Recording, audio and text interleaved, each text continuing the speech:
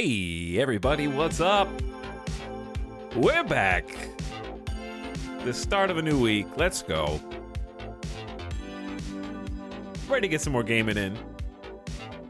And we're early. That's a nice way to kick things off. Hope you guys had a nice Sunday and a nice weekend. We're going to jump back into some Crusader Kings today because, well, we kind of left off on a cliffhanger.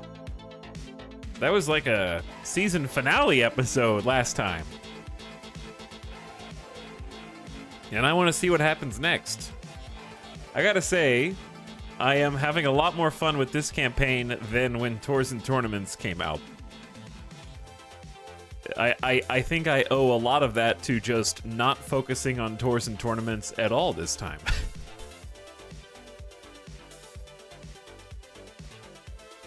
Turns out there are some parts of the core gameplay loop that are still very fun. Even if it will inevitably get repetitive like the last times. But it's still the climb, the ascent. That's the fun part. I think everybody who plays Crusader Kings starts to lose interest a little bit once you become the Emperor. But the work up until that point is very compelling.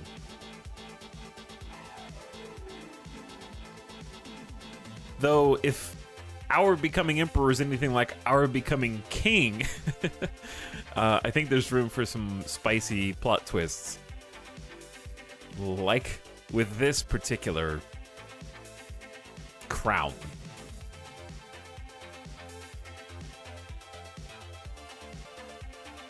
Anyway, hey everybody, thanks beginning of stream subs for supporting the stream once again. Hello, Altager.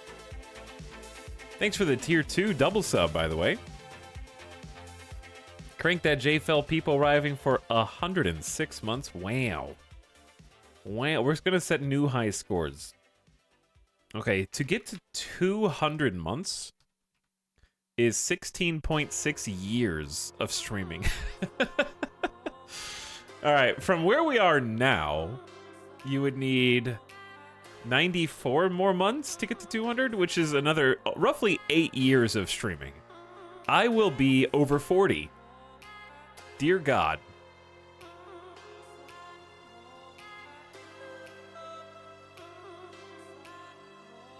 I don't like to think about that.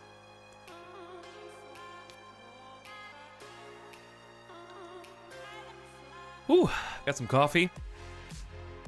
We got some jams.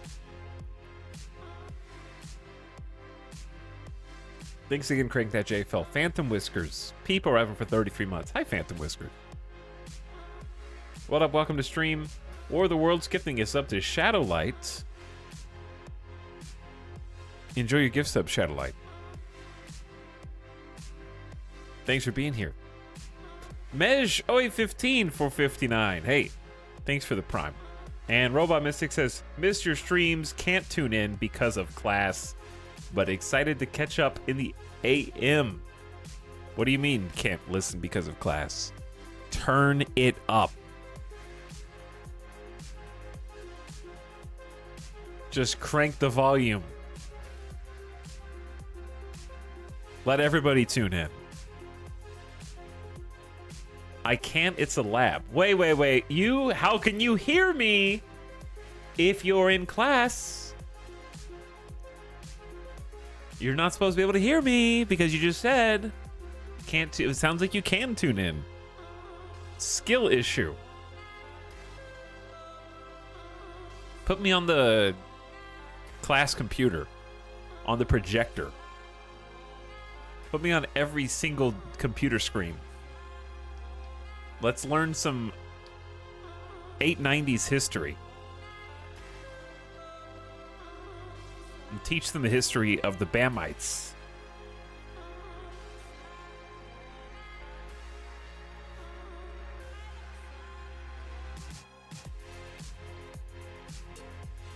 Just finished AW2 in time for stream. I don't know what that is. What does that mean? Just finished the VOD. Looking forward to seeing what happens next. What's up, Lazy Blueberry? That's why we're getting started early today.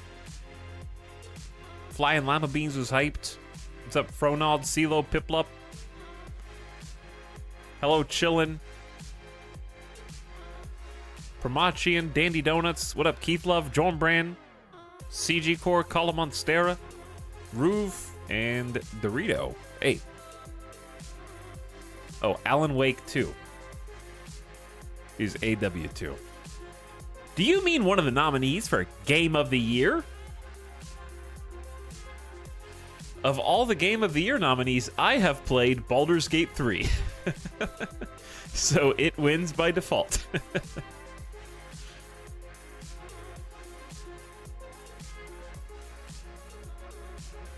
That's the one that has gotten my playtime. I would... what did I say my Games of the Year were? I would say Cyberpunk should definitely win the thing that it's nominated for. Anyway, hey everybody, how's it going?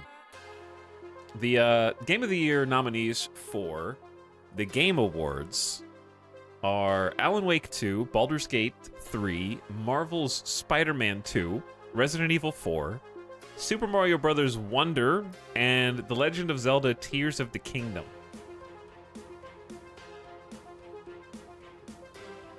Todd Field, not Game of the Year. I knew that the discourse would change on Starfield. I was just first on the scene. It changed hard. It took a hard left turn after the first like 2 months, month to 2 months.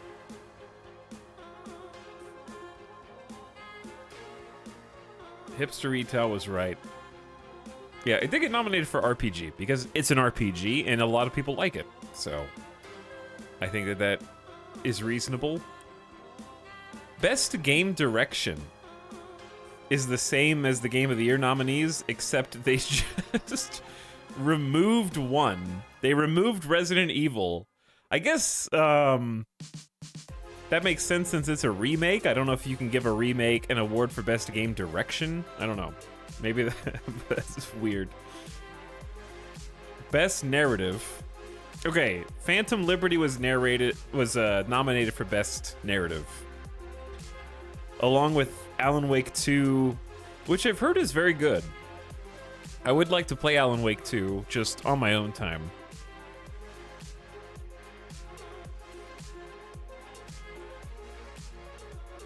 However, I really don't. I've heard that you can just jump into it, but I don't want to without knowing anything about Alan Wake 1. But Alan Wake 1 looks awful. I'm gonna be real with you. So I'm sort of stuck. I don't want to shine flashlights at people and shoot them for like 15 hours.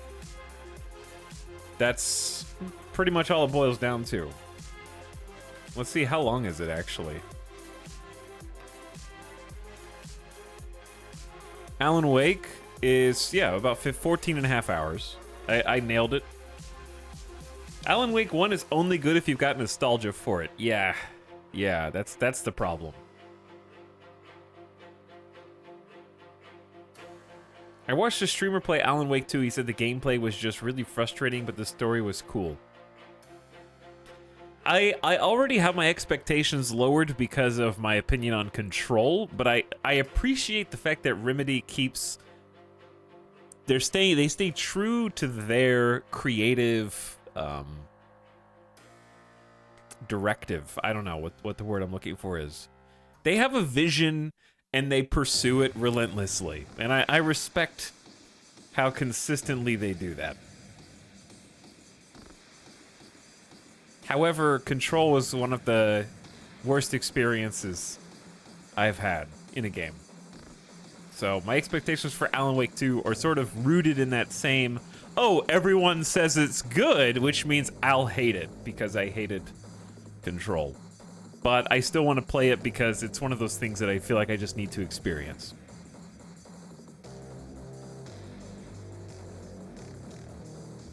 What really annoys me is content creators, okay? Because I already know that there was an insane, scary jump scare in the forest section when you're walking through with a flashlight. Even though I have watched 0 streams because they have all posted that same clip of them screaming when the thing flashes on the screen. So they've already ruined this apparently scariest part of the entire game. I don't even know contextually when or what. Well, thanks for spoiling that. There are jump scares in the game. There's jump scares in the scary game.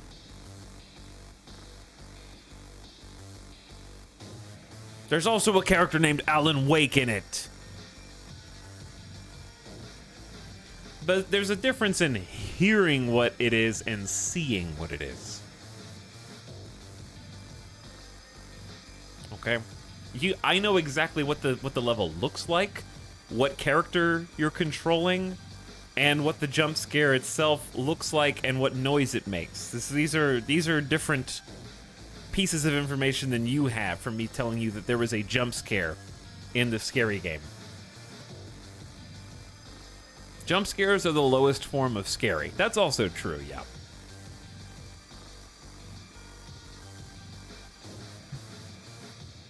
You play other characters? Wasn't the original gameplay you playing one of the cops? That was one of the first trailers for the game. You play as one of the cops. That was literally the first piece of information they released about it. Either way, I'd still like to play it because I enjoy kooky, crazy... Like, the live action bits of Control were some of my favorite parts. And, the problem was the gameplay and the lack of a good story. Okay, but yeah, definitely voting Cyberpunk for Best Narrative. Baldur's Gate 3 is also nominated for that. Baldur's Gate 3 has a good story, but the story is largely sort of what you make it. I don't know that I would give the there is a thing in your head that wants to kill you portion of it the, like, nod over Cyberpunk Phantom Liberty. So I would certainly say Phantom Liberty wins Best Narrative. I haven't played Alan Wake 2.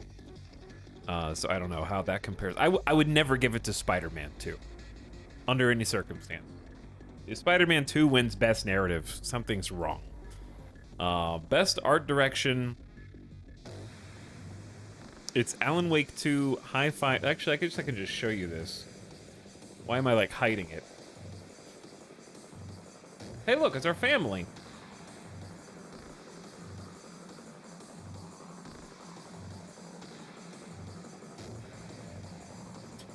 Best Art Direction, Alan Wake 2, Hi-Fi Rush, Lies of P, Mario Brothers Wonder, and Tears of the Kingdom. Just give it to Hi-Fi Rush, okay? Give Hi-Fi Rush at least one nod. And be done with it. Best Score in Music. I am not qualified because I don't know any song except Down, Down, Down by the River. Best Audio Design. Alan Wake 2, Dead Space, Hi-Fi Rush, Marvel Spider-Man 2, and Resident Evil 4. I am not qualified to answer this question. I would abstain. I have not heard them. Best Performance. Not qualified because I haven't played. Just give it to Astarion.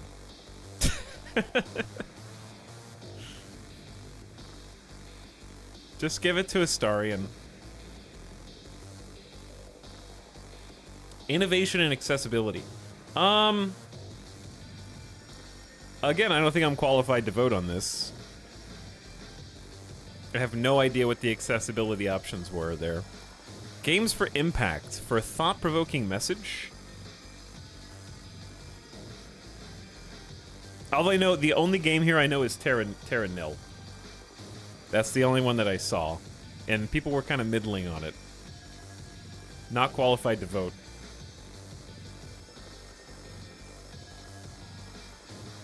Best ongoing, give it Cyberpunk, done. Oh my god, please give it, don't give it to Fortnite or Genshin, please.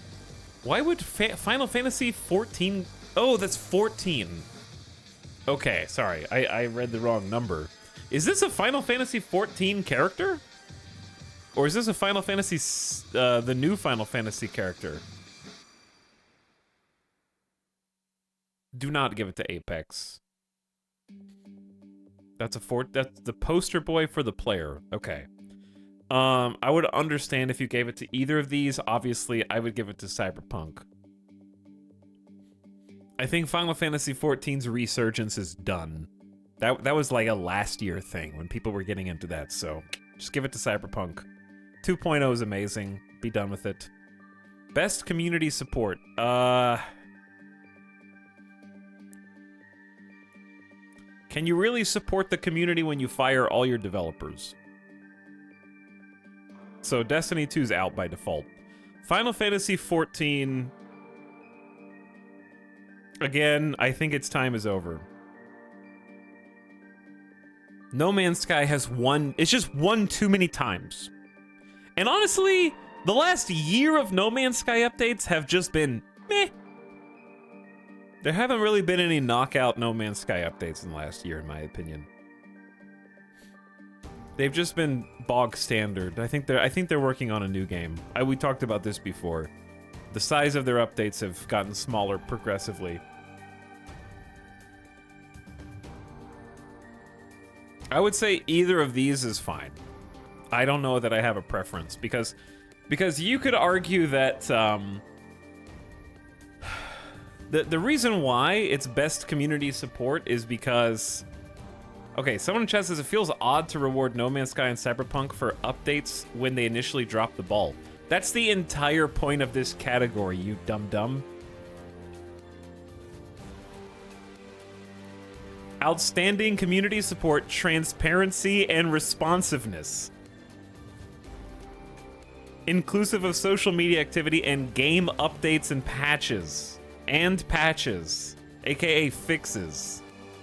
That's what community support means. And also, Baldur's Gate 3 is and was buggy as hell. So you guys are like completely selective bias. Just because we never beat Act 1 doesn't mean Baldur's Gate 3 isn't as fucked as Cyberpunk was at launch. Okay, and No Man's Sky. So they're all in the same boat, and you are just pretending if you don't think that they all are equally deserving of this. Not you. Not you.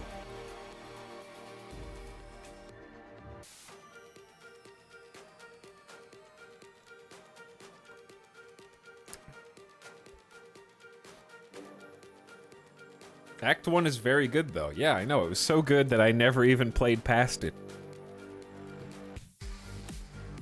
I mean, here's the thing. Baldur's Gate 3, I wouldn't be mad if it won. But Cyberpunk 2.0 is honestly... Are you forgetting Cyberpunk launch? That's the point of this... That's the point of this category! Once again, do I have to keep saying this? Yes, I played it. We played it for 60 hours at launch on stream.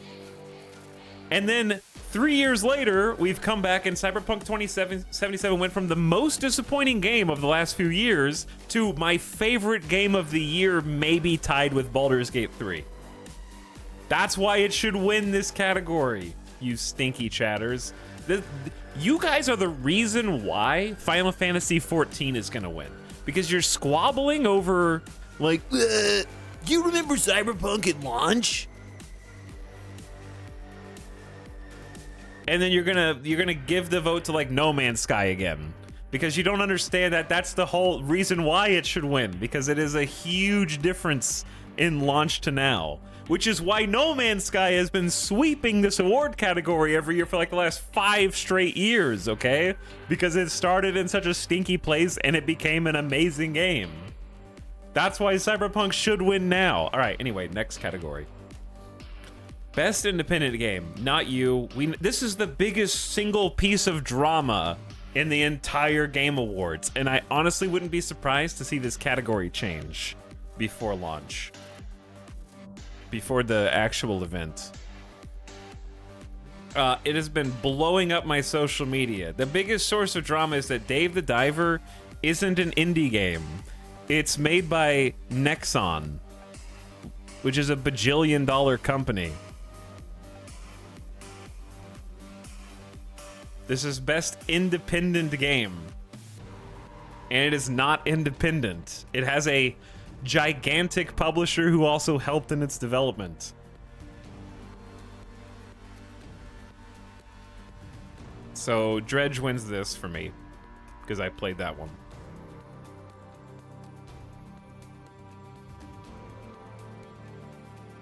I know Chad likes Pizza Tower too. Best debut indie game.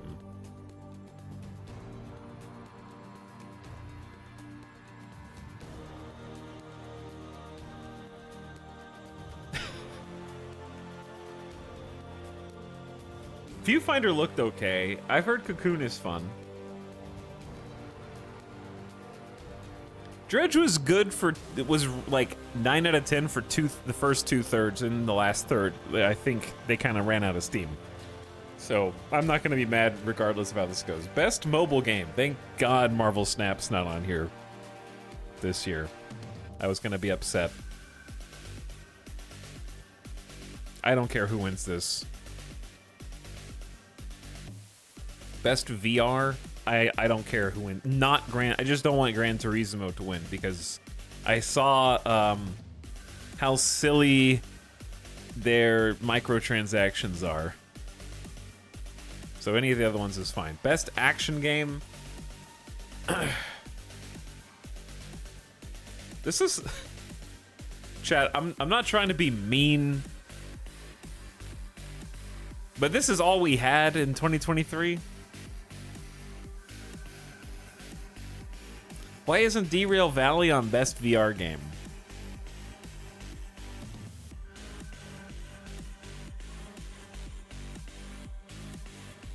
Okay, next category. Oh, okay. So action, they're differentiating action from action adventure.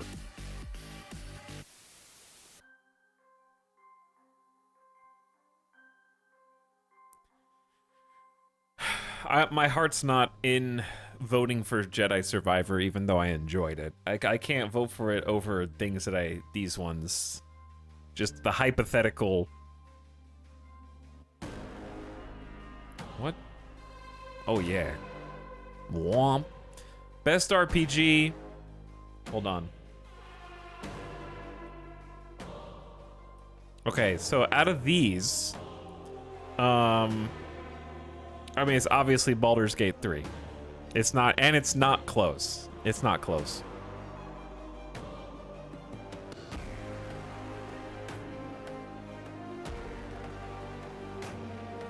Best fighting game?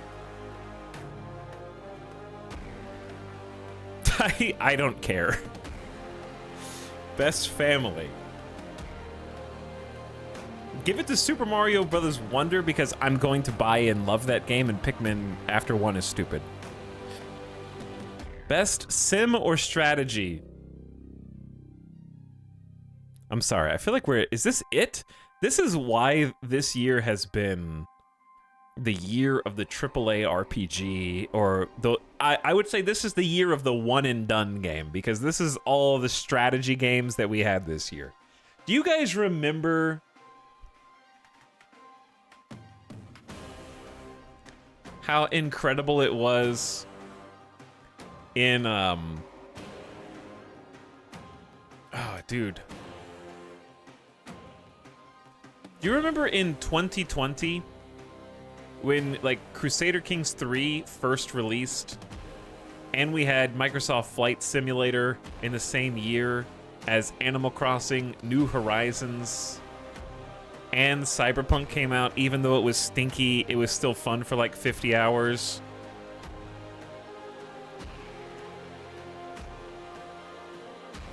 I feel like there was another big strategy game in 2020. Wasn't there another Paradox game in 2020?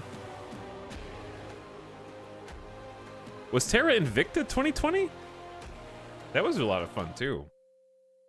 But yeah, this year has been really, really, really dry for strategy games, which unfortunately is my bread and butter.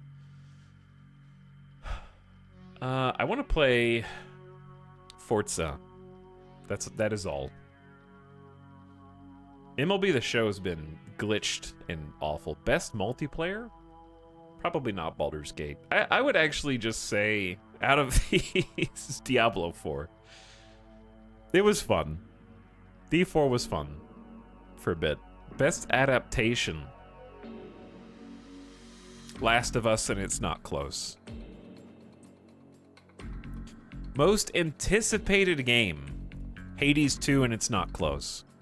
Sorry, Final Fantasy VII Rebirth.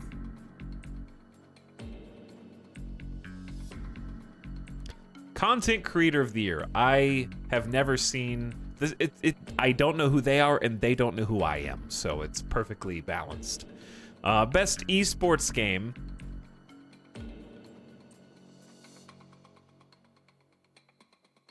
Counter-Strike 2, Dota, League, PUBG Mobile. Still, I don't care. Don't care. Best esports athlete. I have never watched a single game of League. I've probably watched one of CSGO. So I'll vote for the CSGO guy. Valorant, Dota, League, Counter-Strike. Don't know. Up in the air. Best esports coach. I am even less likely to know. Best esports events. Twitch Rivals for Rust. Okay, the end.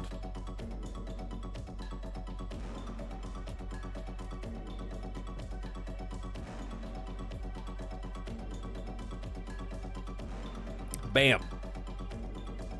That we're not supposed to be listening to this song. I don't know what song that was. I thought it sounded like the same soundtrack, but it wasn't.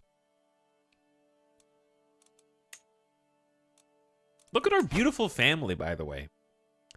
This is a handsome lad. There's a little gremlin. He doesn't look like either of us. Whose kid are you?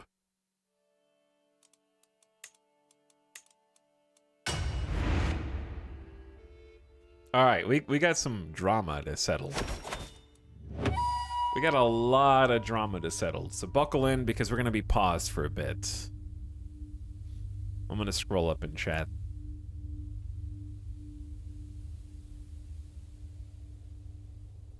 Because Nomac is here. Best community support on Twitch is Etal Stream. To be honest, pump it.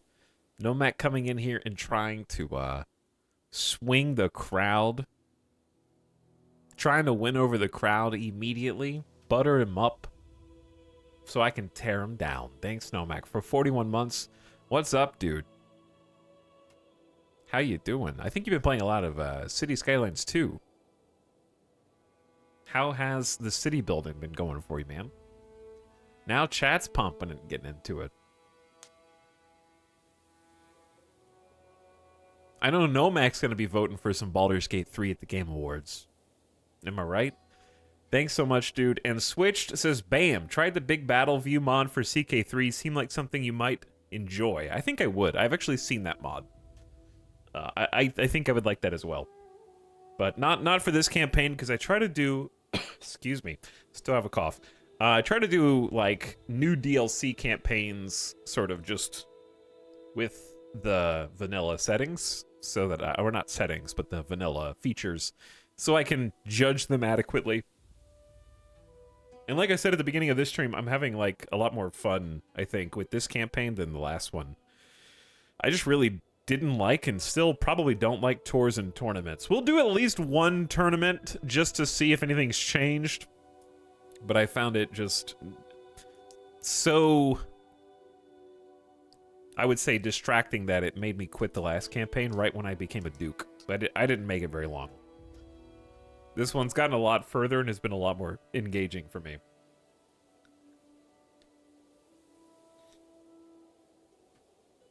I think there's really only like three DLCs that I would recommend for Crusader Kings 3. It's pretty easy to get into.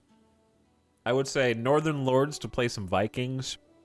I would say the Iberian DLC, whose name I forget because it has the struggle mechanic that we are currently playing with in the Persian DLC, which I can't... It's too early to give a recommendation or a rejection on the Persian DLC, but it seems like it's as good as the Iberian DLC, Fate of Iberia.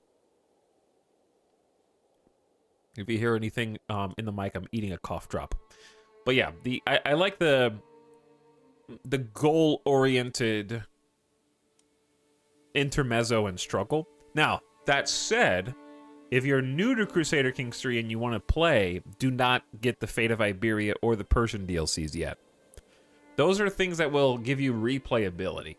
They're not things that I would start with, because it's quite overwhelming if you're a new player to try to remember what all the phase effects are and what everything does.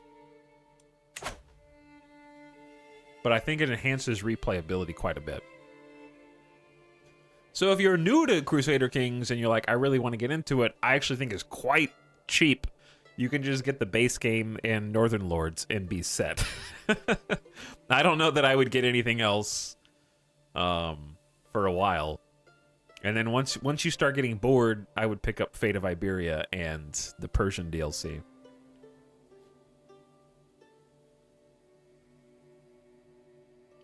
Is the Struggle DLC locked, or did they add it to the base game? I mean, the Struggle is the point of the DLC.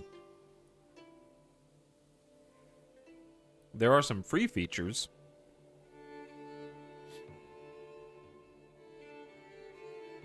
But I'm pretty sure that's, like, what you're paying for.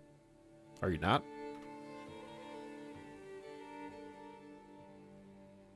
Just go look at the Steam page. That's what I'm doing.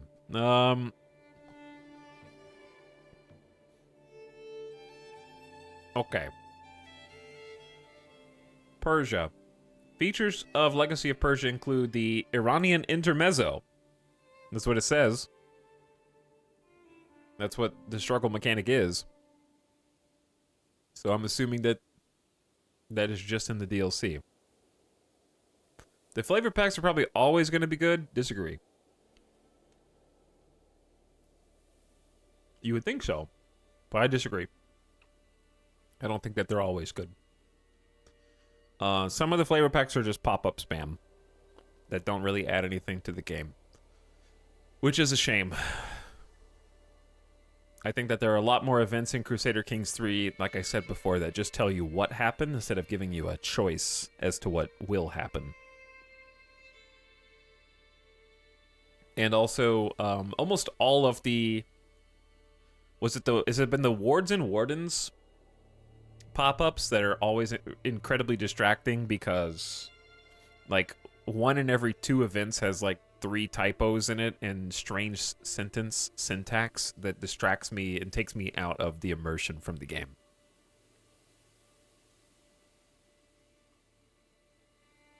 Other than that, I don't even remember what the other flavor packs are.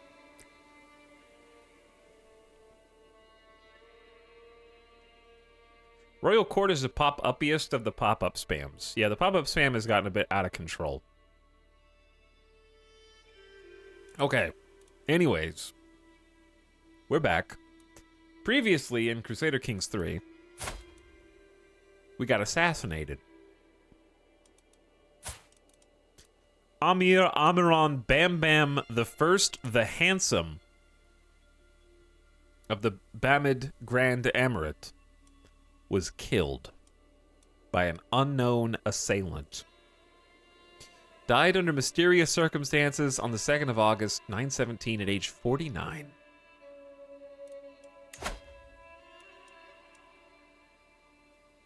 How do you revisit your leadership history?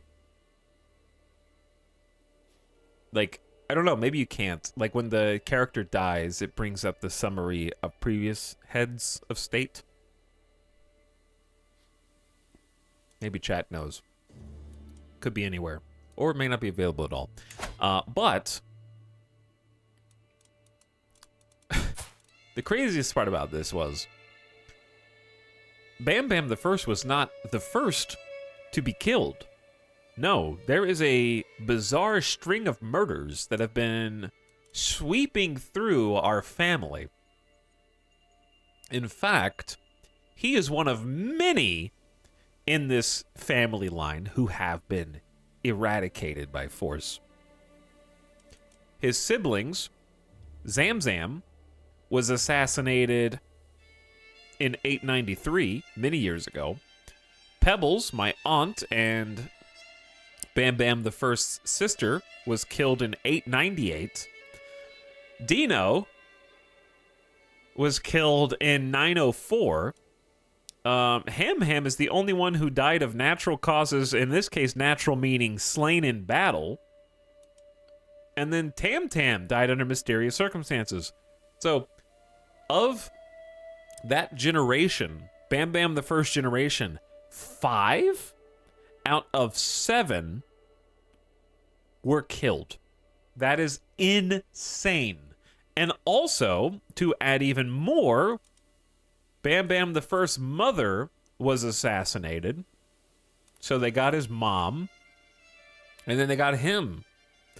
None of his children have been killed yet, though Bam Bam the First's firstborn did die from smallpox. So that was the heir. The heir died of smallpox, which sort of did us a favor because he had gout and not very good stats. Lazy, forgiving, and humble. It's a weird combination. I love how his paranoia turned out to be totally justified. And I think I said last time that I was annoyed at myself for not hiring a bodyguard. Because if I'm paranoid, it makes sense that I would have a bodyguard. But the RP is that he was so paranoid, he didn't even trust anyone to be his bodyguard. And from a purely gameplay perspective, I don't even know who we could hire to be a bodyguard. We have at best average aptitude bodyguard. So I could hire my brother, Shahzada Bambi Ibn Bam Bam. So Bambi could be hired to be my bodyguard. He has a little bit of prowess and really likes me, so maybe we hire him to be a bodyguard this time.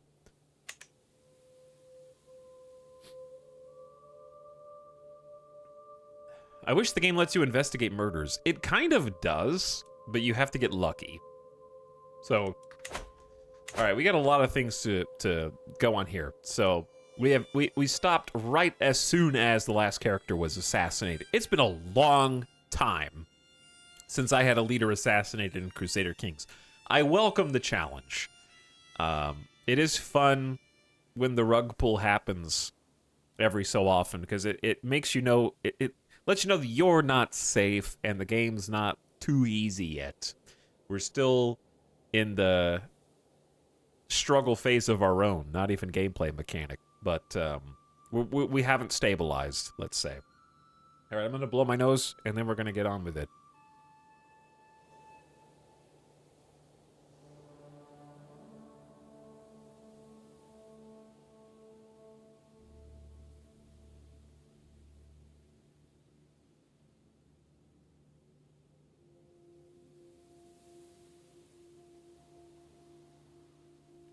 Okay, a chatter says it's on the ... dots lineage. Ah, chat found it. Good job. This is who we've played so far. Esmail was our starting character and original count. And we played them for 27 years. They died at 71 of old age. Then we took over as Bam Bam the First, the Handsome. We played them for 24 years. They were assassinated. And on top of that, we had fought a lot of wars. So this is going to be not a very war-filled life. Because let's just take a look at our characters. So we're playing Bam Bam the Second, who is contented. What he already has, be it much or little, is enough for Bam Bam. So I usually roleplay content characters where we don't really expand very much at all. The nice thing about this is opinion of vassals is a +10, so a content king might be exactly what the doctor ordered, because we need to reestablish order, because we have obviously someone hates us and is killing all of our family members, so we need them to like us. This boosts our learning, lowers our intrigue, Other content characters plus 20. We're forgiving, which is diplomacy plus 2, intrigue minus 2, so we terrible intrigue. Learning up, prisoners like us more, which is interesting. Minority vassals, opinion plus 15, that can be helpful. Minority vassals feel their faith or culture is marginalized. Vassals of hostile faiths or cultures with less than 30% cultural acceptance often adopt this stance. And then they just have like a mood debuff. They like you less. Unlocks the abandon hook interaction. You like forgiving characters, don't like vengeful. Bam Bam is quick to move on from most things. And also lustful. Carnal desires burn hot in Bam Bam's core. So we get a little intrigue back, which is kind of a waste. 25% fertility bonus. We can seduce people more easily. We like lustful, do not like chaste characters. Now, Bam Bam the Second got a incredible education, as did most of his siblings, and is a gray eminence. So this actually is going to be maybe the best thing that could happen to us, taking over this kingdom. If we can just win this war, we inherited the war that our father started, basically, which I'll explain in a minute. Bringing stability to the realm via a gray eminence might be just what the doctor ordered. As familiar with the nuance of diplomacy as the back of his hand, Bam Bam is a master of the art. And we have 22 diplomacy. People are going to think that we are amazing. We're an eager reveler. Courtly vassals like us a bit more. We also like other reveler characters. Bam Bam has sampled the intoxicating life of carousing and debauchery and hungers for more. Administrative courtier. Bam Bam has spent at least 5 years living in an organized admin court. To many bureaucrats and officials, that's just a nice stewardship bonus. We have a court now because we're a kingdom. We're actually a proper kingdom as of the last stream. And detractor of the caliphate, we don't support the Sunni Caliph of the Muslim faith. So, unfortunately, after Bam Bam the First died, the inheritance obviously procced, and we are currently in a state of friendly succession. The lion's share of the titles will go to your player heir, the rest are divided between your children. So, what that means is we only have 2 counties, which are the capital of Bam and its neighboring county of Kerman, which is the actual duchy capital location. And then we have the duchy of Kerman, and then the kingdom of Bamid, in this case, which we took in a war with a claim throne plot. So we claimed the throne of... This actually, what is the history of this title? It was the Tahirid. So, I basically created a faction, I got a strong claim on the throne via the mechanics of the Iranian intermezzo, and was able to lead a rebellion after...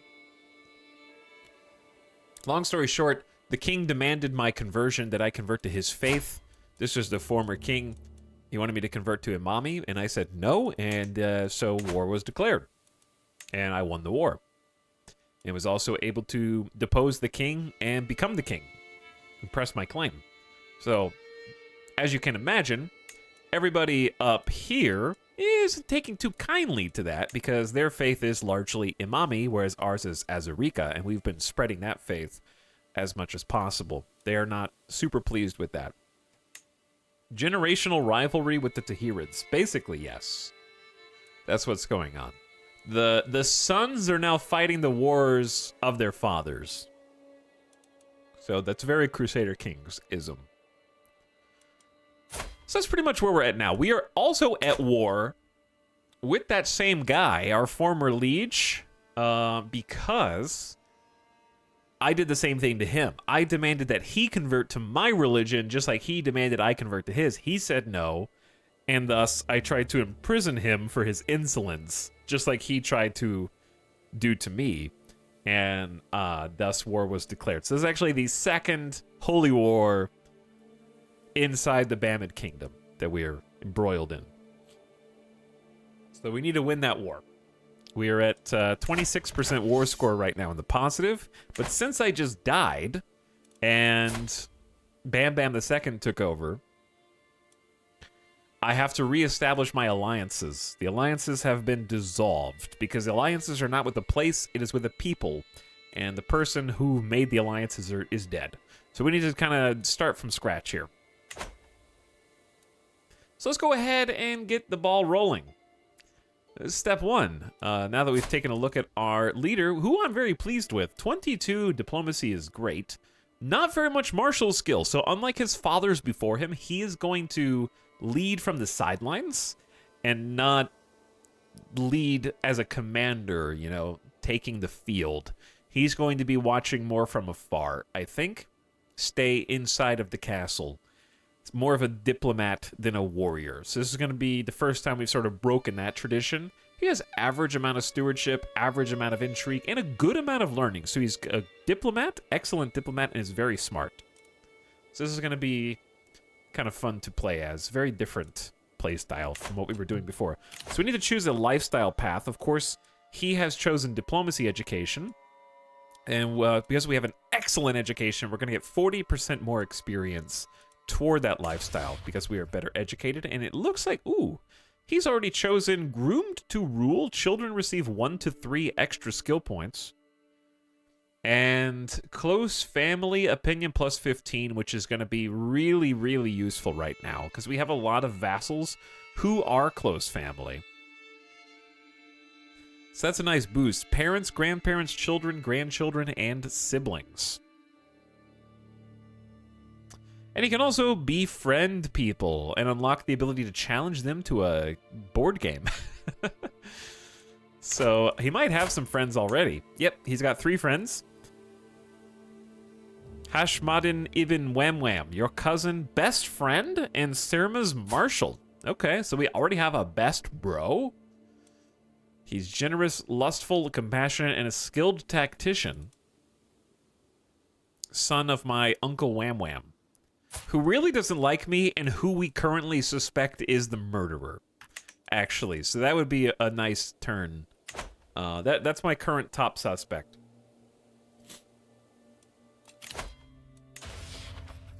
Oh yeah, I didn't see who the rest of my friends were. My other friends are Eglum, your half-sister and friend. So her mother is Surbar, who is one of the spouses of Bam Bam the First. And then I have 3 friends. Daoud Wahid, your brother-in-law. Okay. Brother to my wife, who herself is pregnant right now. She is diligent, sadistic, and gregarious, and has pretty good diplomacy and stewardship, and some average other skills. And she's also smart. She's very smart. Congenital trait. She catches on quick. Cool. All right, so we've already taken advantage of the friendship. We probably want to go into diplomat so we can get some, I don't know. I'll have to look at these because I like sway scheme power right now. This is a fertility bonus. We have to pick one of these 3. We can change it every 5 years.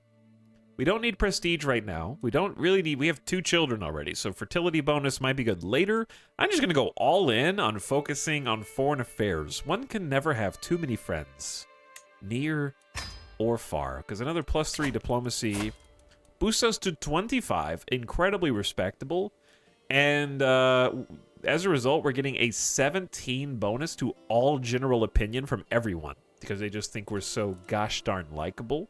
And then on top of that, since spouses diplomacy is pretty good. Oh yeah, I gotta do the whole council. I'm gonna have her, instead of assisting me generically, I'm gonna boost court politics. Where she'll give me 7 instead of 3 diplomacy, so now I have 29. So that's a plus 21 to general opinion. I need all the help I can get. I need to be the most likable king in the history of this title. We need to set the standard. There are other benefits to being incredibly likable besides people won't foment rebellion and try to assassinate you, which is if everyone loves you, when you die and your heir inherits, they will actually have an opinion of you based on the previous ruler, right? So if we go look at like one of our vassals, we can see that opinion of predecessor is a plus 25 because he liked the other guy. And that'll deteriorate at like 5 per year, but it's still a nice like jump start that offsets things like short reign, which will also even out over time as well, right? So being liked will help sort of pass succession on and future-proof us. So where was I? Okay, we just chose our lifestyle path. We need to appoint a tax collector. My current tax collector is Bamboozle, my brother. He's pretty smart, and he's good at what he does. Really great learning skill. It's helping a lot. He's just, zealous, but a little lazy, so he might not be doing it the best. And then we have a little bit of extra overflow. There's only one other taxpayer who's not getting taxed right now. My mom is a great taxpayer, or tax collector, so we'll just have her... Shy, gluttonous, lustful, trusting, flamboyant, trickster, incredibly strong, rakish. What a odd assortment of traits. Opinion of liege actually matters toward their aptitude as well. So she thinks I'm awesome. My mom thinks I'm awesome. So she can be a tax collector. All right, let's fill the other council positions. So we got 10 situations to deal with, potentially.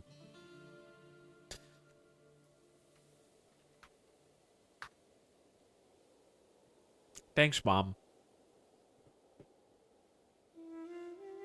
With the new house mechanics, family path is probably really good now. Yeah, I would think so.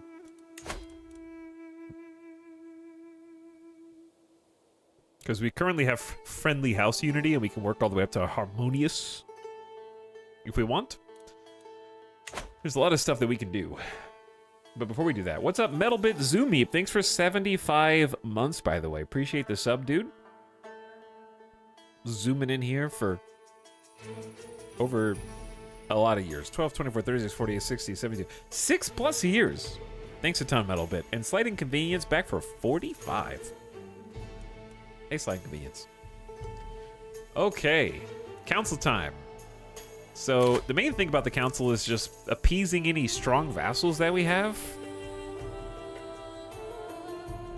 Like, this dude is worth 624 soldiers. So he's strong-ish.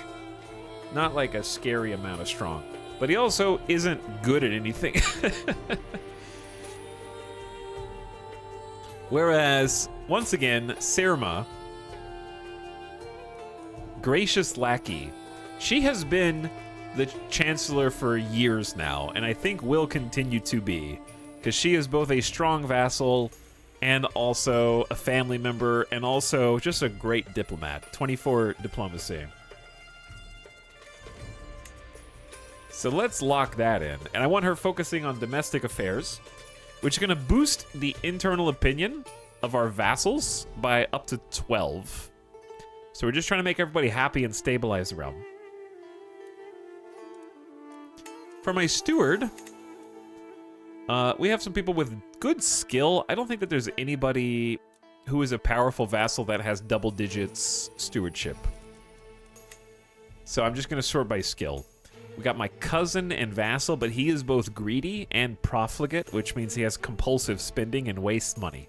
I don't know if that actually has a bearing, but just for RP purposes, we're going to pick someone else. Let's do a little nepotism. Your half-sister and friend, she only has 14 stewardship, but she's only 16, so I think that she's going to get better over time. She's just starting out. Temperate, shy, but callous. That is a good combination of qualities for someone who's in charge of money. You know, you have to be a little callous when taxing the people, right? And she's a fortune builder, so Let's hire our friend. For Marshal, we don't have anybody who is powerful and also good at being a marshal. Who are my most powerful vassals? Well, we're at war with our current most powerful vassal to imprison him. My next most powerful vassal, can be Spy Master. Okay. Perfect. Yeah, he has 19 intrigue. His personality is bold atheist, which is interesting. He's diligent, cynical, that's why he's bold atheist, and gregarious. But has a stutter and is inapathetic, so skips meals. He might be shriveling up a little bit. But yeah, let's assign him. That puts him at a plus 54. He likes me a lot. I'm the preferred heir.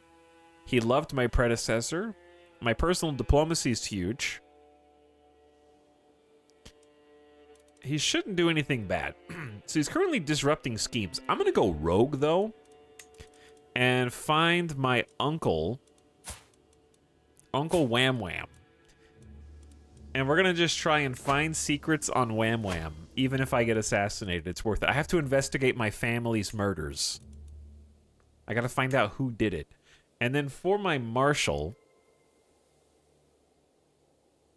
I mean, this dude is my commander. He's kind of awesome. Humble, diligent, and wrathful. That's an interesting combo. Good strategist, organizer. He seems like the dude to pick. 25 martial skill. Put somebody with knowledge on the team. Okay, let's start using my marshal to get control over Kerman, which is one of our own counties. I don't want that to have low control. I think we had a warning for that in the situation log. We're finding secrets. We're promoting culture of the Bamites. We are improving internal opinions. And the council's good. Council's good to go. All right, so what's next? Too few spouses. We also need to do some alliances. We need to make some new alliances. Hello, Bubonsky. What's up? Hello, Alex. Alex Speed and everybody else who's just arriving. We're settling all of the... dotting the I's and crossing the T's for our new ruler, Bam Bam the Second. All right, let's settle too few spouses. Anyone that we can marry for an alliance. 3,400. Where are you? Wait, I think we were allied to you before. Are you not in the war with us right now? Wakisid? They're pretty close. They're certainly close enough to be able to walk over and help. They're bordering the Arabian Empire, which is actually not that strong. The Arabian Empire is kind of weak. I say we just take this betrothal because it is a potentially... like, that's 3,000 troops. That's a lot. And they don't even have any mercenaries hired. That's a lot, dude. They have 500 bowmen, 300 light horses, and 200 horse archers and 20 onagers. That's a solid group. Now, best case scenario, we could get a better, like, stronger alliance if we found his heir. Do we have a daughter? I don't think we do. I have a niece, but that would not result in an alliance. We do have 2 sons. Your player, heir, and son.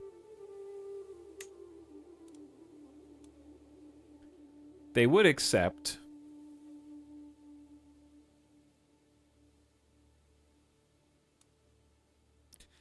So, yeah, basically I have 2 choices. I can do a betrothal to his sister. How old is she? 7 and 4.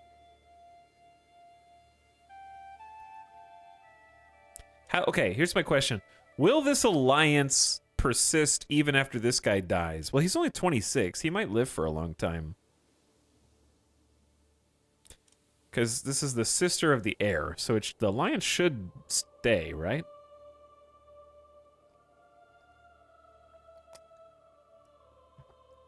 Is there any? I think I should look and make sure there's no one else that I only have 2 sons. Is there another alliance that is better? Okay, it's that guy's the top alliance, and he's got how many daughters do you have? He has 1 daughter, and then oh my god, you have 5 sisters.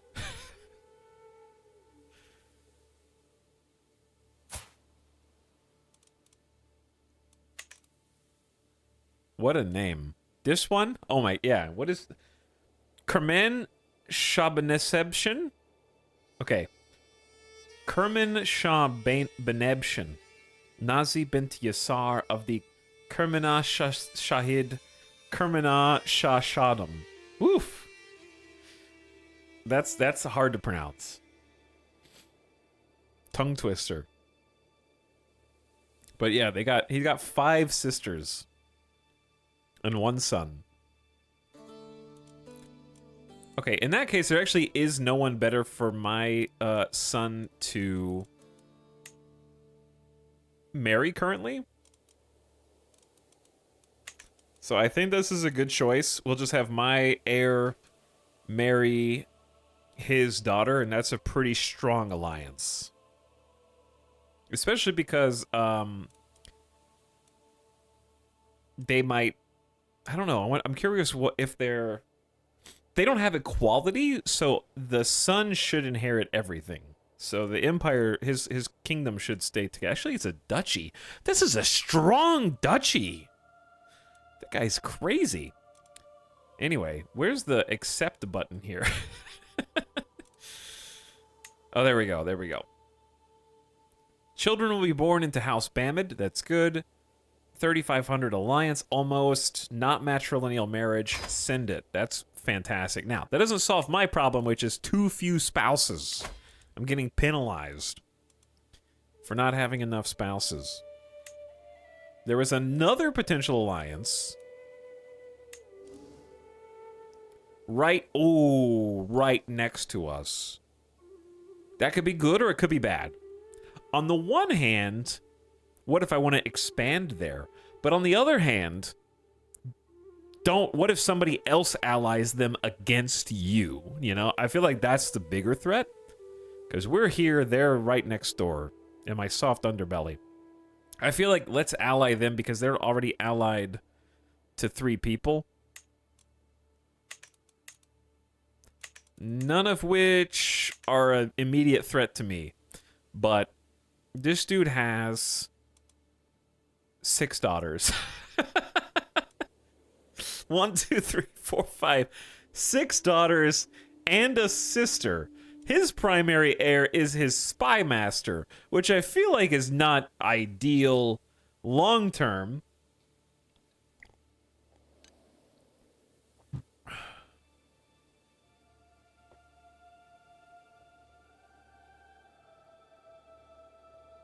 Did we catch the murderer? Nope. We haven't even unpaused yet. There's a lot to do because we just took over as a new ruler. 3 streams, 3 rulers. Well, this is a 4th stream, but okay. Oh, does that mean we're going to be at a 4th ruler today? That's scary. Hopefully not. Either way, I think we just accept a betrothal. What's the next best? 2,300? That's respectable as well. Where's this guy? He's way the heck up there. That's not the worst thing in the world, but I think we just go ahead. I mean, she seems nice. Temperate, but impatient, but just, and good stewardship. All right, sure. I think this is an excellent betrothal so that we can get another 2,800 alliance.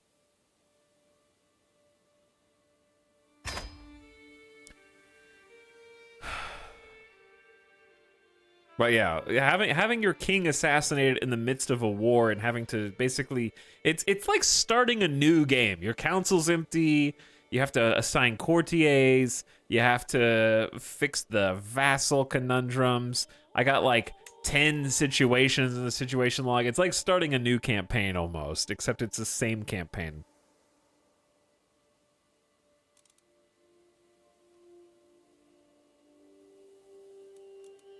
Your powerful vassal expects a council position. That's too bad.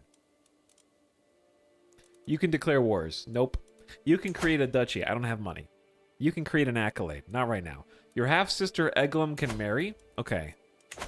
She is 16. Standard italic space. Chad, I have some really bad news for you. We bring this up a lot. This is the game.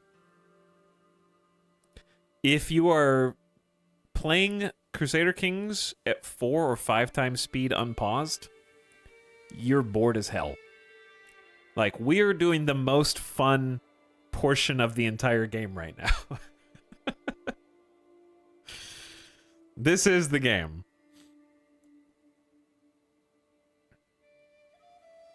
Etel, I've seen you play this game before, but I guess I don't understand the objective. Is it to grow and take over everything, or is it just to survive? Both, depending on where you start. It's a sandbox game, so you sort of just decide. It's a grand strategy sandbox game, so you have to make your own objectives. The objective is to RP, roleplay, basically.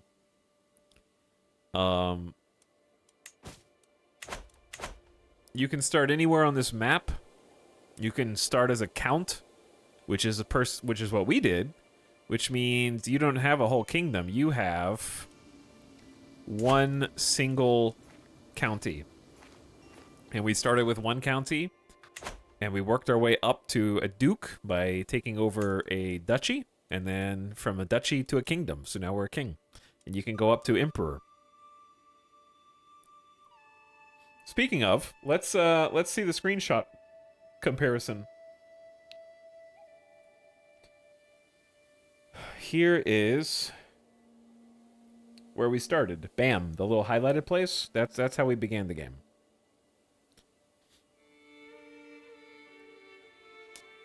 Now, the game does provide you with some objectives if you want to follow them. Like, we can have these decisions to potentially, like, form the Sultanate of Rum, found a new empire, dismantle the Pope. And since we're playing the Persian DLC, we have potential endgame scenarios, such as humiliate the Abbasid Empire, which is now the Arabian Empire, renew the Caliphate, or Iranian Resurgence, which creates the Persian Empire. So there are some like long-term objectives both in and out of the DLC that you can follow if you want, or you can just do whatever you want. But the objective is definitely to survive and secure your family dynasty and continue to play character after character in that family line, at the very least. So, create a lineage of interesting characters and watch their stories unfold and help steer them down fun or interesting paths along the way. All right, so this is where we started. In Bam, surrounded by the Saffarids. Then in the next stream, the map had completely changed just in one stream. It went from this. Things look kind of stable around us to complete chaos. And we became the Bamid, which is blue, toward the middle left. So that's a pretty big change right there. And we're no longer completely surrounded on all sides, right? And then we went from that to Bamid, much larger. And you can see how all the different realms around us started to fracture and change names. It's all blue. Yeah, but it's like the most true blue. It says Bamid. Hopefully you can read English. And it's in the same place as these ones. And then the color has changed. Let me try taking a screenshot today.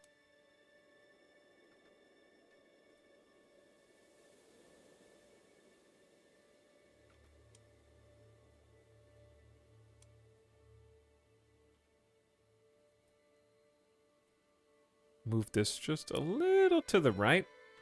We're about to go off the map. All right, that's pretty close. All right, we got a screenshot for the Kingdom of Bamid, so we can keep documenting our growth over time. All right, we were trying to find a spouse for our half-sister Eglum. who is a pretty good fortune builder. Let's see. Is there anything we can get as far as an alliance with someone? She's 16, so I don't think that there's anybody.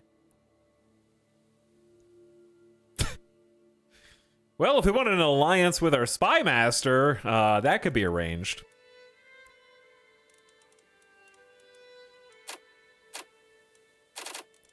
However, I mean, he does have 19 intrigue. Gonna have to start taking screenshots more zoomed out. Yeah, eventually, for sure. We could also just change our sorting.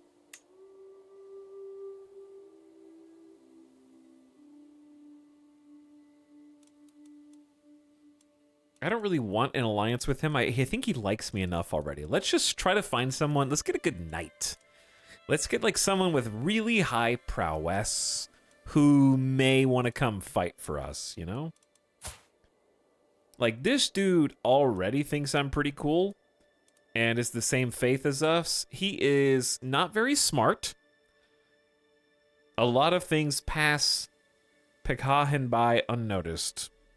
Slow. He's worse than average. But he has incredible fighting power. 23 prowess. Brave, cynical, and generous. Wait, cynical? That's probably not good, but we're not zealous like our father before us. I'm just gonna lock him in. And make sure it's a matrilineal marriage, so people who are born of our family line. She loses 300 prestige. Marrying an unlanded guy. Sorry. That's a lot. But we need a big, strong man to come fight for us as a knight. All right, I think. Oh, before we unpause, I need to go. I just unpaused, but I need to re-pause because I don't want to get assassinated like my father before me. So I am going to hire a food taster. Wait, first I'm going to hire a bodyguard. Has a chance to prevent assassination murder schemes. Reduces your risk to die or be captured in battles you're both fighting in. All right, he's got average aptitude. This is my brother Bambi, and he's also my knight. Yeah, they are incredibly expensive. What is the chance that he can prevent assassination murder schemes? It doesn't say. It just says a chance. Who knows? But yeah, the money is worth it if it works. He'll get a +5 opinion. All right, he is appointed, and I'm also going to appoint a food taster. So we can't appoint him to be a bodyguard and a food taster. A food taster has a solemn duty to ensure their liege's plate never is touched by poison, and if some nefarious powder or liquid nevertheless makes it in the meal, well, that's why the food taster has to taste the food before the meal begins. Your courtier and content antagonist. He has average aptitude because his intrigue skill is okay. Chance of stopping poison murder schemes. It's a -4% to hostile success chance. Which is better than nothing. You will lose weight more quickly because he's eating some of my food. He thinks I'm kind of awesome, so I'm fine with that. All right, they are pretty expensive combined. So that'll give us at least a little bit of defense. Are we good? I need to actually win a war now, as I recall. We had 4,200 troops plus allies coming to fight as one of our castles gets sieged. All right, alliance has formed because a betrothal proposition with my son Bambino and his eldest daughter. Another betrothal, being betrothed to another neighboring ruler's daughter. I gladly accept your marriage proposal. I will graciously take the hand of your half-sister Eglum in holy matrimony. So he has become my brother-in-law and also my 23 prowess knight. He thinks I'm pretty cool too. Maybe he should have been my bodyguard. I guess I can have more bodyguards.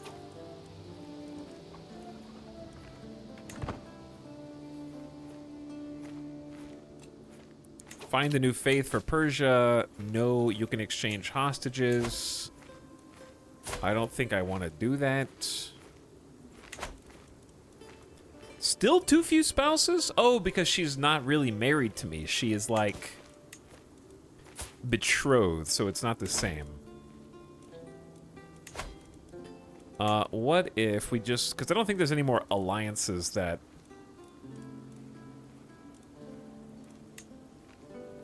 Wait. Not arranged marriage. Find spouse. Sorry. Wrong button. Yeah, there's not really any more alliances that would help us out here, I don't think. They're like 1,200 to 850. So let's just sort by sum of all skills and an inheritable trait, maybe. How old am I? 26. Beautiful, comely, pretty, quick. Amazonian? Hold on. Chat? The top prospect to arrange a marriage is chat? Wait, what? And chat is beautiful.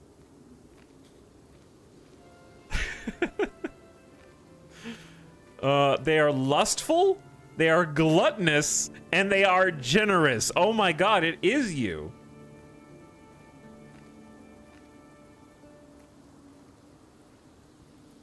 Chat has carnal desires that burn hot in chat's core. Chat frowns at moderation. She wants it all. Acts of benevolence and charity are no strangers to chat. Chat is apparently super smart, 4-star education. Chat possesses an uncanny insight into all subjects of higher learning. Chat knows everything there is to know about gardens, plants, and how to tend them. Gold, gold, gold! Can there be any higher calling, any goal more noble than the pursuit of wealth? Avaricious. To organize, administrate, and raise efficiency, chat will get it done. Chat the administrator? Enthralling, mesmerizing, and lovely, chat outshines most with her beauty. Chat has 19 diplomacy, 5 martial, 14 stewardship, 9 intrigue, and 13 learning. Avaricious yet generous. That is interesting. You have a lot of lifestyle traits. And you're only 35. You have 3 lifestyle traits. It's kind of insane, actually. Okay. I guess Bam Bam the Second has to marry chat. That's a plus 84 to accept. Send the proposal. We don't even need to look at the other candidates.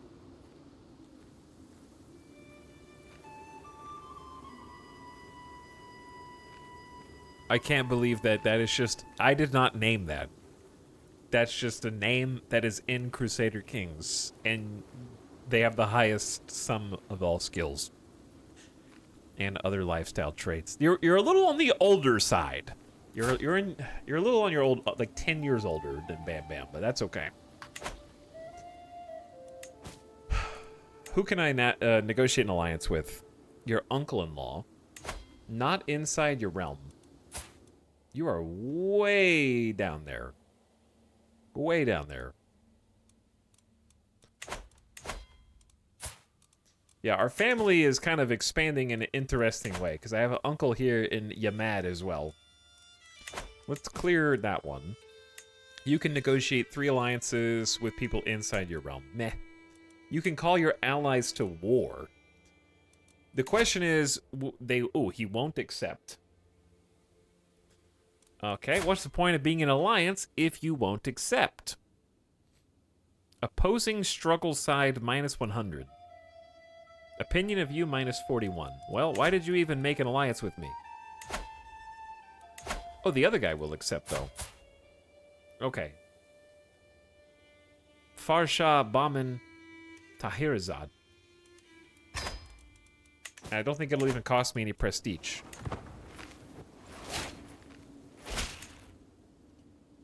I, chat, gladly accept your hand in marriage.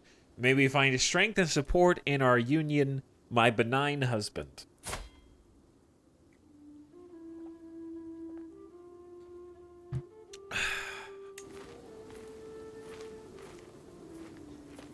Okay, well, there you go. Achievement unlocked till death do us part. Marry another character. Was that not something we had already done? Of course I shall join you in your wars. Our foes shall learn to fear the Minafars. Excellent. Oh, an enemy ally just joined the war. Why are you getting involved in this? You don't even have a stake in this. This is a war between me and my vassal. Well, then again, I guess I called people from outside. But I think he asked to join the war. It's a war between me and my friends and my vassal, okay? Not you. How many people does he have? 1,800. It's not nothing. Who's our commander right now? 30 commander advantage, organizer, movement speed, 25% movement speed. I love organizer. It's my favorite. And we get a desert advantage in drylands too, and then retreat losses down. Those are very good. Okay, so I need to chase these nerds. Is it faster to go this way? Your counselor died. Was that my mufti? Oh, it was. That was my court chaplain. That was fast. My spy master is also the best court chaplain.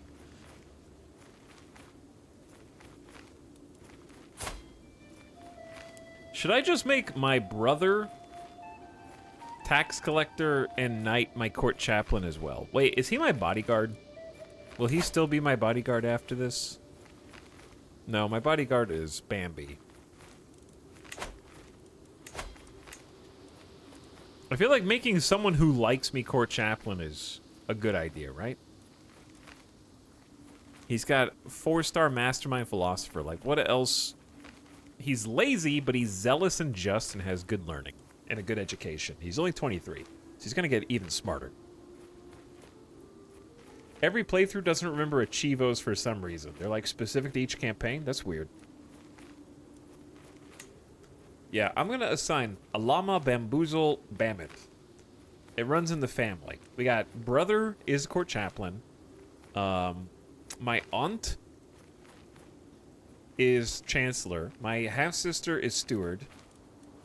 And then spy master and marshal are other people.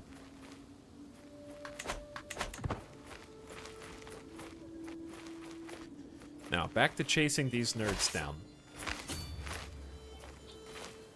Ooh, here come the allies. Now, we have enemy allies join the fight as well, so we need to keep an eye out for them. I should be able to catch these guys thanks to Organizer. Even though we're gonna have defending in the mountains debuff. Okay, so it's 4,200 versus 2,700. They have a bunch. Actually, they have 700 heavy infantry. We happen to have 400 Mubarazin who hard countered that, so I have 5 knights. Where is my new knight?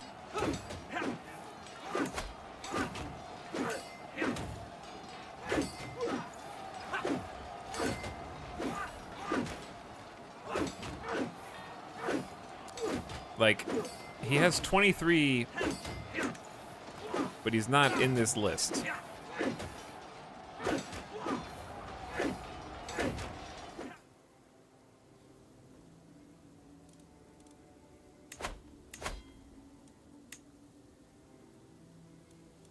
I'm supposed to have 7 knights, and we're only fighting with 5. It says I have 7. That's my maximum number. But I have 1, 2, 3,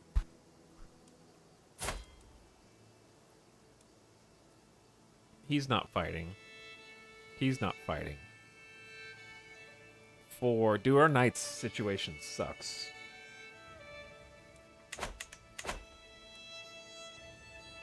Your stream a few weeks back, maybe reinstall Hearts of Iron 4. I almost have Rome made under the Pope. Nice. We'll play some more Hearts of Iron in the not too distant future. I have to rally them? Okay. Well, we'll do that. Let's unpause. The child was not meant to be. My wife, Madoct, assures me this is the way of life, but her hand lingers on her belly. She is no longer pregnant. Our knight wounded, this fearless maniac. Alright, allies are reinforcing. We're hemorrhaging a lot of casualties here, actually. Our knight wounded this religious paragon, the steward of my enemy. Alright, now that reinforcements have arrived, we should squish them. Oh, there's the rest of these nerds.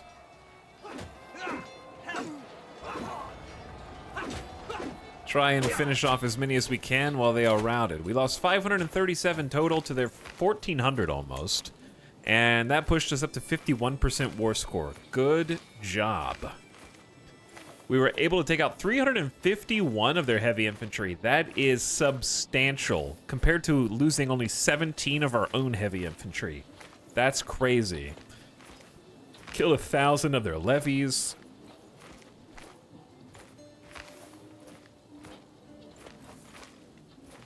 We had 22 knights eventually join up. I don't think any of our knights got injured or killed. Actually, sorry, one got injured. Pretty good, all things considered. Okay, so here's the trick. In this life, my leader is not commanding the army. So I have to make sure that my capital never gets sieged. Otherwise, we insta-lose because they'll just capture me. The problem is their capital is up here. So the only way that I can really win this is if we end up splitting our army or my allies win. We have a 0 prowess knight getting sent to war. Okay, look, I'm gonna call...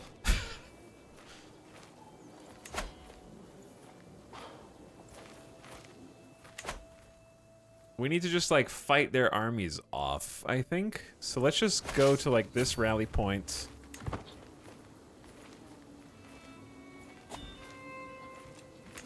Where did my tax collector go? Didn't I assign my mom? I did. I can assign my wife. Chat. Chat, are you the tax collector now? Hold on, what else can you do, chat? Do we need any other court positions filled? Chat, what can you do?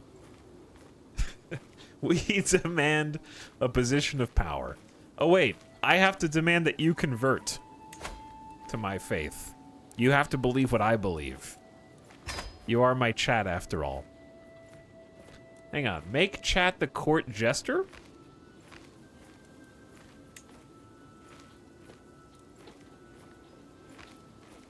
This, chat is a lackey personality. This is incredible. This character is very generous and will often spend more than they can afford, send gifts, ransom prisoners, accept revocations and retractions, and host activities. They are much less likely to be swayed by bribes or gifts of gold, and more willing to exchange hostages.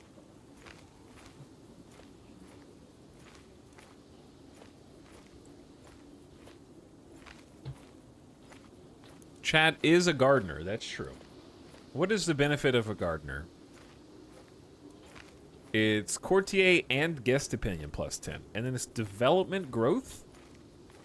It's pretty good. Development growth is good, but this is expensive, man. You're only average. Which is surprising, considering you are literally a gardener.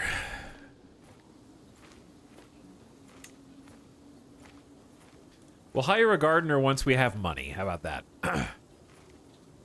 once we stabilize our taxes.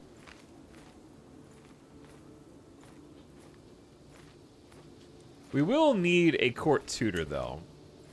The only decent court tutor is your brother-in-law, the godless, godless lackey. Their learning skill is only 6. Dude, I can't make the court tutor the new slow guy.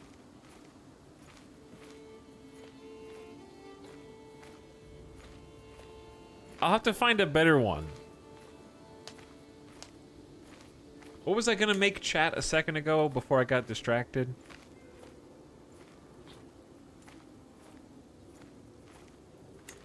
I don't remember. Oh, tax collector. Tax collector. You have excellent aptitude for collecting taxes. Chat, I'm gonna collect your subtax right now. Avaricious and administrator are both lifestyle traits that really, really benefit. Your learning skill is huge. Diplomacy skill is huge. Is it possible to swap these two around?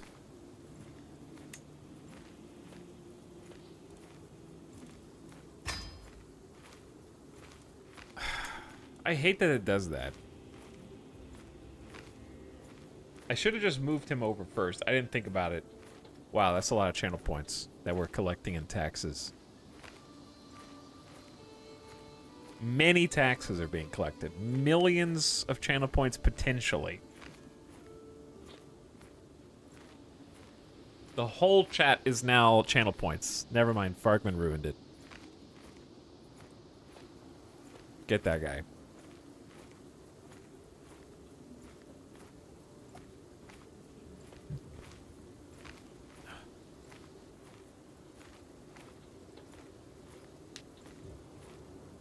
If you have it on pause, can't you still move him before chat status effects apply?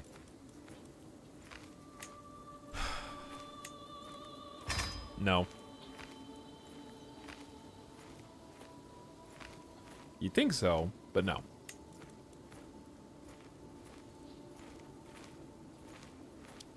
Okay, hang on. What if we just say, too bad, so sad? And then just hire... Wait, where did he go? He's not even on the list anymore.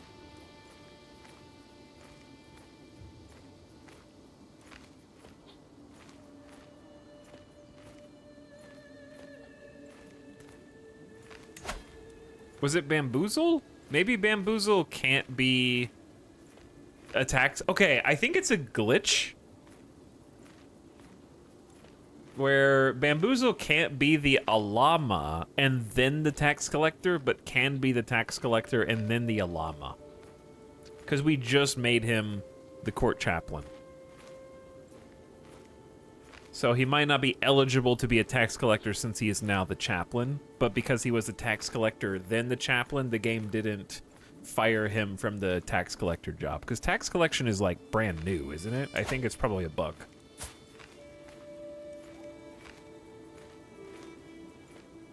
So I'm gonna hire mom again. It's gonna be wife and mom tax collectors.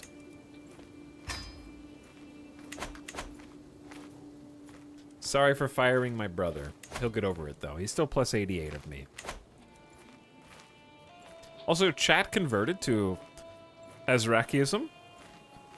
Good job. A notable guest has arrived. He would make a loyal and accomplished vassal. He is quite smart. 17 stewardship. I could recruit him for 40 gold. I'll think about it. But I got other things.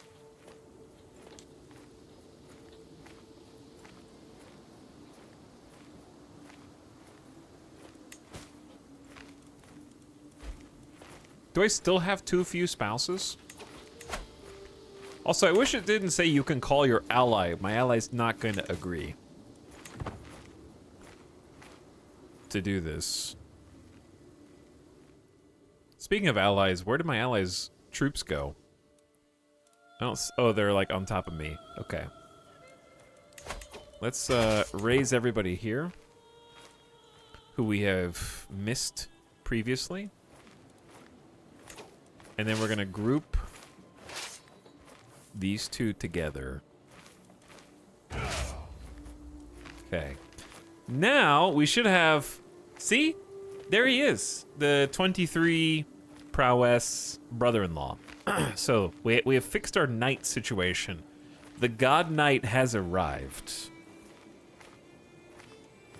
So that's good. So here's what we need to do. Are these guys going to retreat all the way back to their land? I can't allow the capital to fall. These guys are being shifty. I think we should try and take them out while these guys are in a full retreat. I think they have to go back to their own territory, don't they? They're going in the water? You guys are embarking? All right, in that case, I'm just going to follow this army because I don't know where the heck these guys are going.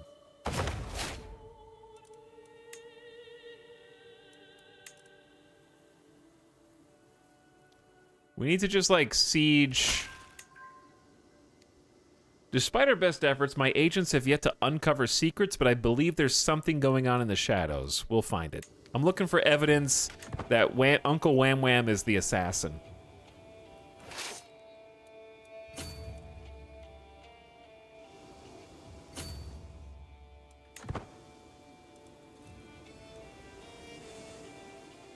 Where are you guys going, dude?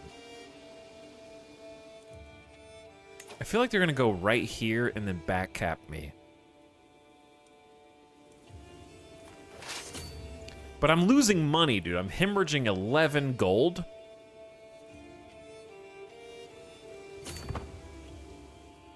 Like every month I'm down to 67. They are going right here. Hold on.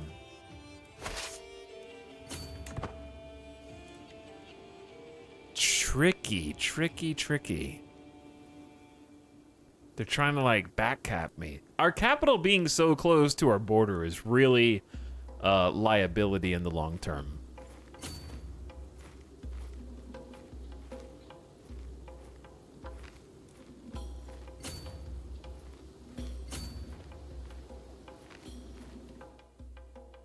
I also have no idea where my allies are going. Who's at war here? Like, what is this? Neighboring ruler? Oh, this is just a different people altogether. Okay. You guys can't run away now.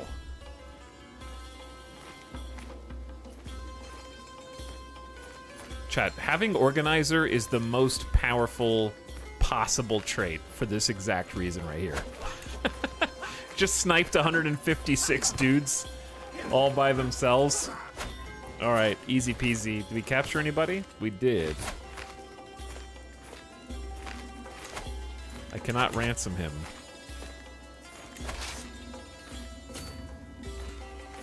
Defending a river crossing. All right, that's tough. Where are these guys going? I really don't want to fight them over a river and a mountain.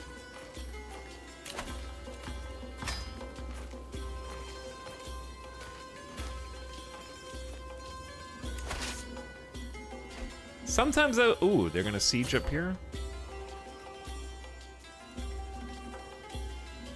Maybe we can catch them. These guys are kind of stuck in the mountains, but they're probably gonna turn around to go back to the capital soon.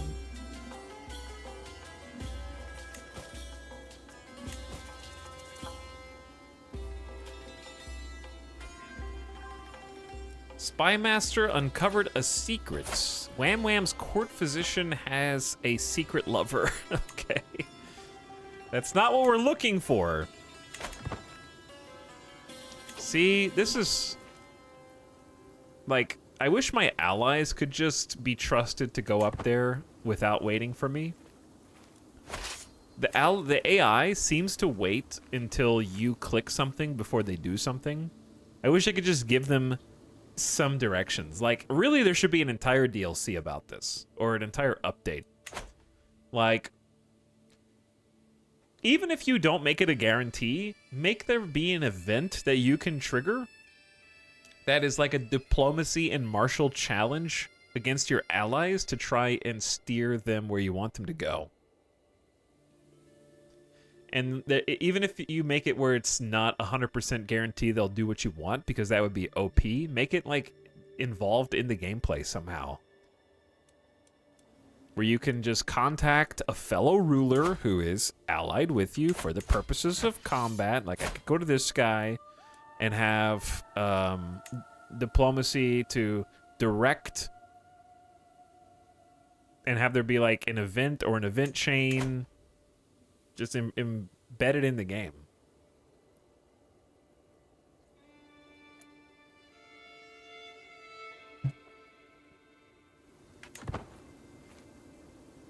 Because I know that they're going back to BAM. But right now, like, the AI could just catch them, and they're just going to stand around and wait for me.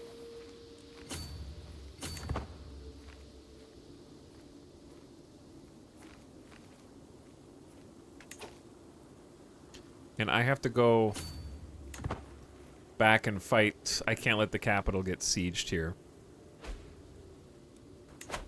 5 months. I hope it doesn't take us 5 months to walk back there. That'd be really embarrassing. I'd just lose the war. My allies caught them. Wow. Hallelujah. Good job, allies. Oh my god, it's progressing really fast. Monkus. Hurry! That's just the maximum. Greetings, my modest liege. Please accept this humble gift. It is not much, but I hope it is of use to our continued friendship. 150 gold? What a gamer, dude. I love this guy. Challenge him to a board game.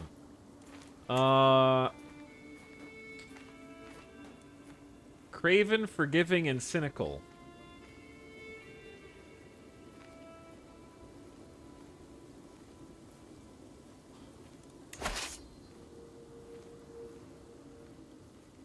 If you click the little chain button on your army, it'll stop friendlies from joining you.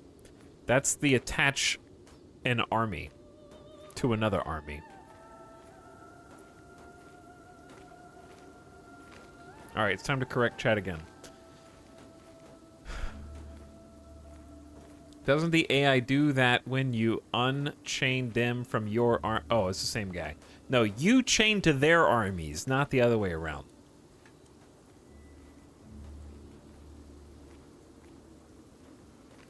And also, yes, you can do that in games like Stellaris now, but it would be OP as hell if you could do it in Crusader Kings 3. So I understand why they don't do it. Because if you could control all your allies, you would just win automatically. But make it like make it a game mechanic where you have like a persuasion minigame. You can try and direct them to go attack like a specific target or something. Dude, they're getting a little spooky. But this I accept your gift. What a gamer. We are now no longer in debt. I need to remember who that is. Let's make them a person of note. I'm gonna pin that guy so I remember who he is.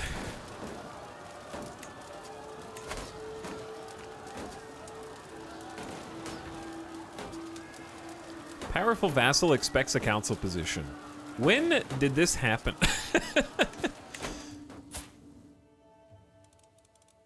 What is the history of your title?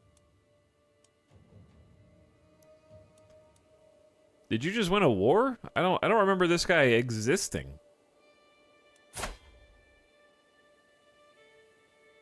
I just looked at my like powerful vassal list and this was not one of them. Oh, he just became 16. Yes, he just became 16. So he just became an adult. It's actually good because he's Midas touched. His dad just died. No, I just looked at the title history. This dude died 10 years ago, bro. Okay, he just became an adult. For every 3 chatters that are wrong, 1 is right. Just, trusting, greedy, great Midas touched, education trait and 15 stewardship. That means you're going on the council, bud. You want a council position? You hate me. Opinion of predecessor minus 35.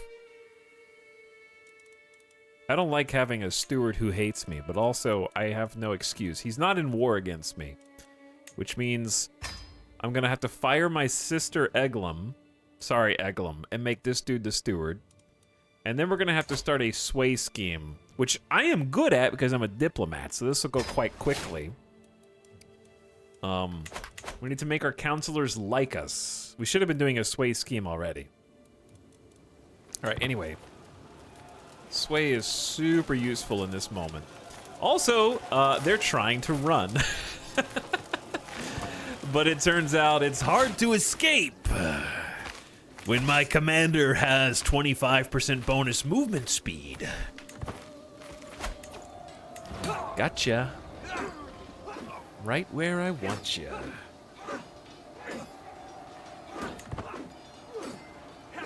Your armored footmen have no power here, but your light footmen are countering my heavy infantry. Good job. That's the first time anybody's done that. We are still a desert warrior, and we are currently in a desert, so that's... We have so much more commander advantage than you, and we outnumber you over 2 to 1, and we have defensive structures. Let me see my total advantage. I control the territory. We have a crazy martial skill. Never back down is a nice perk. And we have the defensive buildings. We're lifting the siege. So even though they counter me by a lot, should be fine. Pretty respectable, and we're at 91 war score now. I only lost 135 to their 6 hundo, and we saved the capital, which they did spook me. That was a nice attempt to backcap me, I admit. I respect the, like, attempt to do one decisive blow in which they win. Now, I'm really scared to go siege because of that exact issue. I could leave a detachment of forces here, but we're sort of like an all or nothing. We depend on the Mubarazin. I'm scared to, like, split this in half. I wish I could just station some allies. Because they're just going to follow me around now.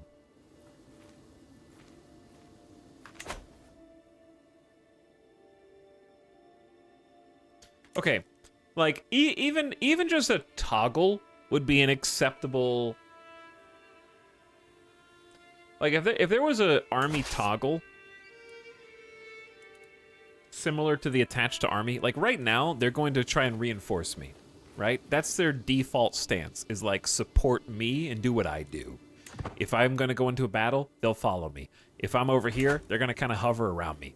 I wish you could push a toggle that made it so that they have more of an independent AI, where they sort of pretend that you're not there. And that would be enough. Like, I don't even need to be able to, like, 100% direct their every action, because they're already going to sort of mirror what I do. If I go over here and siege, they'll also siege something. But even just a button where it's like, hey, pretend I'm not here. Do what you would normally do. And then they could go out and siege while I defend my capital or defend a key choke point, and they could be capturing some territory, you know. That would be acceptable too. I really think it's that simple. Acquaintance taken prisoner. Enemy combatants captured. I captured a duke in that battle? Is that why my war score is so high? Emir Zaid ibn Muhammad of the Zaydid Emirate. 1,300 troops. Yeah, you picked the wrong side there, buddy.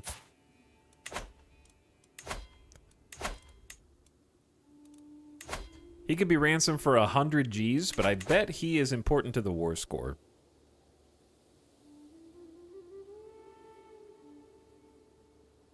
Defender controls war target. What? Am I the defender or the attacker?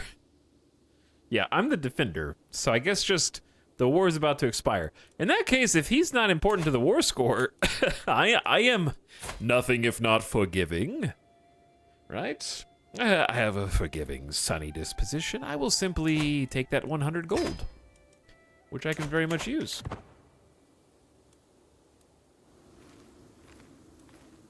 Because I am in debt. Am I in debt? Why do I have bandits running rampant for 10 years? That's unfortunate. Despite our best efforts, are you just, like, terrible at your job, new spy master? There is a 95% chance of learning a secret if any secrets exist. And he says he doesn't believe we'll ever find anything, but last time he said he thinks that we will find something.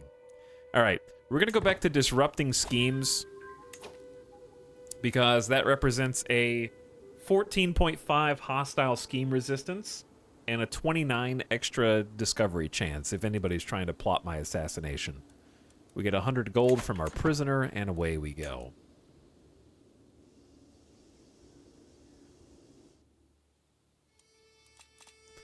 We're already at 96% war score, so we honestly don't need to do any sieges. We could just hold, and the fact that they have been unable to take any land pretty much means that we're just gonna win if we wait this out. Oh no! Parvin died in her sleep and is no longer your court physician or antiquarian. Aw, man.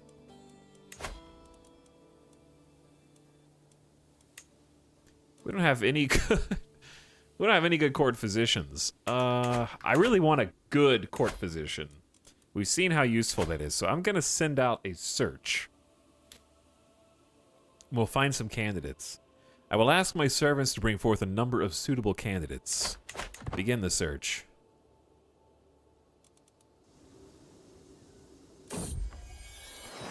As I patiently await the fetching of my clothes, a servant stutters, "My lord, no one can find your garments." "I am surrounded by incompetence," I mutter, storming from my bedchamber. "It's in the nursery of my son Bambino I discovered not only my raiments, but also the boy's wet nurse." "I had no part in it, my liege. He dressed himself," Nushin responds with a giggle. "Your player heir and son stole the clothes." What a scoundrel. That little scoundrel. You gain 35 prestige. He gets 10 opinion. So he's a prince of fashion. You gain 18 stress because you're content. I don't know what content has to do with this. That little scoundrel. Bam Sapo increased his learning by 3 because of my groomed to rule trait. Excellent. Good job, little one. The world is full of danger, even to an Amiri Amaran and his court. As per my request, my servants inquired after recommendations, and we've assembled some options. We have a good aptitude. She's 58, but she's well-traveled, a herbalist, a novice physician, and very astute, gregarious, wrathful, diligent. Pretty good. Pay her 50 gold up front. She'll get a monthly salary and join as our court physician. I think that's pretty reasonable. Now, an antiquarian. Ooh, and Bambino is ready to get some education. Bambino. I can focus you on learning or diplomacy. I think let's go diplomacy like your dear old Da. Because you already have 7 diplomacy. Learning is great, if not borderline OP as well. So I'm not opposed to either. I don't know. In theory, it really depends on if I have a nice long life. If I have a nice long life, then I think focusing on learning would be good for a generation. Because I would have theoretically done all the diplomacy that I need to do. And then I could focus on learning. Because the benefits are many. For learning, right, we can do the, like, live forever, whole of body super perk, where you don't die until you are incredibly old.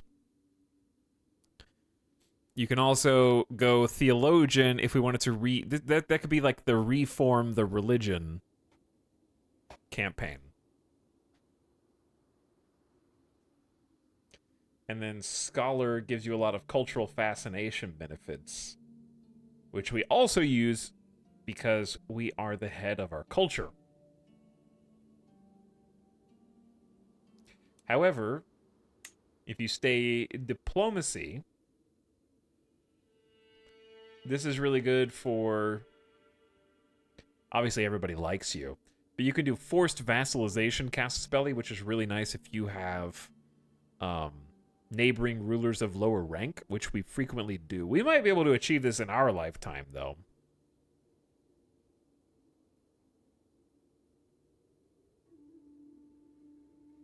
If we live long enough, because if we have like 40 to 50 years, that's a long time to go pretty far down this tree.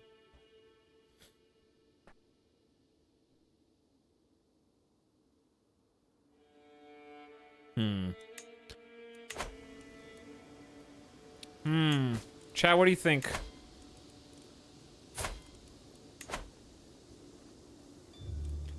I guess let's assign a tutor first.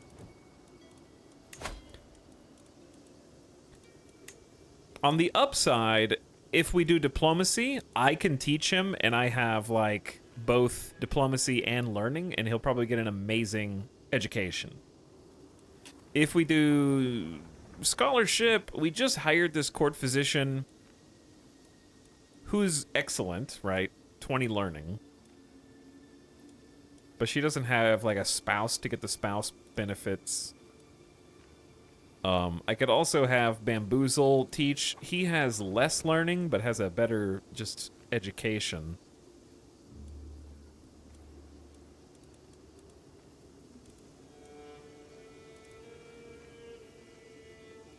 Just zealous, but lazy.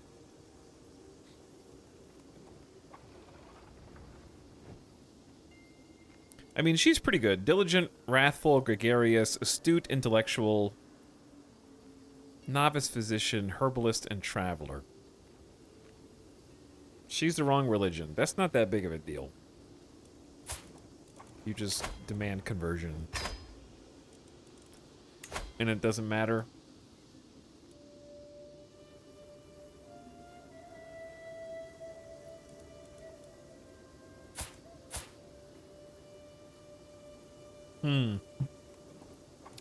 What to do? What to do?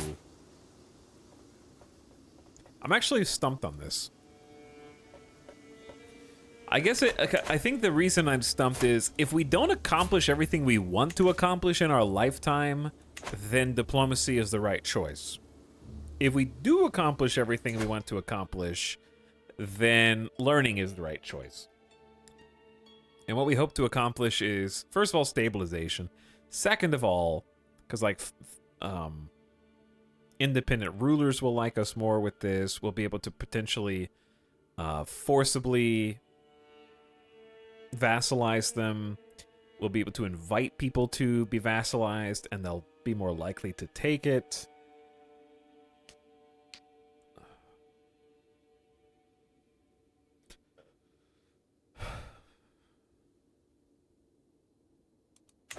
And the fact that my son's highest stat is already diplomacy. I think diplomacy is the RP choice for firstborn. Yeah, I could train him myself.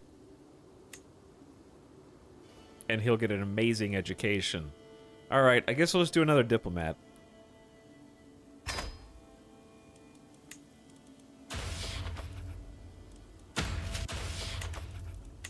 It's already defaulted to diplomat anyways. Alright, the war's almost done. We're at 98%. Enemy ally joins the war. Oh, because the other guy died. He died from a seizure? Aw. Sorry to hear that, buddy. You had it rough. You became incapable, you were melancholic, spindly. We're at 99% war score. The lure of language ruling the multicultural Bamid Grand Emirate comes with its own set of challenges. Foreign subjects often feel alienated when they cannot speak their native tongue in court, breeding resentment. My vassals suggest I could significantly improve relations with my Aga's subjects by learning to speak their language alongside my own.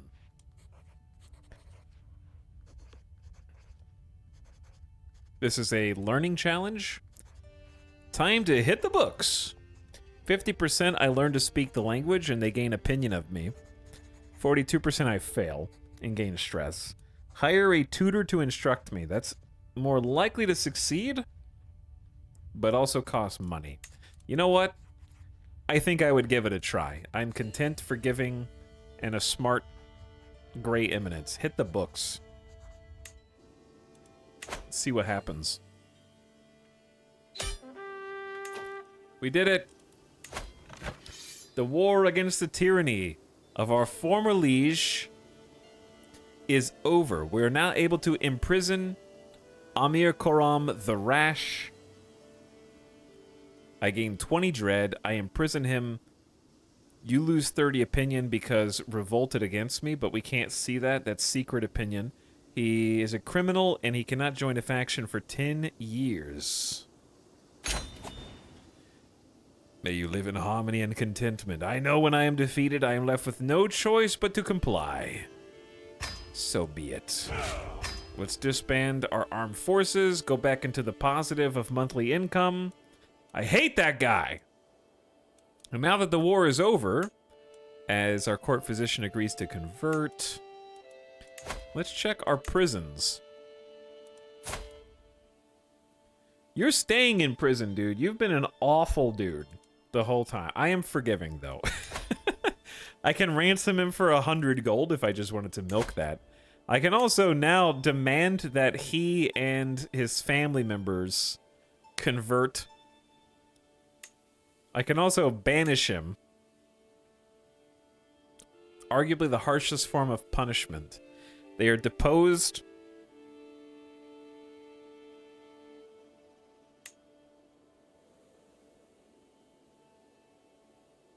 I can also have him renounce his claims. Loses his claim to the kingdom. He'd have to forge a new one.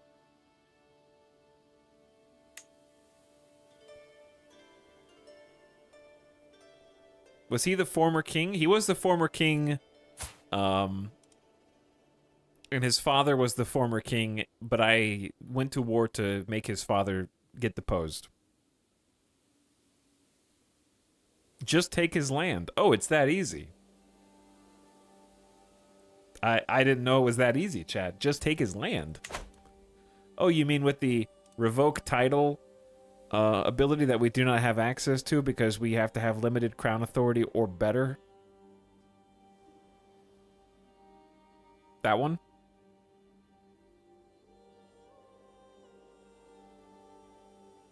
Yes, that one. Okay. Just making sure.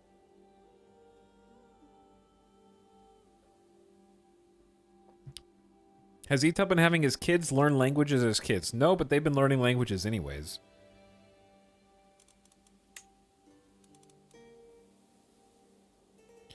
Also, I haven't really looked at what you can do. I can challenge my son to a board game. And I can influence his personality. I didn't know that this was an option. You have to gain stress and spend prestige. Well, these are not my favorite choices anyways.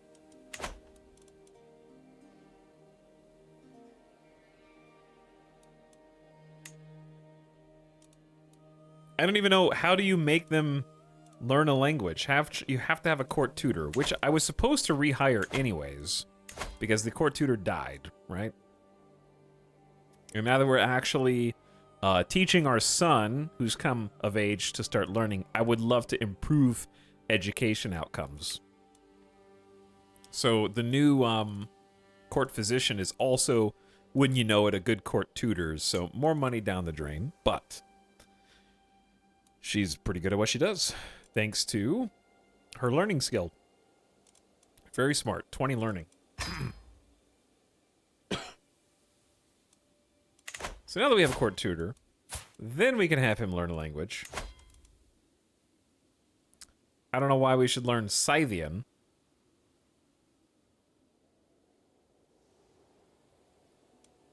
Is it learn, like, her language? I guess it's learn her language. Sure, why not?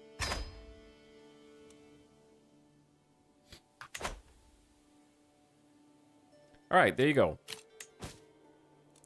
And what was I gonna do? Now, decide what to do with my prisoners. So this dude's staying in prison until I decide what to do with him. However, this guy was just some dude. And I am forgiving, so I'd probably release him as long as he converts. I don't see any reason to recruit him, to be honest. I think releasing him is good RP. The war is over. This dude has 20 stewardship? Magnanimous Paragon. Okay, you're just going to hang around in case I need a good steward. I demand you convert and recruit you to my court. And you just hang out at court, okay? This guy, where are these, like, high-stated individuals coming from? Lost a leg in the war, but is diligent, compassionate, temperate. You never know when you might need someone with these stats to be hanging out with you. Come hang out at my court. 19 learning. I can't recruit all these people. They're probably going to work against me in an assassination plot. So you go wherever it is you're going to go. He's been in prison for 23 months, probably since the start of the war. These guys don't even have claims. I just demand their conversion and release them. Now, Parwazi was the regent, right? He's been in prison for 13 years and is now no longer the regent. I think he's served his time. Oh yeah, I never released him because he won't convert because he's zealous. And I'll lose 10 dread if I do this. I could release him and get a weak hook on him, which is probably fine. All right, let's clean out the prisons. Finally, I have uncovered the truth! The cold-blooded fool behind my father Bam Bam's early demise was none other than my vassal Amir Koram. It's the guy that I just went to war against. Oh, he thought he would get away with this heinous crime, but mark my words, Koram will pay dearly for his sins. We solved it!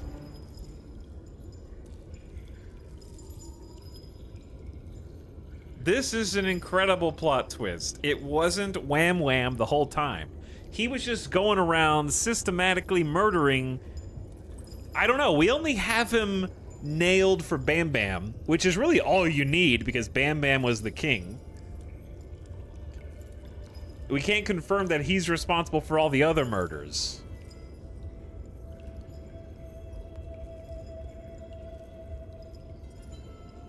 That is a spicy one. So, that is some Crusader Kings storytelling right there, because Bam Bam was responsible for taking the kingdom from Amir Koram, and Koram got revenge by having him killed.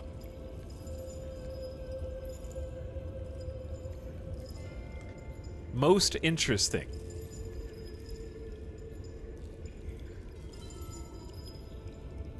He's only 23. I don't think he was responsible for the others.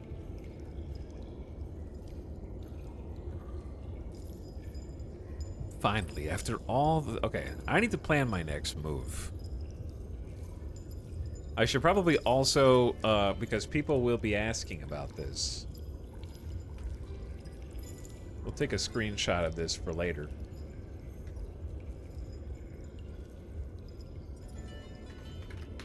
Or we could take a screenshot for now.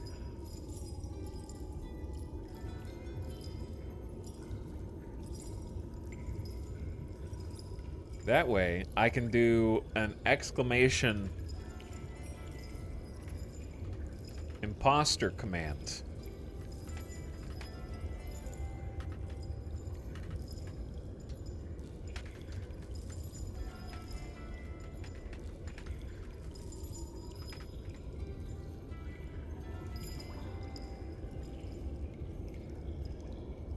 There you go. Oh, I could just do exclamation sus command. Yeah, sorry, I'm such a boomer. I'm such a boomer. Okay, where did the command even go?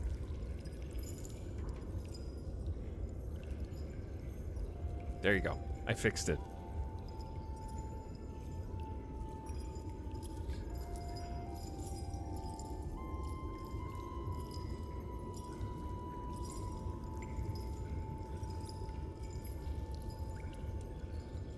I need to plan my next move.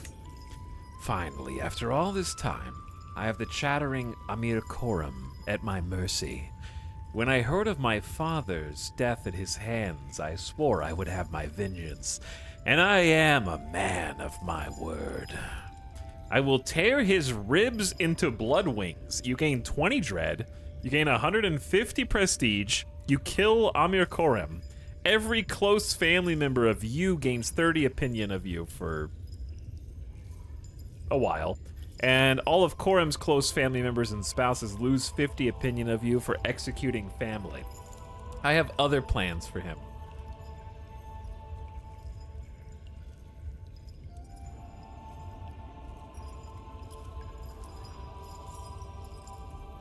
What to do? What to do?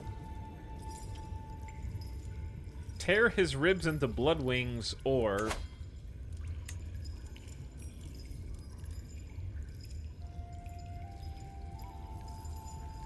he's currently just under house arrest.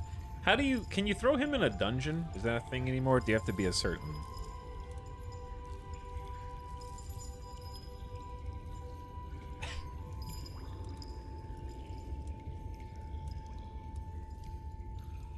You may be forgiving, but regicide. Yeah, chat. Just because you're like, even the game doesn't give you stress for picking this. Forgiving is like, I'm quick to move on from most things. Regicide is not most things, and also the murder and assassination of my father, the king.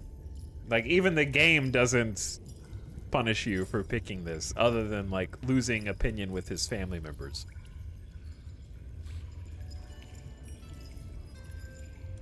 I think we just get rid of him now before he has a chance to cause more problems. Make him the court jester.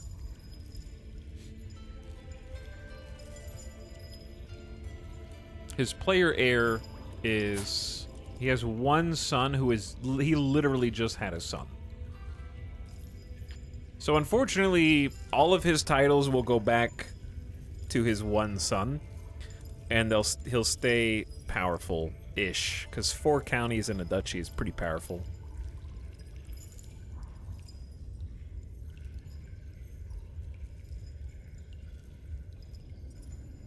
Imagine if he escaped. He has enough friends in your court to murder your dad, they'll just bust him out of jail. Yeah, but I am much more likable than my father. My father did his best. But he was a flawed man. He was super paranoid. He was flagellant, a hashishaya, a recluse, and melancholic. And also a warrior.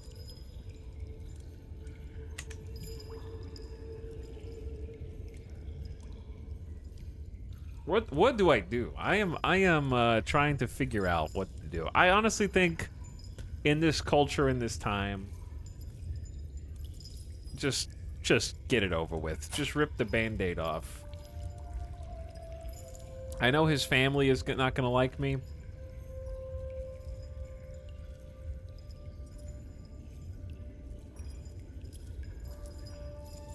I will tear his ribs into blood wings.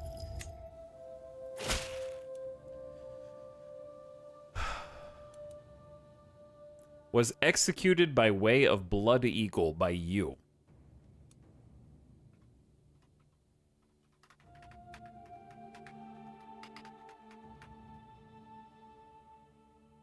The Blood Eagle was a method of ritually executing a chosen member as detailed in late skaldic poetry.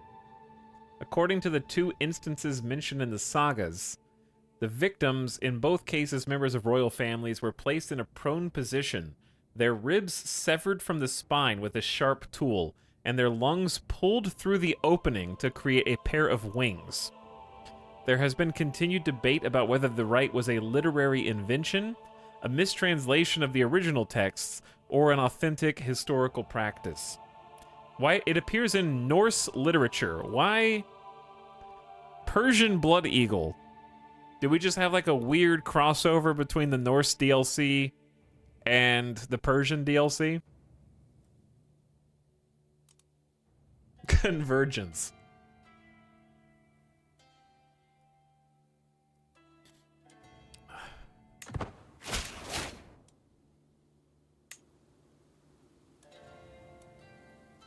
Maybe you're a fan of Norse literature. I learned this from a Viking. Either way, died at 23, managed to have 1 kid. His dad hates me, understandable. His son is gonna hate me, like, for a very long time, but he's 0 years old, so, like, who cares? And this dude will manage the region for a while. The other great thing about this is it cancels his alliances that he had. So it gets rid of all the alliances who helped fight against me. Who are his kills? Chat, you don't just get God mode on when somebody dies. You can only see what you already know. 1 dude in battle and my dad.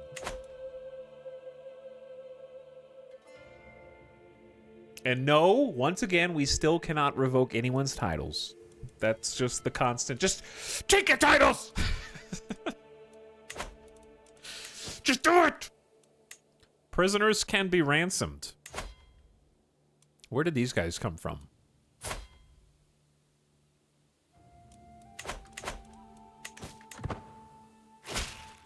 I've already, like, allowed them to be released. Some of them have joined my court. And now, no prisoners. All right, we released basically everybody except the dude who we literally caught, who was in charge of killing our father. I am so glad that that series of events where, like, first of all, think about how insane that is. I feel like the AI cheated because do you remember how much more difficult it is to go to assassinate your liege when you're at war with them? Like, he killed my dad while they were at war with one another. Which earlier, when we tried to do that, reduced our 95% success chance to a 25% success chance.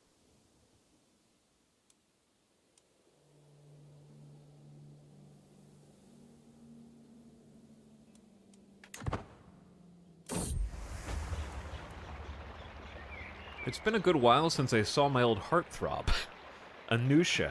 Even after all these years, the thought of her as a subject of my childhood infatuation occupies my mind in the midnight hours. She's a woman now, and I cannot help but feel myself reaching for my quill when I think of her. Perhaps I had to finally make my feelings known. Who? She's got cancer. Stubborn, lazy, gluttonous. Okay, apparently this is my childhood heartthrob. My character is lustful. We do have another wife slot open. Sure, let's confess our love first. I profess my love in a letter, and it takes but a few days for her to write back that she feels the same. I am overjoyed and simply astounded that our love was able to transcend the folly of our youth and blossom into a mature courtship. How wonderful. You have gained a lover. She's gonna get 500 prestige. Why not?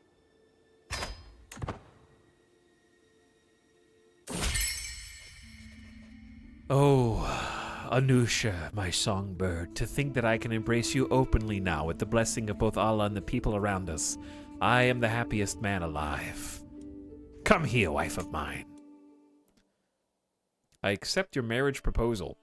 You will be joined with my kinswoman. Well, we're not going to get the too few spouses debuff anymore.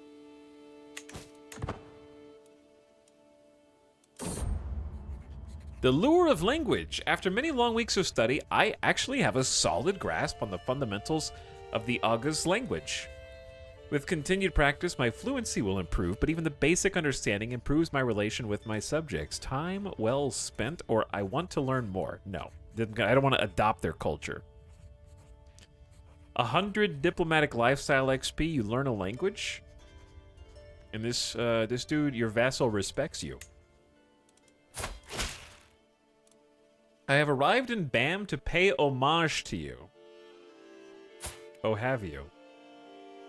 I bring you rich gifts worthy of your majesty as a token of my goodwill and servitude. He's intimidated, but still freaking hates me. Show him in at once. Or act of tyranny. Show him in at once. I wait patiently on my throne for the arrival of Amir Sarab, who is soon announced and ushered before me. He kneels in deference as attendants bring forth his gifts of coin and precious objects. The oath is taken and scribes record his pledges to serve the Bamid Great Amorit. Grand Amorit. At last I bid the Amir rise, confirming my satisfaction and Sarab's rights to the lands he rules in my stead. He gets prestige, I get court grandeur, I get a ton of prestige, some money, and a bunch of renown. I accept your generous gift. Okay. So, has anybody considered the the fun series of events, shall we say, before Bam Bam the First was assassinated, where, if memory serves, Bam Bam the First initiated a feast in the capital of Bam to celebrate his ascent to king, which was very fresh. While everyone was traveling to the feast, there was a death in the family as someone was assassinated, right? Or was it like, not the slain in battle. Who died? Somebody died. It wasn't my heir, though. Died of smallpox? I think it was, Esmail. Died of his wounds while we were preparing for the feast. I believe it was him. But the guest of honor at that feast, the feast did continue on anyways, was... I believe it was Bam Bam the Second, right? Because he died in 904. He died 917. So now, after the Feast of Honor was held in Bam Bam the Second's name, he didn't know that he would soon have to ascend to the throne. And he has ascended to the throne, ended his father's war, solved his father's murder, executed his father's murderer, and now seeks to establish peace throughout the Bamid Kingdom. Perhaps by throwing his own feast. Wow, that's gonna be an expensive that's gonna be an expensive feast, dude.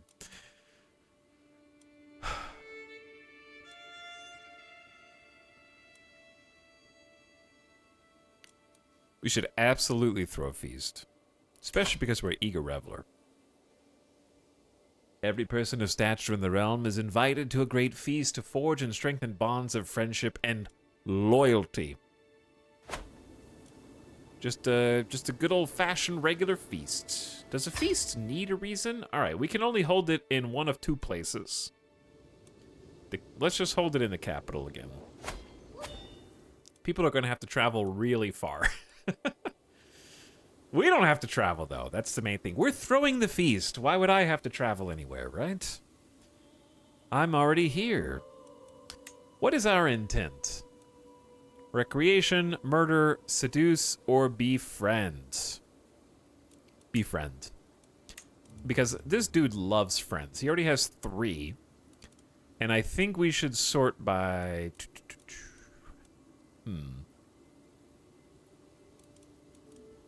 I would like to befriend someone who doesn't like me very much, who also is a vassal, but I see that that's not really an option. We could try to befriend our chancellor.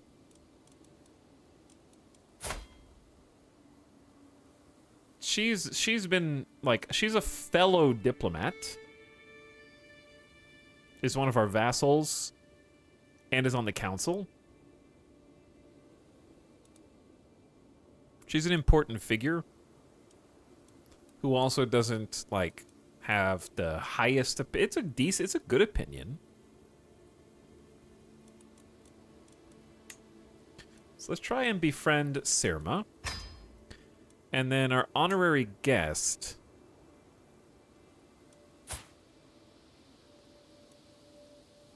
Now this is a tough one. Can I sort? I wish I could sort by power. Rank, I guess, is a similar thing.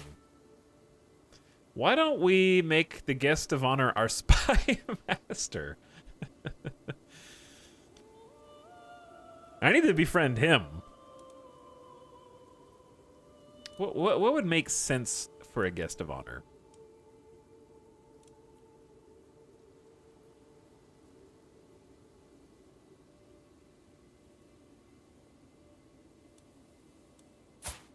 I mean, I'm trying to sway this guy. He's also my steward. How do you see what their chance of accepting is? And what happens if they say no? His chance of accepting is low, apparently. Spy Master makes sense. He's probably the one that solved your dad's murder. Yeah, I guess we could just RP that the Spy Master solved the murder. I feel like that makes sense and would also explain why we're throwing the feast. So, for prestige, we actually have quite a bit of prestige. We can make it free. Let's spend a little bit.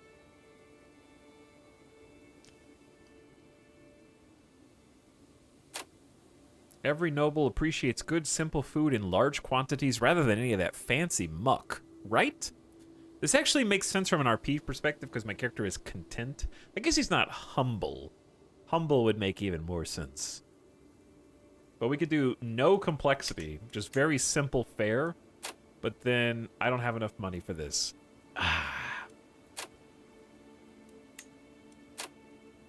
Dude, this is going to be an expensive feast. Yeah, we got to save some costs somewhere. No complexity and a moderate number of courses. Feast demands a certain degree of excess in volume. Moderate vassal opinion gain. Or I can just go all in.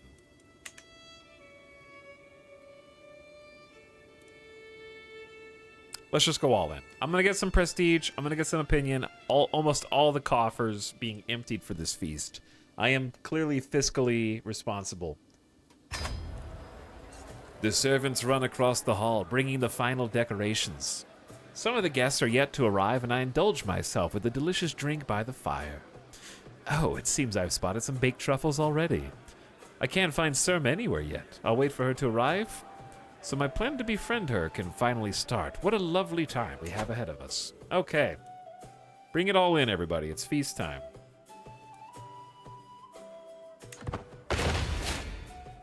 That was a very loud noise. The Bamid dynasty is known far and wide. Level of splendor has increased to insignificant. Well, That's better than it was before, I think.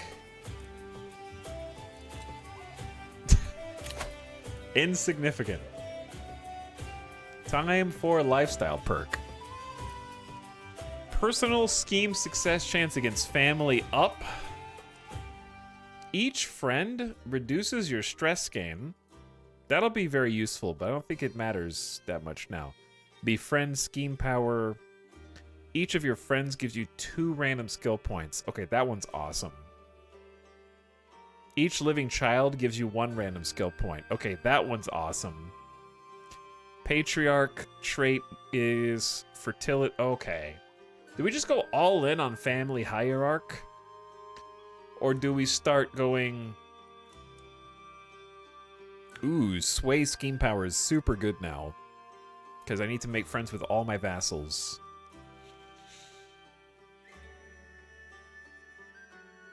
Offer vassalization will be good later. Opinion gain from sin to gift. We don't have enough money for that. Independent rulers like you more is good. Learn language schemes. Title creation is cheaper. I honestly think either sway scheme power or just keep going down family hierarch. Because we could just pop over and do that one and then continue down family hierarchy. Because right now I need to sway all of my vassals as fast as possible. And this will make it fast. That's the key to not being assassinated again. I talked myself into it.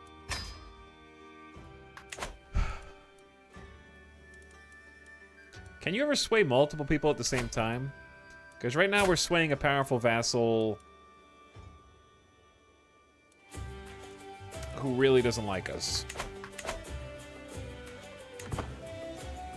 The feast music! Alright, speaking of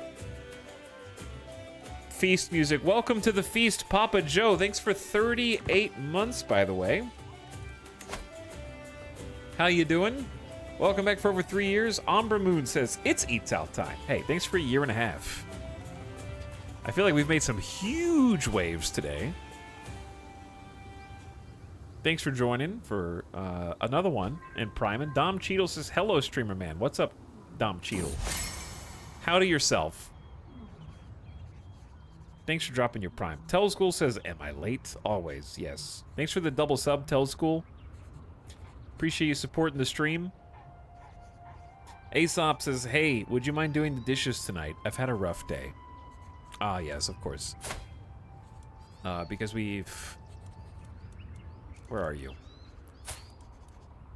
Bam Bam the Second is married to chat. I will do the dishes, sure. Good plan. Thanks, Aesop, for priming. Brynjar Bjorn says, it's me! What up, Brynjar Bjorn? How you doing tonight? Chat, how are you doing tonight? You can have multiple hostile schemes as an intrigue character. Yes. To make my steward, Muhammad, more susceptible to my attempts approaching him, I can include a compliment in my next missive.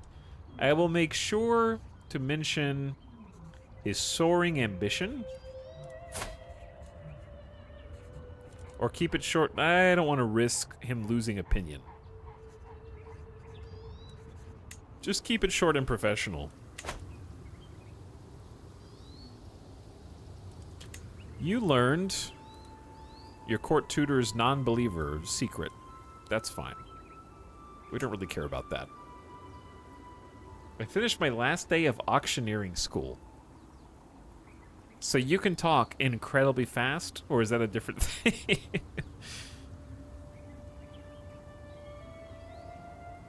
I like how we went from Amir to Amiri when we became a king. Just because everybody knows E is the king, baby. You're waiting for the banquet to begin. My honorary guest is here. The Amir that we are swaying is here. What's up, Bamboozle? The guests are gathered, lords and ladies, from near and far. The mood is bright, and spirits are high as the feast begins. You gain 75 prestige. Bamsalot gained 5 opinion, praising the veal cutlets. What started as an ordinary feast became exceptional thanks to the presence of Sirma. We spoke all evening on all manner of subjects, and as things would have it, we seemed to have a lot in common. I had such a good time with her. Ooh, we made a friend. You complete your intent to befriend Sirma. What a great evening. All right, she is my chancellor, my vassal, and now my friend. We're both amazing diplomats. She has a lot to potentially teach me. You might be an Amir Amaran, but you are also a beguiling fop-doodle. The unprovoked anger expressed by my half-brother Bamzalot comes as a complete surprise. He's been under a lot of stress, but to behave like this, that even he struggles, it is calming. Your glory is widely known. Hey, I'm distinguished. Nice. What is this fist pump? I did everything I could, ensuring that Vina and Dinah would be as far from each other as possible. It was not enough, and now they have come to blows in the middle of my feast. One of my guards is close to the brawl and looks to me for order to intervene. We're also known as faithful. Hey, good. Your sister-in-law and your guest. Halt! We will talk about this later. Yeah, let's just, let's use our diplomacy skill to mediate this and get a nice 150 prestige. Your sway was successful. Amir gained 25 opinion of you. Okay, cool. He'll like me even more after this. Your wife's stewardship astonishes guests. I didn't get to read the rest of that. I saw development increased. Is there anything more jovial than a good feast? Guests throng to and fro, eating and chatting, while flickering torchlight plays off every wall. Light bouncing like laughter around the hall. I can't think of a single thing I'd change. It's just perfect. Sometimes it's nice to sit back and enjoy the little things. I have no stress, so I don't really care about losing 110 stress. I can gain more prestige, or every guest with at least one trait in common with you gains 20 opinion of you.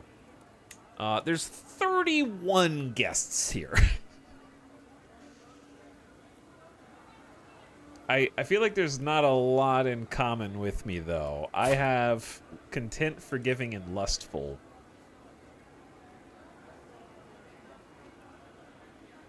I'm mostly concerned with people who already have a low opinion of me. Well, one of my vassals. These guys all love me already. Heart of the family is a plus 15. Being siblings is 25. Court grandeur above expected levels plus 21. That's really good. My throne is a plus 6. Everyone loves my sexy throne. Personal diplomacy is incredible.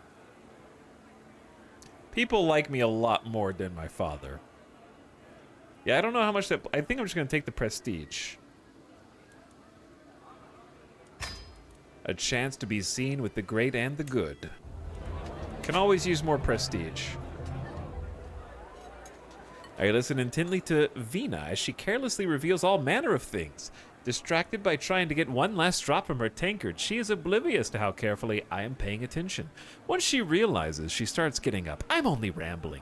It's not true anyways, any of it. You learn of Vina's lover secret.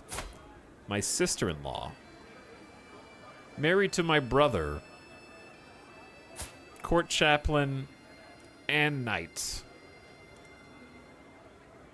That's not good.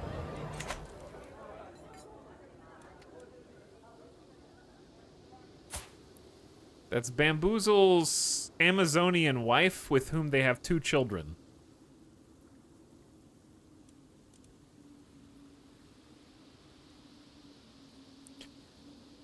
Huh.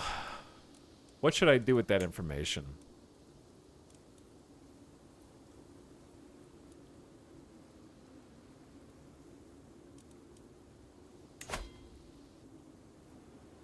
Gain stress because you're forgiving. Does that include... Oops, wrong button.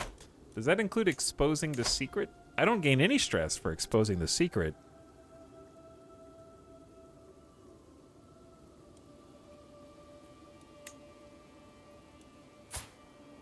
See, here's the thing, Chad. Just because I am also lustful doesn't mean I'm not a hypocrite.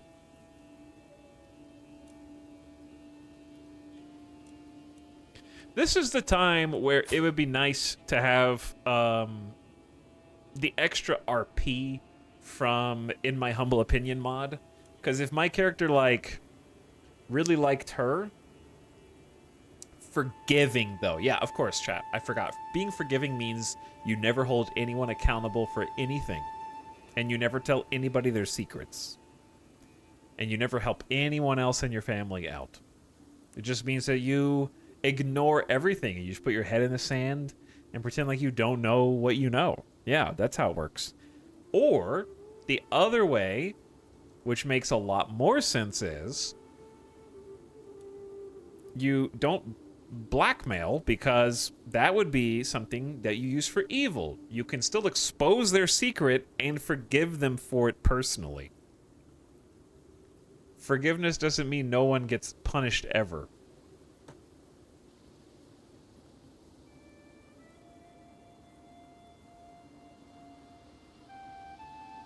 Bamboozle's being bamboozled. Anyway, expose your secret.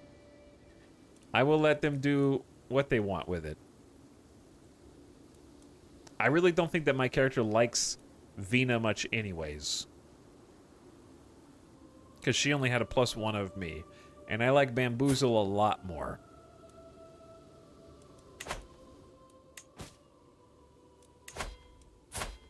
I don't want to exchange hostages with my spy master. You can demand a hostage from this guy. That's not a bad idea. Because he's my northern neighbor.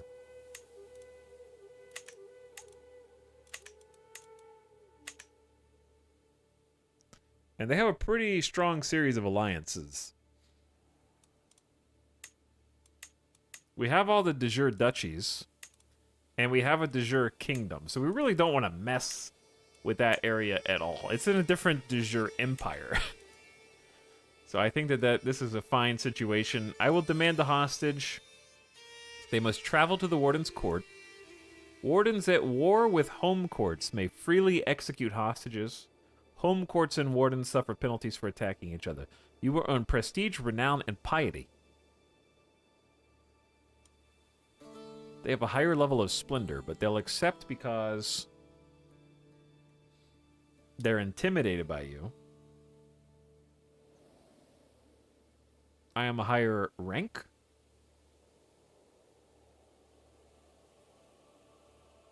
Relative military strength is higher.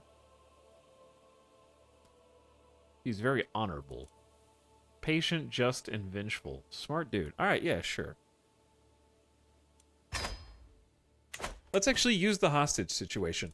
You can pardon your sister-in-law, Vina. See?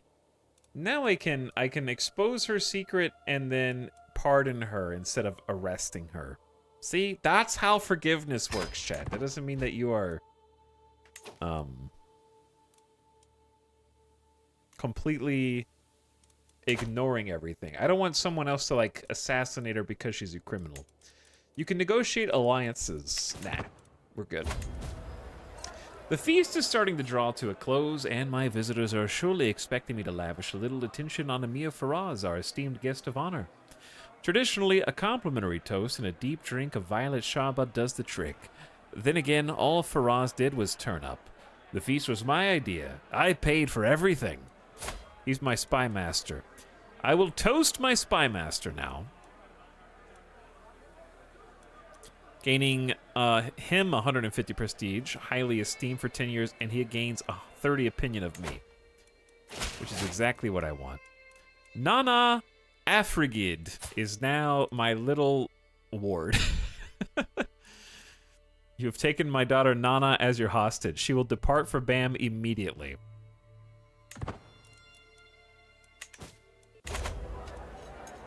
Few candles survive. After the last of the guests have left the feast, I can hear a pair of servants letting out sighs of relief as the doors close. The food is still warm on the ceramic plates.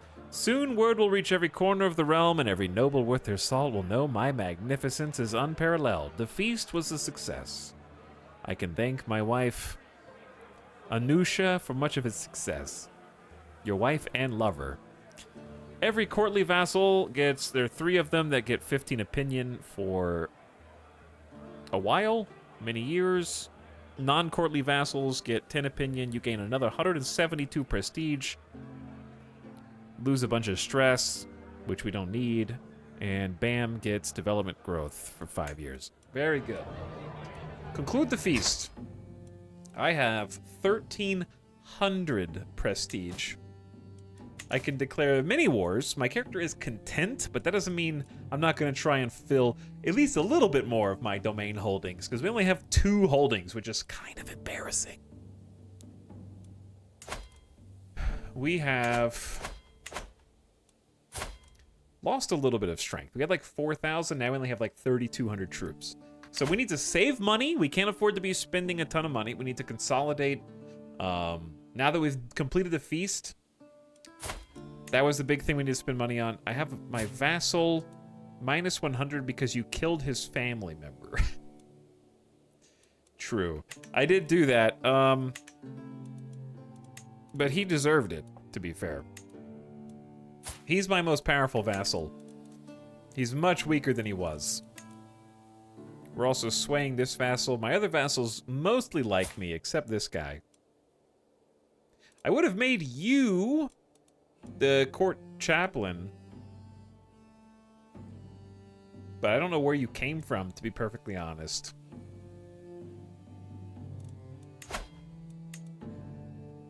Installed by faction demand 3 years ago. Oh.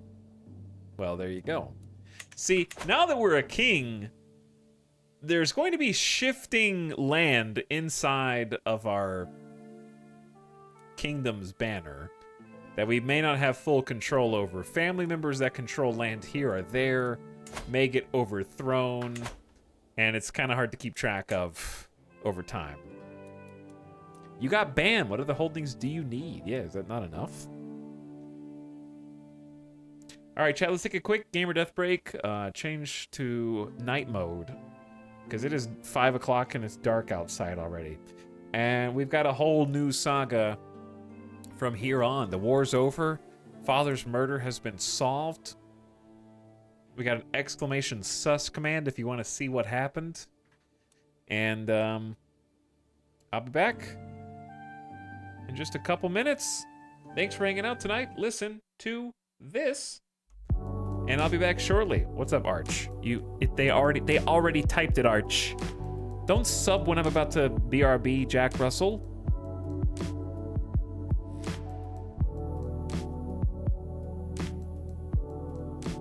I'm trying to leave. Thanks for priming. I'll be right back.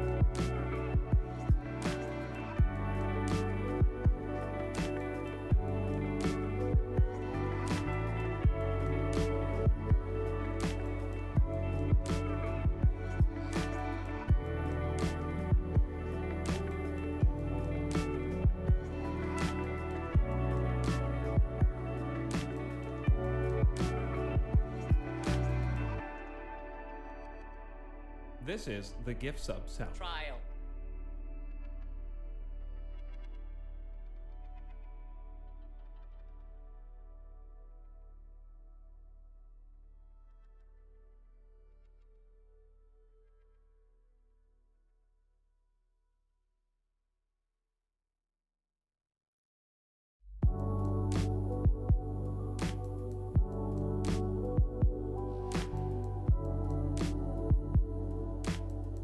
This is the gift sub sound. Trial.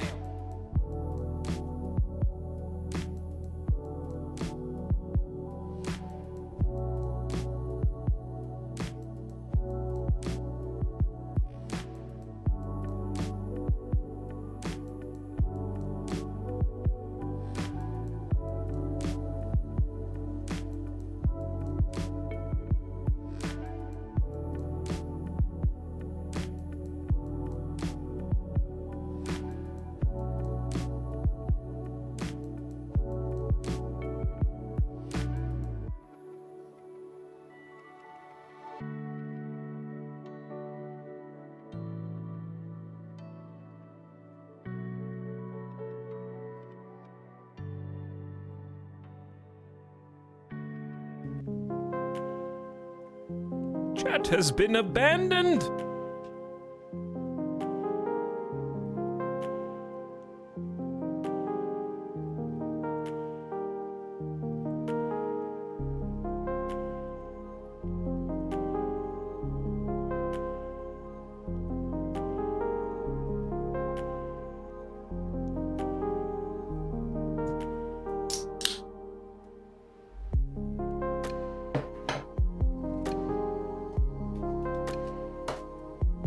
Okay. We're ready. Let's do this. Thanks for waiting. I am excited. I am excited to see what we can do with a bit of peace.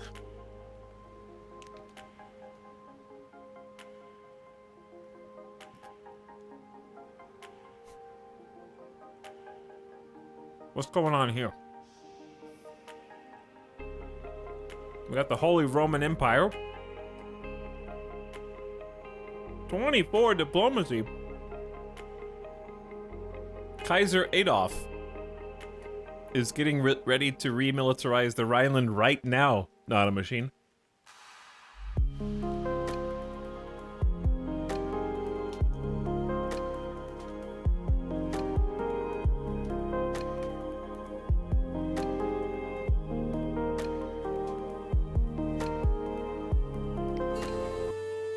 Good timing. Also, Cyber... why do you guys all sub when I'm not even here?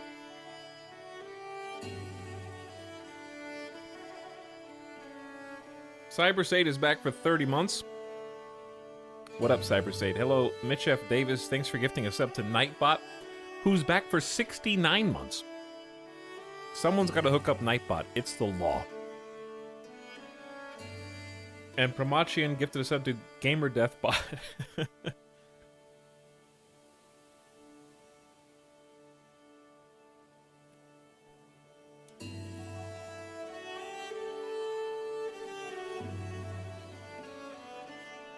Galicia, Bologna, Queen Diana. What a badass.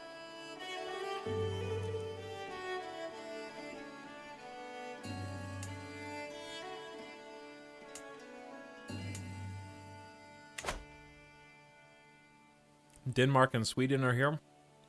Mongolia is shrinking. When are these developer cowards going to finish the Torn map? It's been 3 years.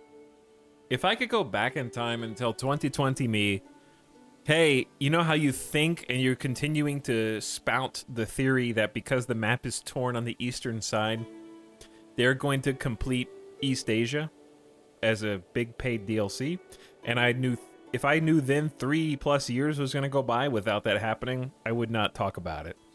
Because now I doubt. Because based on the price of the current DLC structure, that would be like a $60 DLC. Like, if Tours and Tournaments is a $30 DLC, finishing the map on Crusader Kings is going to be like a $70 DLC at this rate.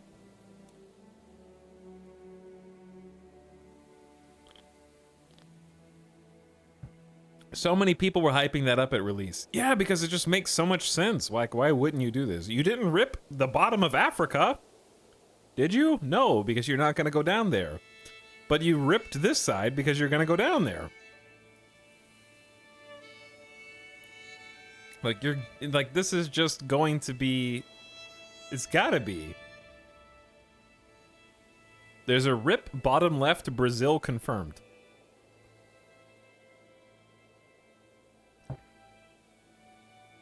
I honestly think that was it the Silk Road? Was a really cool part of Crusader Kings 2. And I also thought that the Jade Empire mechanics were super fun in CK2. I'd love to see those come back.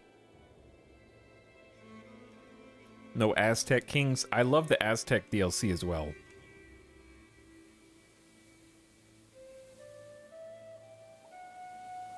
Having some interaction with China without placing them on the map was really smart. Yeah, all of those decisions were really, really fun when they came about. All things trade are neglected. Yeah, I'd agree with that. Crusader Kings 3, if they got an update that was as big as the logistics supply update was for Hearts of Iron, would be groundbreaking.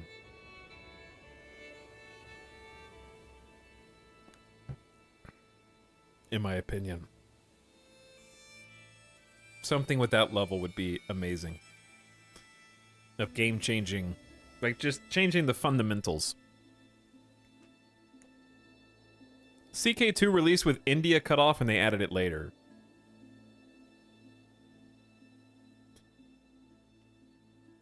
But yeah, Silk Road was a really cool function.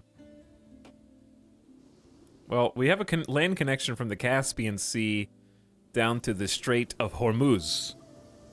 And the Gulf of Oman, Persian Gulf, good stuff. Now, before we go, let's double check our court positions. We don't really have a lot of wiggle room. I'm only making 5.4 per month, which as a king isn't the best. And I really don't want Court Gardener because I want to move the capital, ultimately. Like, long-term, I don't want the capital to stay in BAM, so I don't really care about the realm capital getting developed. We needed the antiquarian. That's what we want. Oh my god, these guys are terrible. How do you find a good antiquarian?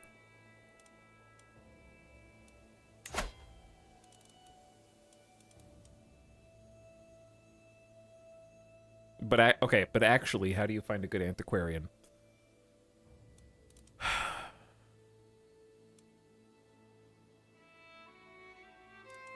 Maybe a Persian scholar would be that's... I have to hire them, though. Invite tax collector gives some good options. I have to pay 35 gold, and then I can't afford to recruit them. I guess I'll put someone who is poor quality and who won't matter if I fire them for now. Because some reduction's better than none.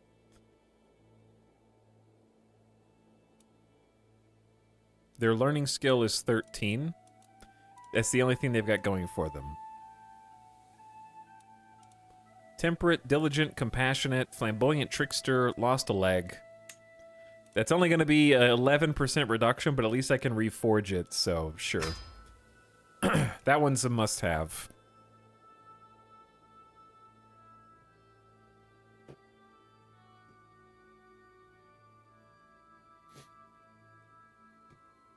And then, I don't really need any of the other ones right now. Like, maybe a Seneschal for control growth.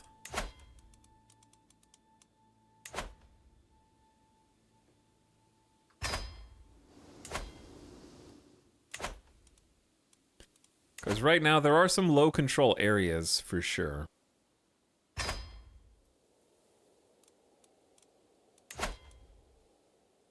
Let's see if we even have anybody who fits the bill. We do. One of my knights. My half-sister and friend is pretty good.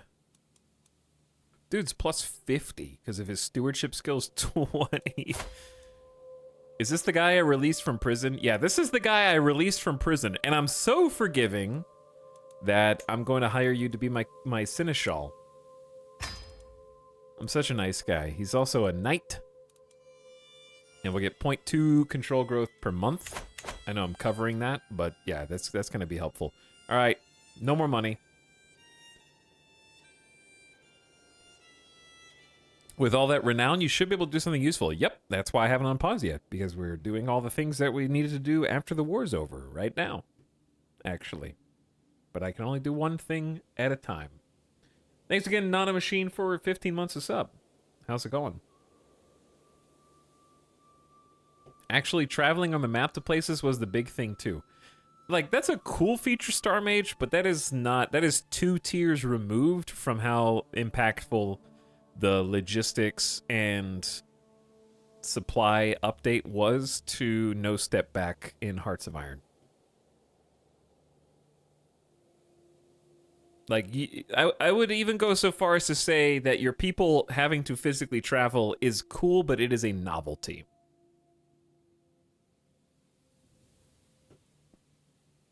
That does not fundamentally change. The only way that it actually fundamentally changes the way that I play the game is it makes me not travel as much. So if anything, it's actually restrictive in my opinion, because you have to have so much money to pay for guides or other things, and micromanaging the route is tedious in my opinion. So I'd say it's a cool feature on paper that I don't enjoy in practice.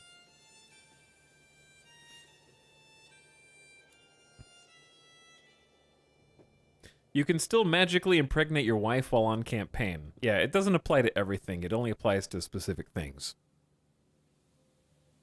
Because it would break the game otherwise.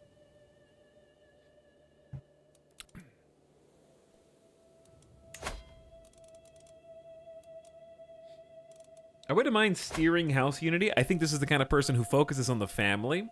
And we can spend 200 piety to steer toward harmonious House Unity. So this is a relatively new feature. We're currently friendly. If we get to harmonious, perfect harmony, the members of this house do what they can to stand united and lend each other aid at all times. We will achieve harmonious succession. The lion's share of the titles go to the player heir. They will get at least 3/4 of the ruler's titles. Here it is half, here it is 1/4, here it is competitive succession. It gets worse the further down it goes.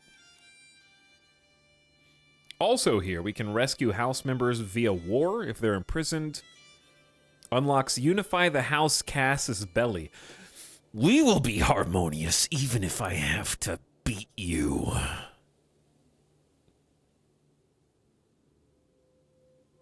A house member or a house head can reclaim house members from another realm as vassal.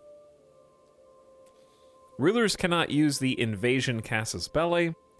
House vassals are significantly less likely to create factions. They can befriend each other.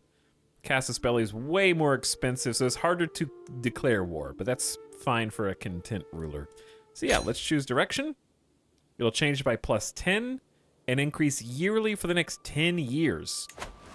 +10 it moves the needle a good amount.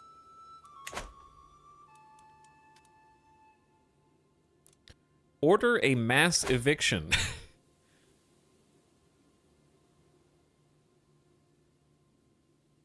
What? What is the benefit of this? Every guest leaves your courts.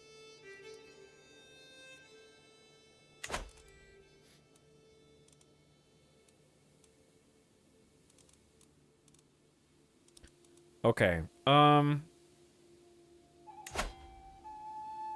What things can I do with prestige that I don't need money for?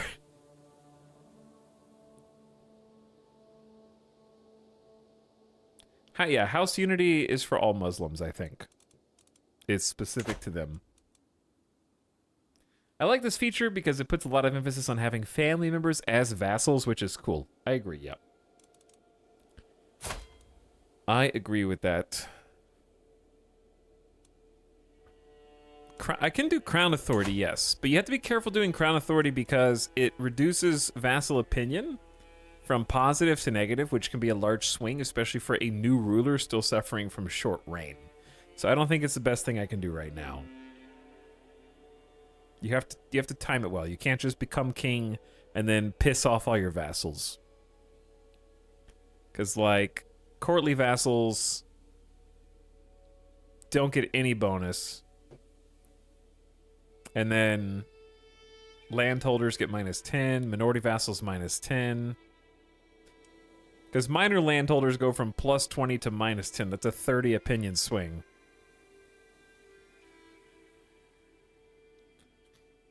Obviously, we have different vassals with different vassal stances.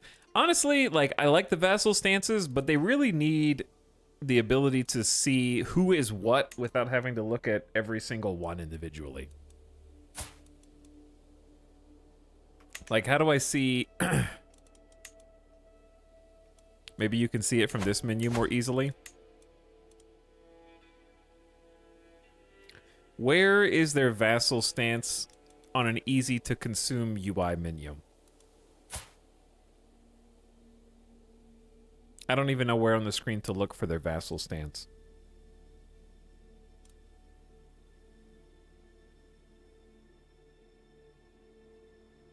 I think you can sort in the drop-down menu. Okay. Yeah, it says how many there are here. But is it an icon on this? I'm just trying to figure out what to look for. I need to train my eyes. Because there's a minor landholder icon. Okay, so this is a minority vassal, courtly vassal, zealot vassal. Okay, yeah, I just have to figure out what to look for. Courtly, parochial. All right, that's more helpful. At least it shows me how many of each one there are. So we have 7 minority vassals whose faith or culture is marginalized by their liege, which is understandable. We have conflicting faiths and cultures here, right? We're in a kingdom which is in a nice melting pot. 2 zealots, 3 courtly, 1 parochial, 3 minor landholders. But yeah, it's gonna make all of them not like me as much. At the moment, though, the people who like me really like me. This person's on the fence, and the people who hate me really hate me.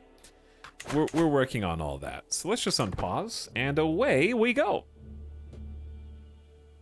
Hello, I am saying hi even though you're not wearing my merch. Sim, truth be told, I need to go around and just buy a bunch of new merch from all of my streamer friends who have some, because I have worn them out. I am in desperate need of new t-shirts. Your spouse gained 1 diplomatic expertise. Nice job. I'll send you a shirt, Etel. Thanks, Arch. Appreciate it. Okay, my marshal has completed an objective. We have promoted culture as well. Okay, cool. Your wife and lover, our newest spouse, is pregnant. I'm not surprised to see that. And what we've been doing is going around trying to make sure that we, like, have sort of full control over all these areas. I think let's go with the place that is most likely to stir up trouble. Because Merv is at 0 control. I'm not really sure why. Did something happen here recently? A few years ago, a faction demanded the leader be deposed, which was this guy with the cool glasses, and then this guy was installed. So there was a war there recently. Either way, how you doing, Sim? I was actually hanging out in your stream yesterday, while you were playing City Skylines, not Crusader Kings.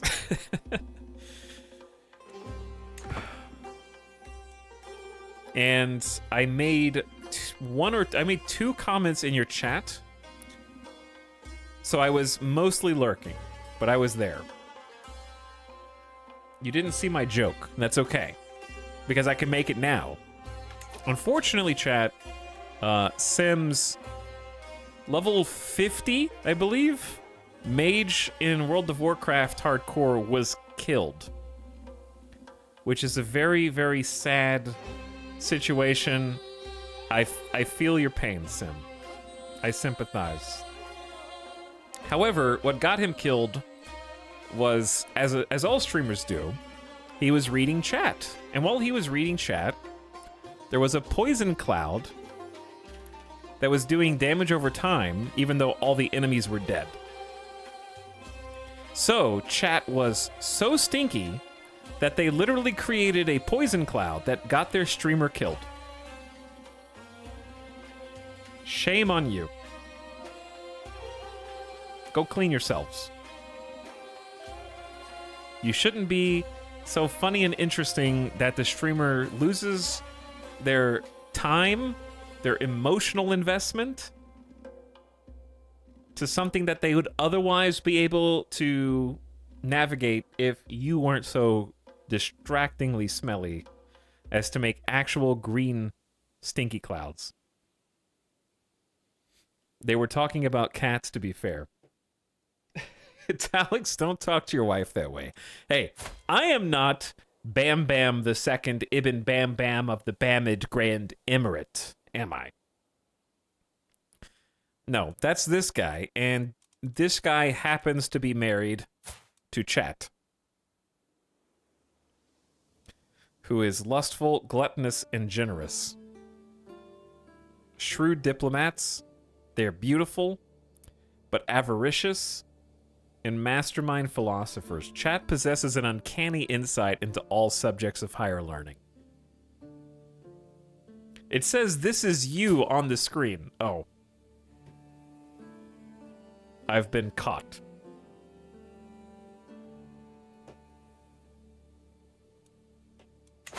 I guess that is me.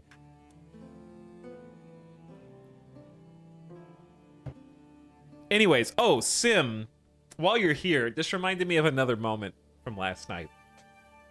So I had been asked a few times since I came back from being sick whether I was going to play City Skylines 2. And I've been kind of on the fence saying, I don't know, I'm not writing it off, but I'm not itching to play it either.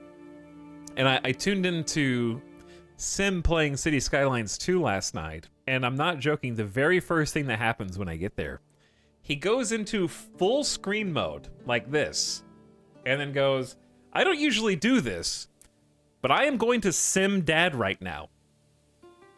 Paradox, next time, beta test your game more. And I was like, thank you, Sim. That tells me all I need to know. That really, like, swayed my opinion. When Simcopter is visually distraught from something buggy that happened in the game and is actively scolding the developers, that's how you know you messed up. Because I think that Sim is a very patient, forgiving, and fun-loving individual. So something has to be truly wrong to get that kind of response.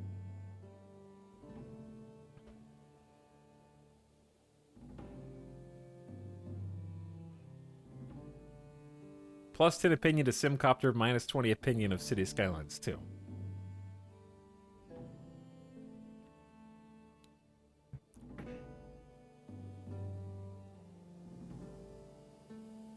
The point still stands, but Paradox only publishes the game. Do you know what publishers do?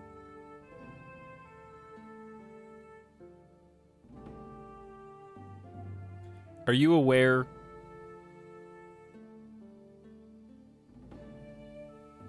Marketing. Oh, right, yes, of course. They only release YouTube trailers. My apologies.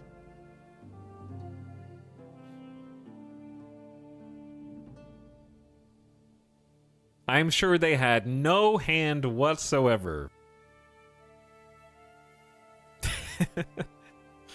in the development or the testing or indeed the financing. Oh, there's the operative word, chat. Publishers provide money. And they also try to obtain money.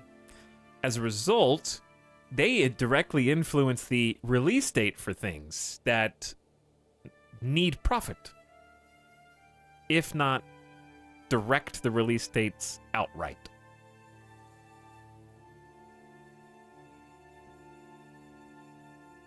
They can do things like finance a developer who needs more time to develop their game,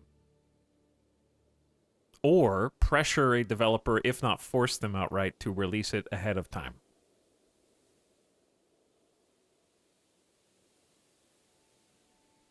The publisher absolutely has the power to go, hey, this is busted, please QA more.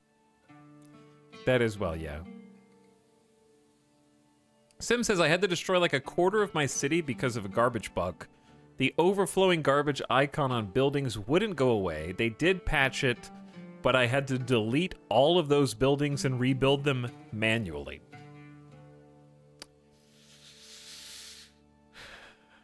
So even when you have like suitable amounts of garbage collection, it just stays with the overflowing garbage issue. That's very unfortunate.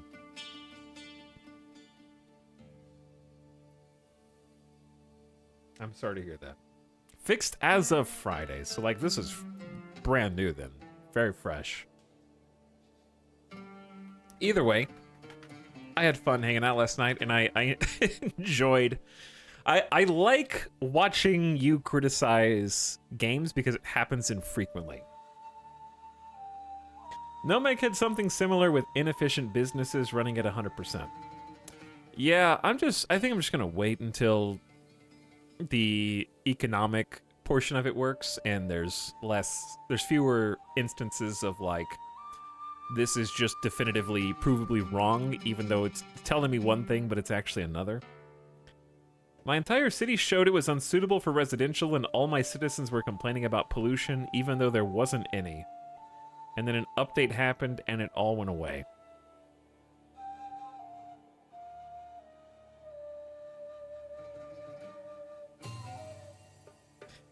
You should follow Sim. He's an awesome dude, great broadcaster. You can click that button at the top of the screen.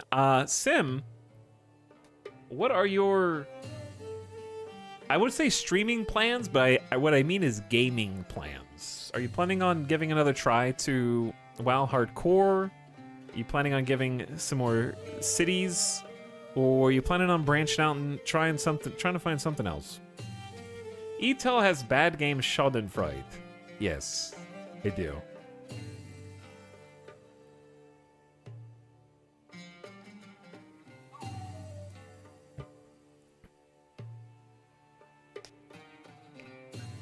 EJ seemed resolute that everything was fine. I wonder how that's changed in the past week. Chap, I love EJ. He's a dear friend of me and the channel. And he's incredibly entertaining to watch and make some of the coolest cities I could possibly imagine in City Skylines 2. Far, far in excess of my skill. But Brimo, he also played Kerbal 2 for like 3+ months before giving up finally.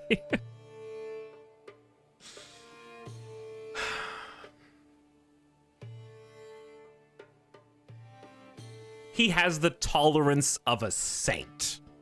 He has like a 100% tolerance for any game that he likes, which is totally fine.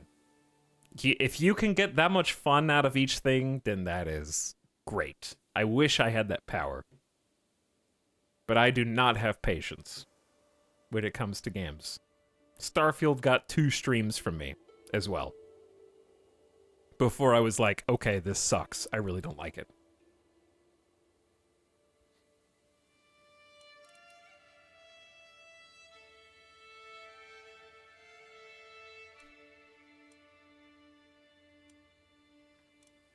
Like I fold really fast by comparison. I don't know that I have the same patience for something like Cities 2 in its current state. Anyways, we can unpause. I don't think I actually... Betrothed can marry. Your half-brother... I don't remember why this marriage... I think we were... this was originally an alliance? But now is just... I mean, Bamalam gets 700 prestige. We don't get an alliance out of this. I'll just accept it. I don't think it matters. Is it patience or ADHD hyperfocus? It's more like I am just more critical.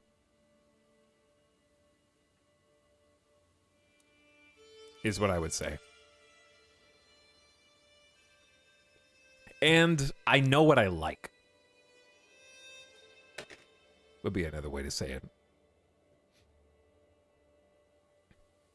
Sim says, I'll probably make another hardcore character. Cities is still great fun, trying not to creatively burn out. Since I do light RP stuff, playing something different is starting to sound like fun. My level 50 was a lot of fun. I made peace with the death pretty quickly. Well, that's just the hardcore life. You kind of have to make peace with the fact that there's a strong likelihood of death, even from the outset. You're already a hardened veteran of hardcore WoW. My spy master comes to me with grave news. We do not yet know who, but someone is plotting to kill my wife. We must stop the villain behind this. The killer is back. And also, my counselor, Salahadin, self-flagellates, became wounded trying to relieve stress from flagellation, and then died of his wounds. He went a little too hard.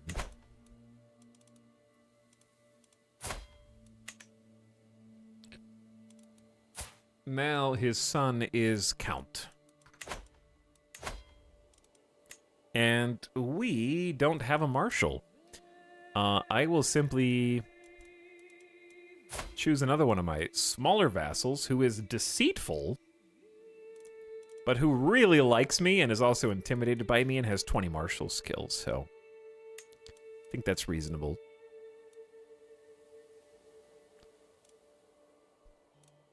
Though he doesn't really fight himself very much. He's 47, though. Well, they are no longer stressed. Yeah, I guess they're no longer stressed. WoW Classic hardcore is kind of like a RimWorld run. The best fun comes from the struggle and the drama. Oh yeah, no, I saw the death, and it was great content. You did it for the content, I know. Just watching all of chat slowly come to the realization at what had happened was very entertaining content. Though I would have loved to have seen another level 60 achieved, because it's such a marathon. I am informed my hostage, Nana, has arrived, and I'm sure my people will make her feel right at home. So we have a ward, basically to ensure that our neighbors in the north do not fight against us. We have no interest in fighting them. I don't want them to ally with anyone to fight me. So we have taken a ward. The pact is in place.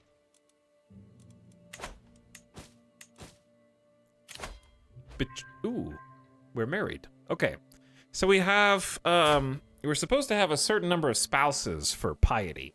We now have 4. But our religion actually practices equality. We just happen to have sons first through all 3 of the leaders that we've controlled so far. If we had a daughter first, the daughter would actually be our heir, and she could have as many spouses as she wanted to. In fact, I think that she probably can when we have, like, Matrilineal marriages.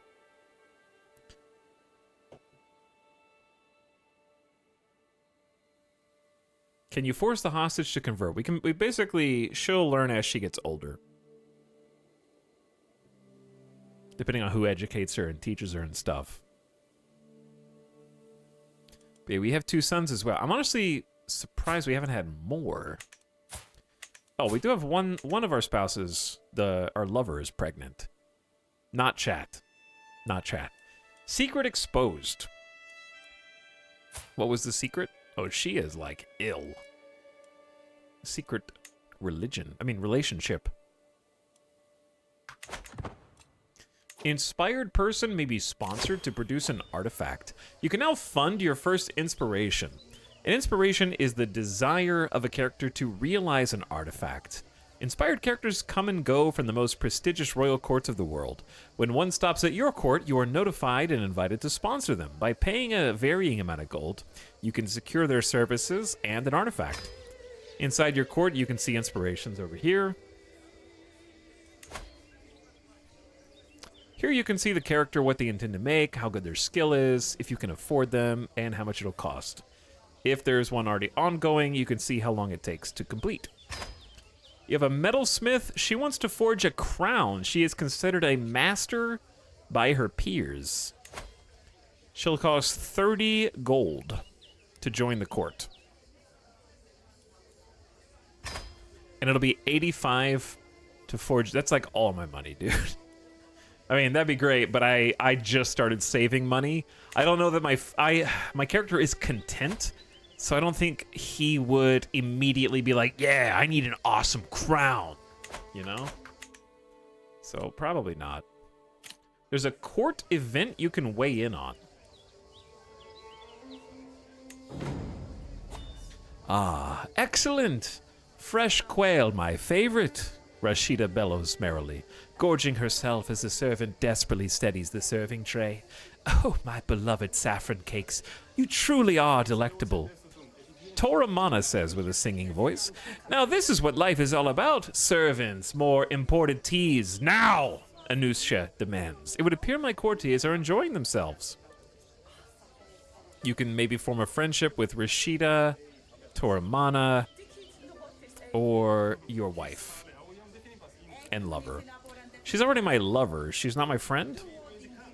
I could be friends with my food taster. Or friends with a random courtier. Let's try and befriend the food taster. Toramana, my friend, enjoying the desserts I see.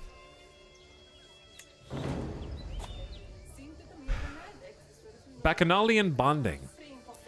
Our Amiri Amaran truly is generous, Porandact. Just taste this spectacular fresh quail. Anusha exclaims, yes, indeed, Lord Bam Bam is most serene, much like this marzipan. Porandact responds, it seems as if my spending on lavish meals has made a new friendship blossom.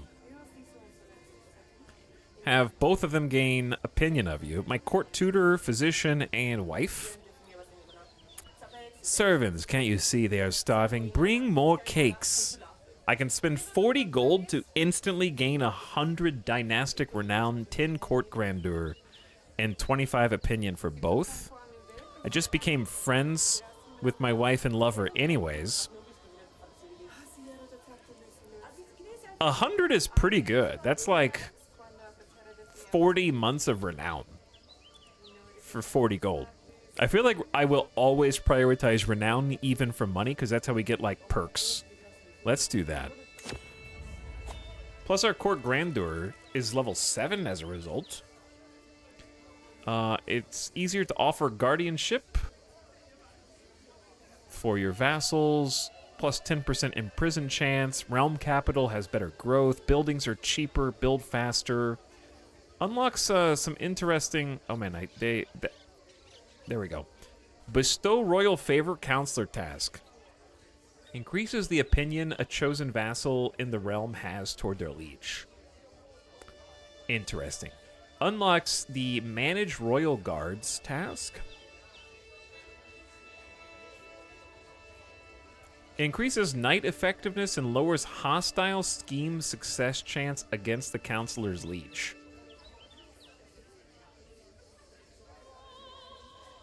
Interesting. Promote cultural acceptance is more effective. And there can be a special trait unlocked from living at court. Unlocks the Convince de Jure Territory Counselor task. Target a de jure county of the liege owned by an independent ruler, and you can persuade them to petition their liege to join you instead, like switch sides. It's pretty cool. So yeah, these are the counselor tasks here. There's de jure territory. There's bestow royal favor. There's manage the royal guards.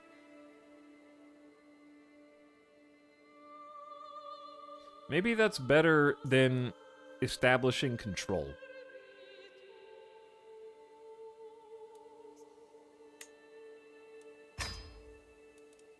All right, my marshal will manage the royal guards now. He can get us up to 40% decreased hostile scheme success chance. That's insane.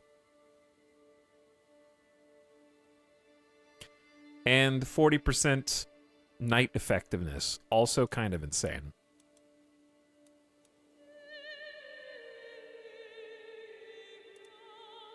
I'm currently practicing domestic affairs, which is 13 bonus opinion for everybody. It feels bad to ditch 13 for everybody just to do bestow royal favors on one person. But maybe it's worth it. I don't know. My spy master comes to me with grave news. He is certain that Bambi, my own brother, is scheming against my wife, Amir-e Amaran Madokt. He's my bodyguard! I'm being betrayed. My own bodyguard, brother and knight, is scheming to kill my wife. Wow. Let the traitor be known to all. Throw him in jail. Whether true or not, I will not accuse him. I was right to be paranoid about bodyguards. Bambi's exposed as an agent in the murder plot? Accused me of scheming. Why is he dressed like this, though?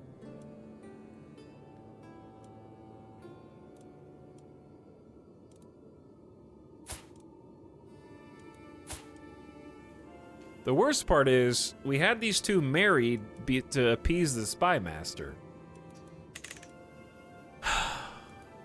Throw him in jail, I guess. I can't have him be conspiring to murder my wife. All of Bambi's family loses 15 opinion of you. That's my family.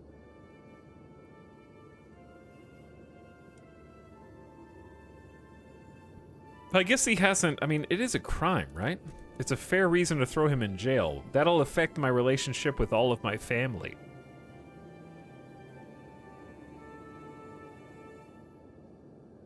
Too bad. Put him in jail. He's no longer your bodyguard.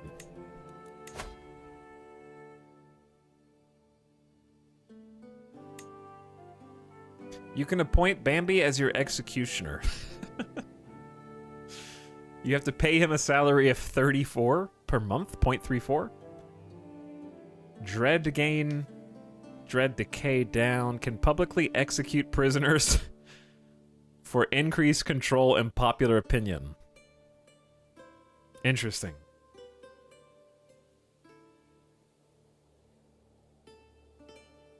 Executioners are criminals who, in exchange for their freedom, have to execute any and all enemies to the throne. Some call it an honor, some a burden.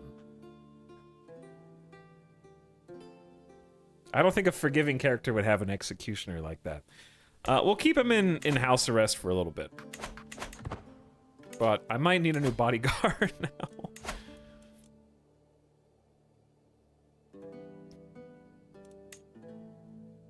Your brother-in-law and knight is an excellent bodyguard. Crazy prowess, brave, and is a blade master. What a gamer. The godless lackey. Well, it is what it is. He may be cynical, he may be slow, but he is incredibly strong. And also thinks I'm pretty cool.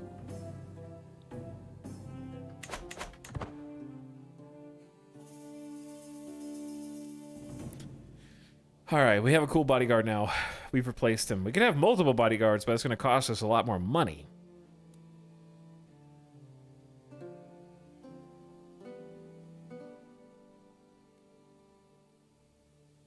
Also, Sim, sorry to hear you have a cold.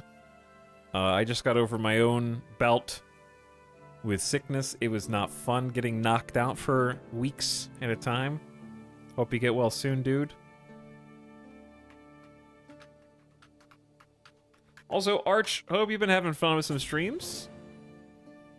Arch has been playing Lord of the Rings Return to Moria. How's that been going, dude? But, chat, if you can see the button at the top of your screen, toss Arch a follow, too, while you're looking over. Alt-tab right now and do it. Weeks? Yeah, I had COVID after TwitchCon. I was positive for 8 days. And couldn't talk for like 8 more. I have a third son. Well, we already have Bambino, Bam Sapo, and they want to name him Bam Bam the Third. Who am I to disagree? I guess Bam Bam is just a family name now. Bam Bam the Third. Greetings, my benevolent liege. Bambi is dear to me. Would you let him go in return for this offer? Pay 50 gold to you. Bambi leaves the prison. Unity changes by +4. How long has he even been in there?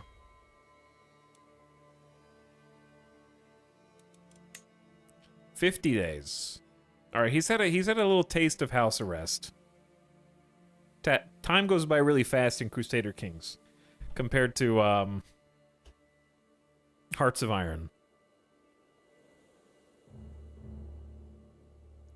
50 days for attempted murder. That's nepotism plus forgiving, chat, okay? Plus 50 gold. Plus it promotes house unity.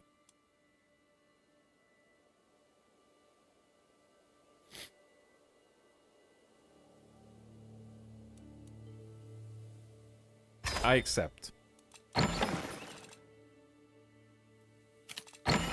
Stop doing that.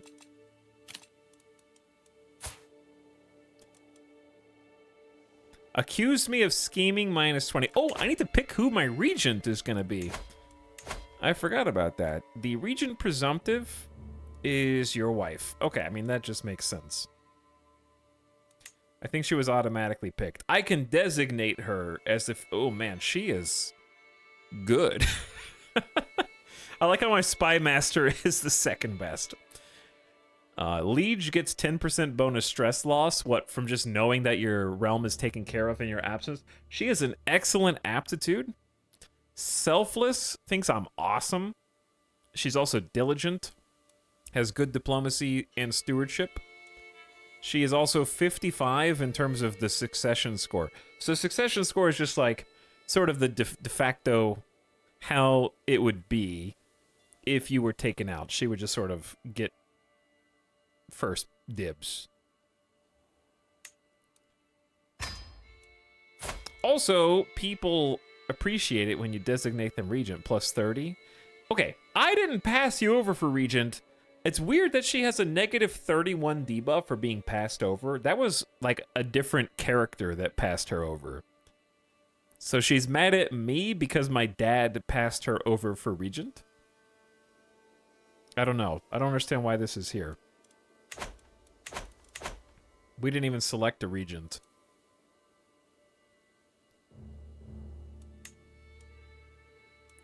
All right, our sway is working. He's gone from -60 to -4.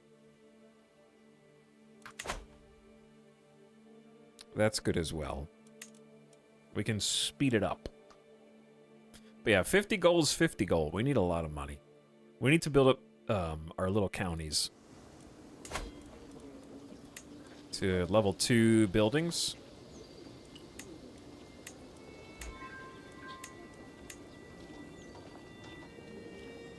I don't think I want to start like having a reserve of 150 gold just in case we go to war, so we have a little buffer to pay our troops. So I'm going to start saying 150 is like our new minimum. Greetings, my benevolent liege. I eagerly propose to formalize the ties that already bind us by signing in a mutual alliance between our realms. All right, this is my nephew, and wow. Yeah, he's the Duke of Yazid and has 2 counties and 2 baronies in there. Good for you. Good for you, little guy. All right, I accept.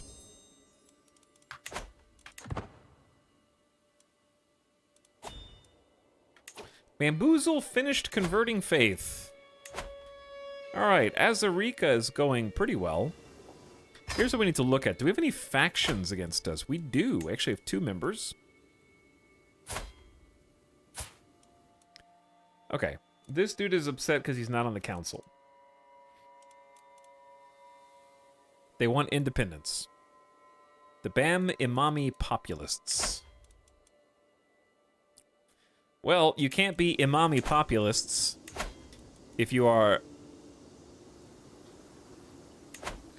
not Imami. That'll take 5 years. It's kind of a long time. All right, we're currently collecting taxes. I want to go back to maybe promoting the BAM culture, though. But it might not be the worst idea to just increase domain taxes, because we might find some windfalls.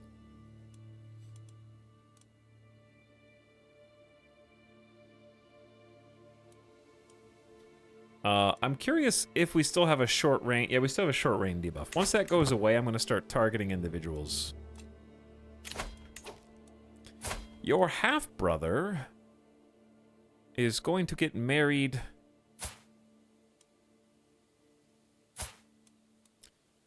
And we'll have another alliance that we don't really need. We kind of have too many alliances, but I think that is one of our... That's a foreign ruler who... Oh, he used to have 3,000 troops, and now he has 935. What happened to you, bro? What happened to you? He got cut into a third.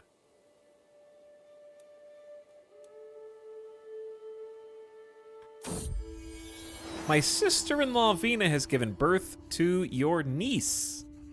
And somebody in chat redeemed choose a letter earlier.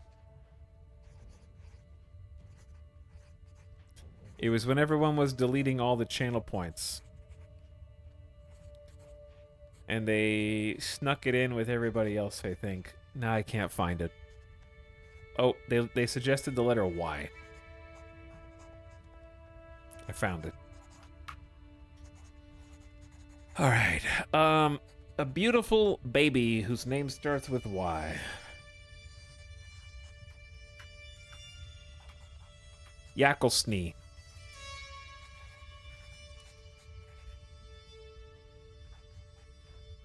May you grow to be strong and wise.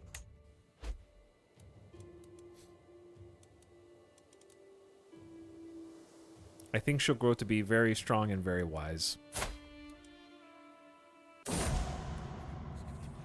Uh-oh. My dear Anusha, I might not have loved you. Yet, wait, yes I did. She was my lover. Yet I feel your passing more acutely than I ever thought possible. You were always there, my constant companion. Did I take you for granted? There are many things I left unsaid. She got taken by cancer. Died of cancer at 28. I hope you find peace. She gave you your first son. No? This is the mother of my first son. She gave me my third son.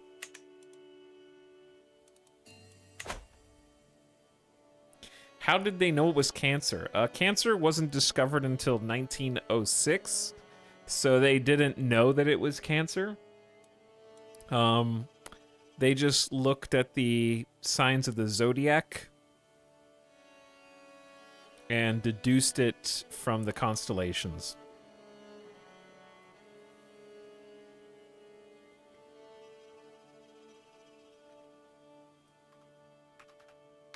Which reminds me, what's my horoscope today?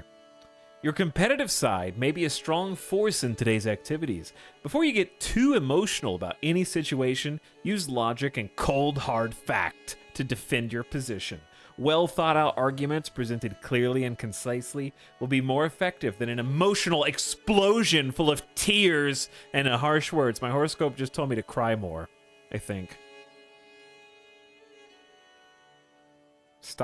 My horoscope just told me to stop being so emotional.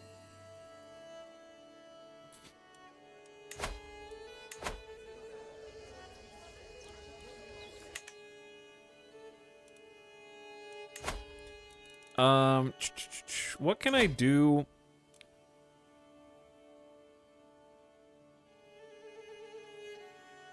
What is the benefit of sponsoring Persian scholars? It just brings you people with learning?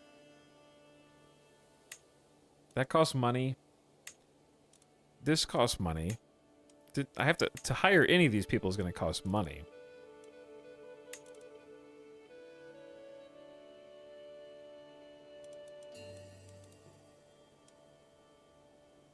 A high martial commander with desert warrior joins your court. I need to invite knights, but that costs money also. Invite claimants, commission epic. That's a lot of prestige. Yeah, I have a lot of prestige.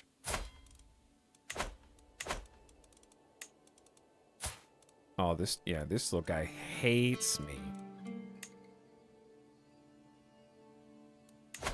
He's about to hate me even more. I'm gonna demand his conversion.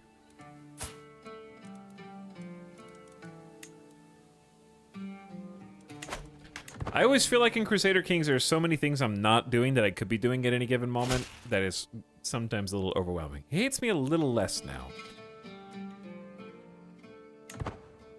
A little less.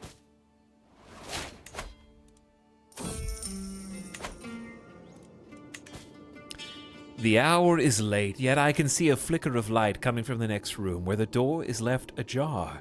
I gently push the door open and find my mother Susan with heavy eyes bent over a ledger, another stack of ledgers standing next to her. She lifts her head and notices my presence. Oh, forgive me, my lord, but I still have to sort through these latest tax accounts. Why don't you take a break? Good, my vassals expects their taxes to be handled efficiently. There's your classic 2 typos in the new event. All the new events are like 50% typos. 50% of the new events have like 2 or more typos. Susan gains 20 opinion of you for 10 years. Why don't you take a break? Or every taxpayer assigned to Susan gets 15 opinion. This is OP as hell. You can get 20 opinion with 1 person, or 15 opinion with 12 people simultaneously? Oh wait, no, shit. She's the wrong taxpayer group. That's only 1 taxpayer. If this had happened to my wife, we would get 15 opinion with 12 people simultaneously. It's still an OP choice. We just got, it was the wrong one. Why don't you take a break, I guess? Time to quickly switch them around for the event alone.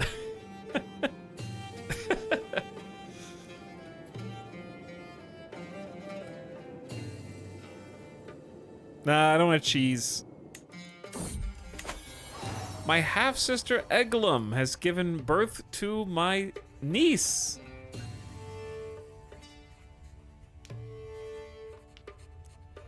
Okay,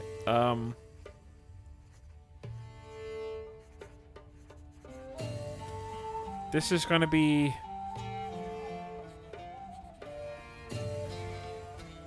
Sammy Whammy. May you grow to be strong and wise, Sammy Whammy.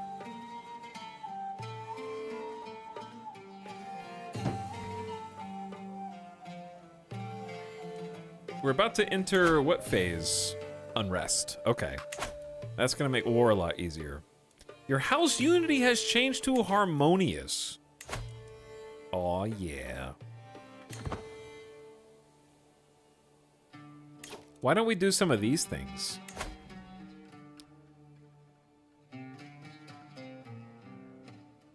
Placate vassals. House Bamid gets vassal opinion +5, powerful vassal counselor tax contribution up, personal success. This one's probably not worth it right now. But encourage the house to improve the economy is. A realm is only as capable as the land it is built upon. I should make sure all members of the house are able to spend the necessary funds to build a stronger realm. We encourage the economy for 20 years, and House Bamid means rulers will adopt the builder economical archetype. They want to invest all their gold into the realm, emptying their treasury to fund buildings and men-at-arms, and constructing more economic buildings and holdings. They get +1 stewardship.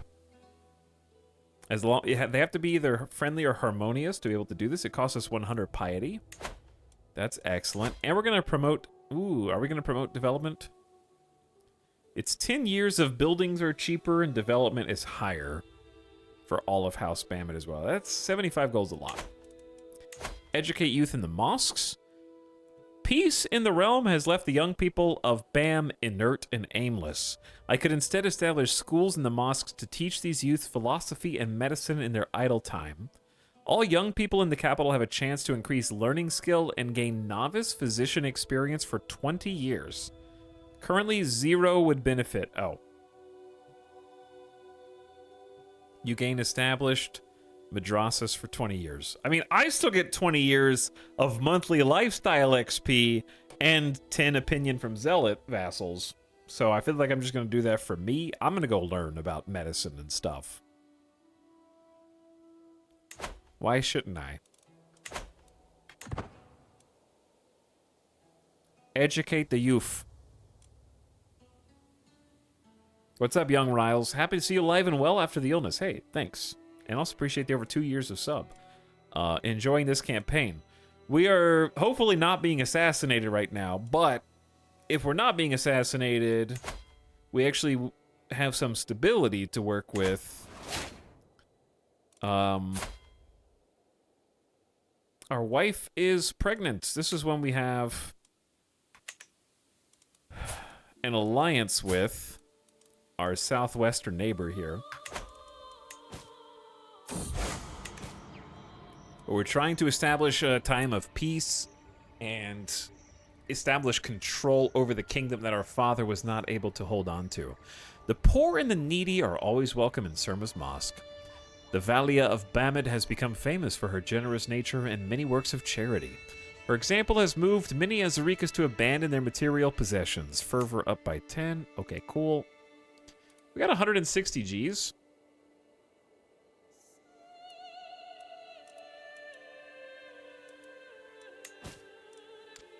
I don't really want to exchange hostages.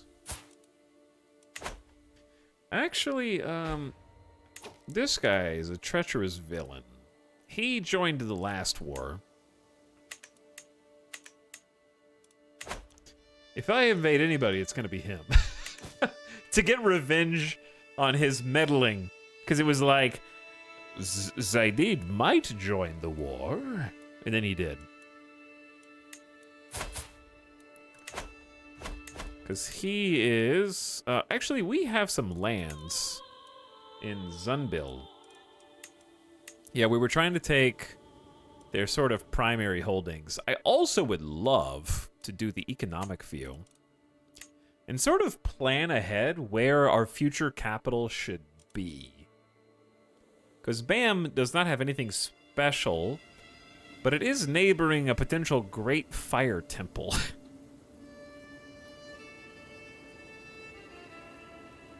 +2 tax, holding taxes up, development growth up. You also get piety, renown. Some other things. There is a great fire temple potential here. Or we could just say long-term plan is to take our arch enemy's land and move our capital there. Because, like, the Sanctuary of Nishapur. This is the dude whose father we caught. The murderer of our father. And we executed him by pulling his lungs out of his rib cage. Maybe my long-term plan should be to take over their duchy.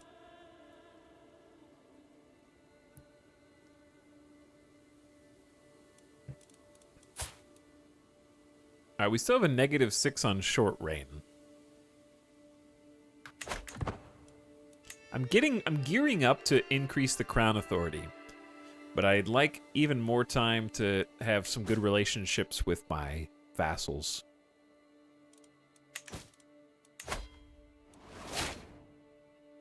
"90 days and we will be back in a period of unrest." And then we need to remind ourselves what we can do while we're in a period of unrest. What's going on here? There is actually a war going on inside. He's defending against war against the tyranny. Oh, they're trying to depose him. With his, like, arms crossed.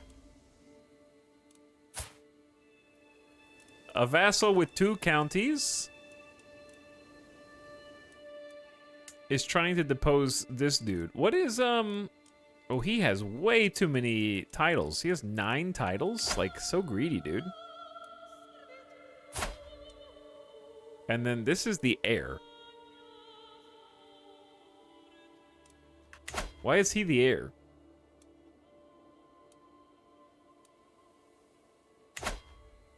Is that his brother? Yeah, it's his sibling. His sibling has the same mom, but who is the dad? Who's the dad of this? He was born out of wedlock. His mom is a fornicator.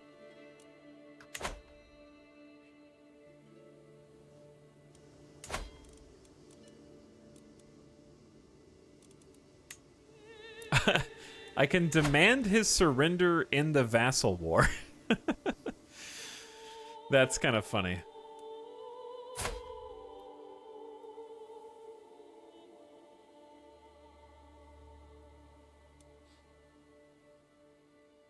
I don't know if it would work. He would just, it just says he might ask for something in return and he'll lose 10 opinion of me.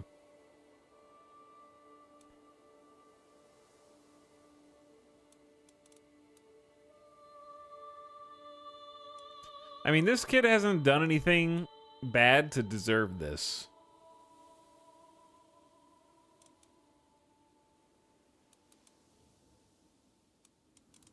I don't feel like I have an RP reason to do this unless I'm still bitter about his father. Why is this person naked? 2 ships in the night. At first glance, the hallway appears deserted. With a steady stride, I make my way toward today's first order of business. Suddenly, I hear a stifled giggle and I stop dead in my tracks. I lean forward to catch a glimpse of Chat and Amir-e-Amaran Shahzada. Hot and heavy, engaged in, oh my, in broad daylight? And what are they doing with that candle?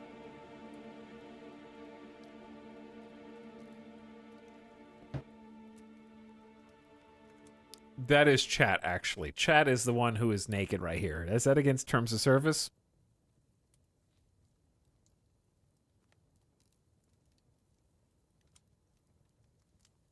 And this is one of your other spouses. I should start taking notes, learn of their secrets. Maybe they need a 3rd set of hands. You learn of their secrets. You lose some stress. You grow closer to forming an intimate relationship with Amir-e-Amaran Chat. You gain 3's a crowd for 5 years, +1 diplomacy, minus 10% stress gain. Well, 3's a crowd, I guess.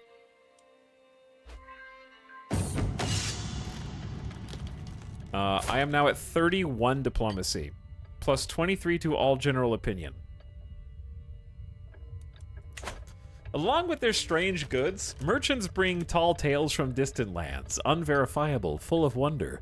A group of Aga's peddlers purport to have brought Bobo objects, said to have come from the faraway court of a great ruler, Fama Beret of Kong, no less. Urtikin, the leading trader, grins darkly. This unique spear could be yours. For a special price, of course. Great Amir Yamaran. A likely yarn indeed. I look to Sayawash for guidance. I cannot recommend this work, my liege. The Hammerdints are wistful. He nods at me stupidly.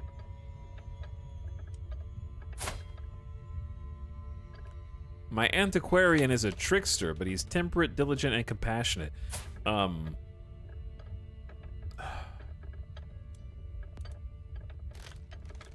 So, I can become the owner of a spear. It's going to cost my entire coin purse. No thanks.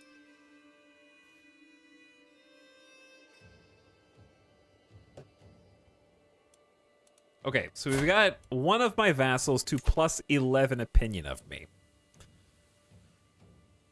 Positive, and he's intimidated. I think we can stop swaying him now and start swaying this vassal who is in a faction against me. We have 11 months, 95% chance of success.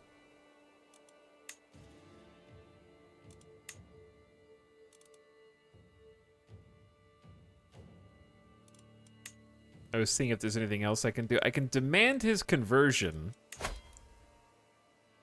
which I probably should do anyways. Wow, that went from minus 100 to minus 27. Blessed be. Blessed be. He's a powerful vassal that doesn't have anywhere to sit on the council, to be perfectly honest. Nowhere to go.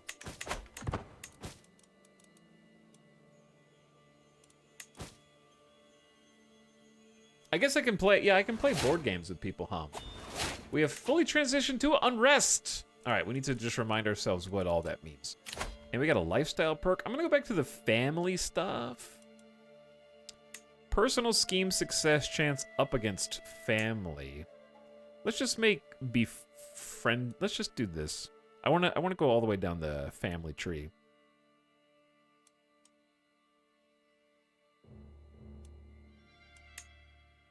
Each friend adds minus 5% stress gain.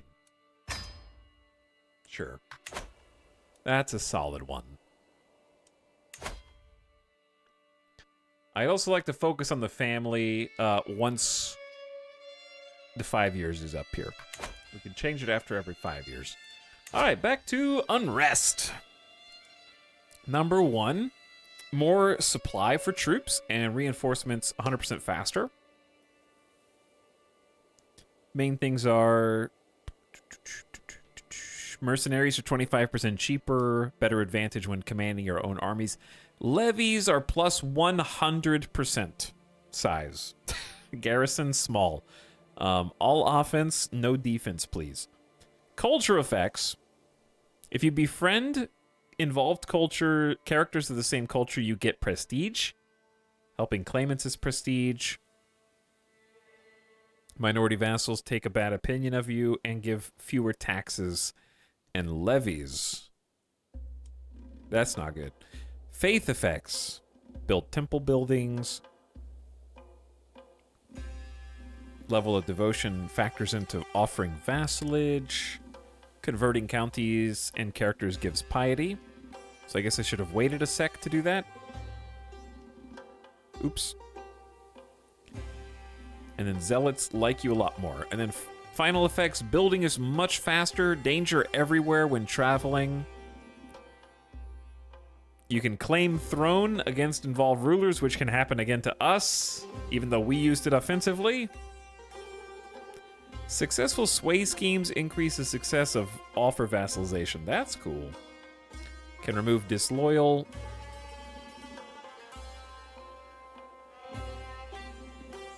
House members challenge their house head to trial by combat to take their place. That's not good for us.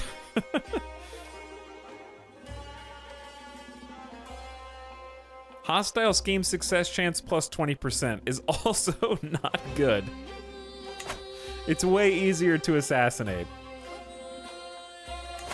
I've got my spy master disrupting schemes.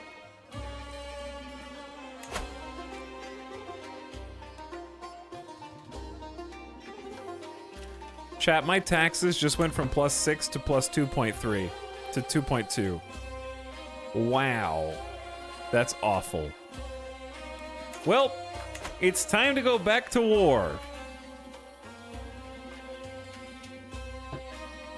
I think. Also, what's going on here, guys? Oh no, my nephew is defending against my uncle. His father was Esmail, and his father was my brother Esmail. Two different Esmails. Family feud right now, and this dude is obviously dead. But the little guy, they each have a lot of titles.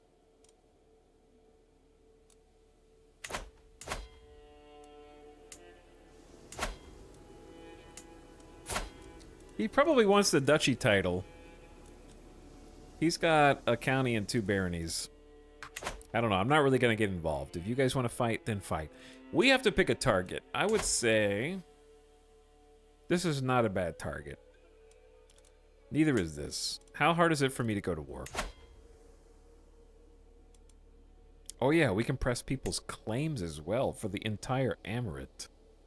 But that would cost me 2,000 prestige.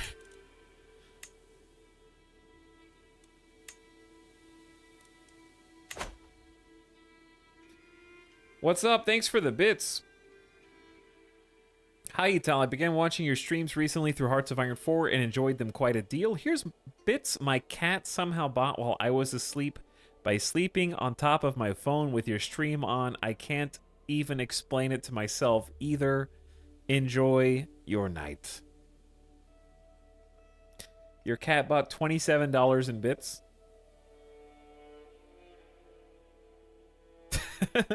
Based cat. Your cat must know that I am a cat lover now. Your cat is rich. This is the gift. Hold on, do you pay your cat to be your cat? That's a pretty good deal.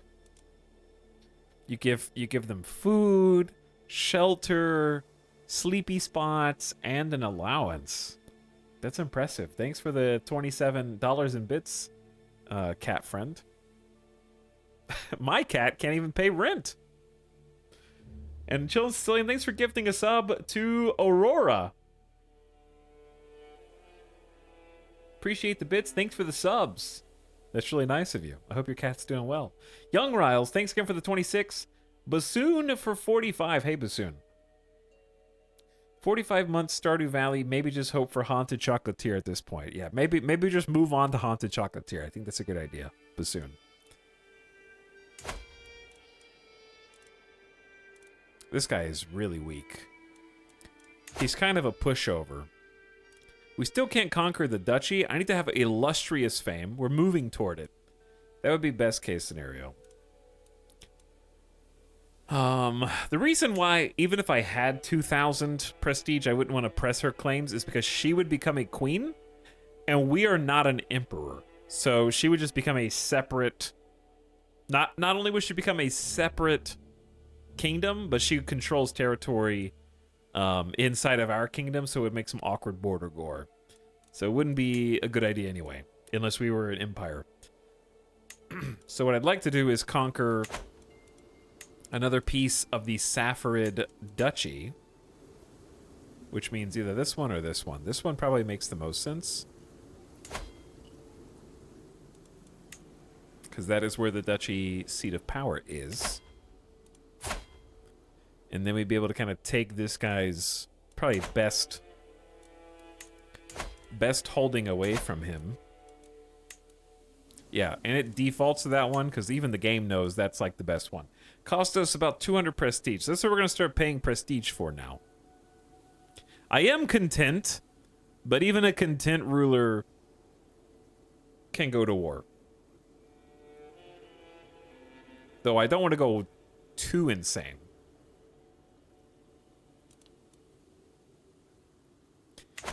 I don't know. I have RP'd content rulers in the past by just never going to war. I think it's a difficult one to RP.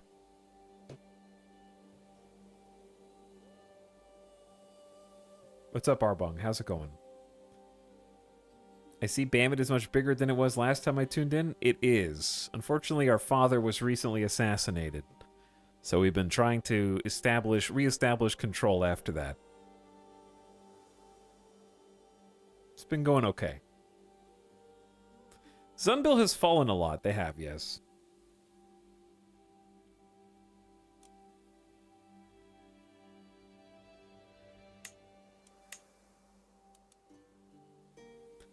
I would say content, but there's a middle ground where you can be content where I'm not trying to actively strip all of my enemies' titles to take them for myself. We're just trying to expand. We're not going to keep this land, so we're taking it to give to our friends. That's a much better way to RP it. Yeah, we're just trying to take it away from bad people next to us and give it to our friends. It's a gift. It's a gift. War it is. We're going to create a rally point over here. We haven't even had time for our levies to be raised. Or to be increased. We don't need to wait. We're going to raise everyone here. I guess worst case scenario is they raise here and then walk into Bam. Huh. Didn't think about that, did you?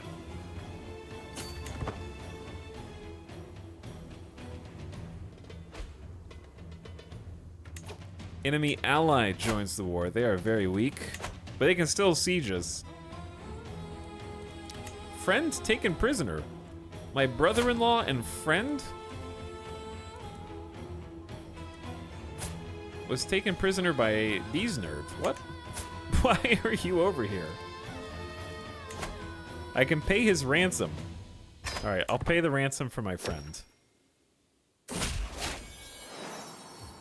I accept your offer. A good deal.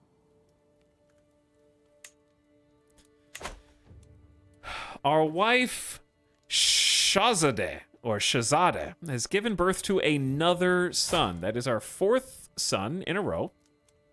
We have Bambino, Bamsapo, Bam Bam the Third, and this is going to be Yam Yam.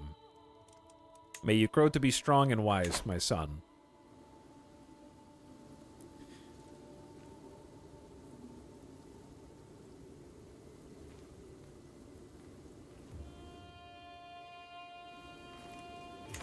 Alright, before we even siege here, we should attempt to defeat their army.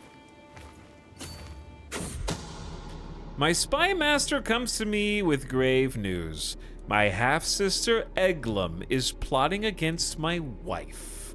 Why are my family members trying to kill my wives? Pray tell. Also, Eglum is my friend. The heartless fiend. You have a valid reason to imprison her. Can you not just ask her to abandon the plot like you could before? Is that not an option?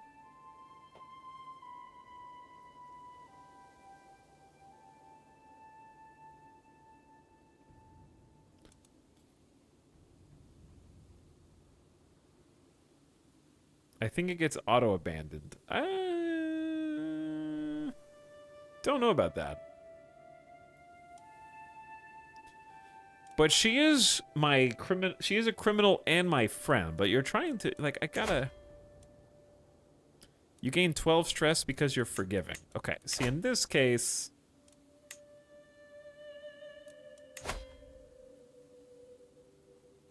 I can currently imprison, banish, execute, but I am forgiving. I'm just going to leave that.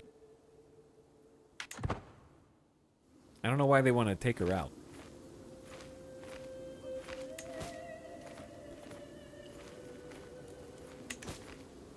I am not sure. My wife, Amira Amaran Chat, is once again absent. Chat is absent from our chambers as night falls. She has been distant lately, lost in thought and rarely seen at court. Am I not to her satisfaction? Is she simply busy? Or could she be warming someone else's bed? Are lurkers watching a different streamer right now? Do you have another? Her every move will be watched. Start the Find Secrets task targeting your court. She is lustful. Her every move will be watched. Which means we're not disrupting schemes anymore.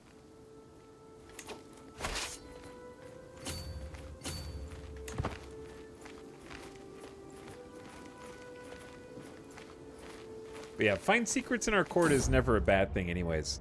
What is this? 990 chapters of gold. The celebrated writer, Karmandar, has had a falling out with his longtime patron, Khwarizm Shah Muhammad of Afrigid. He promised me 999 talents of gold, Karmandar tells me, one for every chapter in the epic poem I have long prepared on his behalf. I had planned to use it to restore the collapsed qanats in my home village, which are aqueducts. But when I was in the bathhouse, a courier came with my promised reward, but the coins were silver. Upset by this betrayal, I gave it all to the courier, the bathhouse host, and a juice peddler. Now I need a new employer. While I finish the last chapters, I hear you have enough gold to match the previous offer. I am at war and I am poor.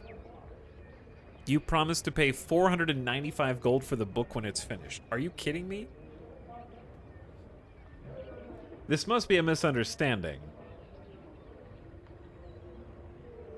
61% your mediation succeeds. Karmandar will move to Muhammad's court, but you gain opinion and prestige, or your mediation fails and he leaves your court. He is shrewd, a poet, a monk, and has 16 learning, stubborn, gregarious, and trusting. Is the book made of gold?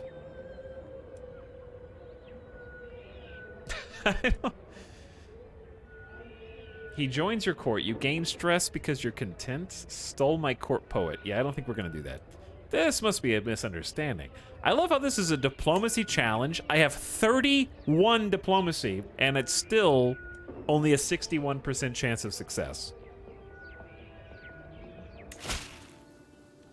Indeed, it turns out a spiteful courtier of mine betrayed me and gave Karmandar less than I had promised him. Thank you for clearing up this misunderstanding between me and the poet, who will now be returning to my service. I will speak well of you to other rulers of the world.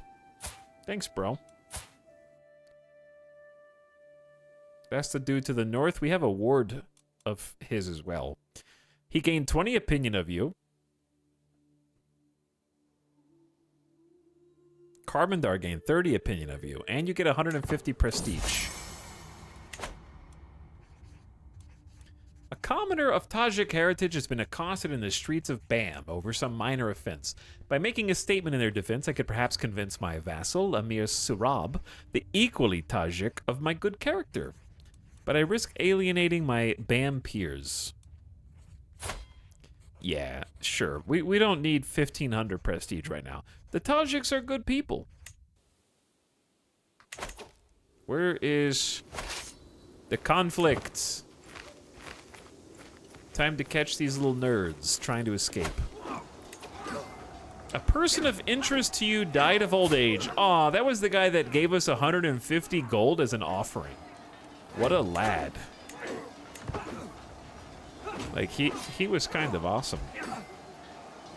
But now he's dead. Alright, easy victory. Wipe out their whole army and make sure we're not getting back capped. Now siege the capital. That's a 50% war score. My sister-in-law has given birth to my nephew. Their firstborn. My brother Bamalam. Okay, the son of Bamalam. Bama Lama.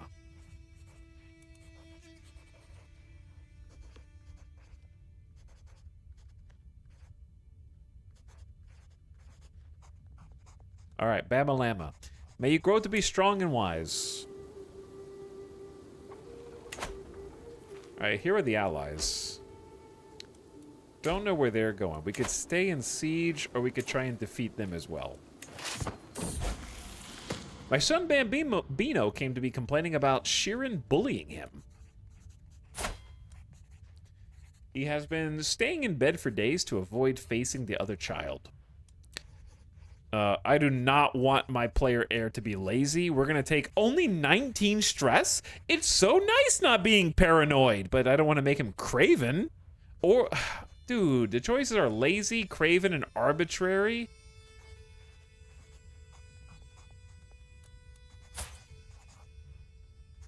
Oof. And I feel like I can't RP say a bully deserves whatever punishment you can imagine.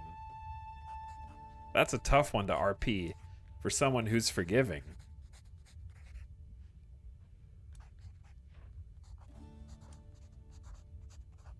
He can't be shy, he's Diplo. That's not one of the options. The options are lazy, craven, or arbitrary. Lazy, craven, and arbitrary are all bad. Arbitrary is probably the least bad of those. You did Blood Eagle your dad's bully. Are you whitewashing history? Are you calling the man who schemed and murdered my father in cold blood a, quote, bully? Is that what you're saying? Who may be responsible for the death of other family members and went to war rather than convert to my religion after his father hypocritically demanded I convert to his. Started a inter-kingdom war. Just a bully, by the way. Is Craven sinful? Yes.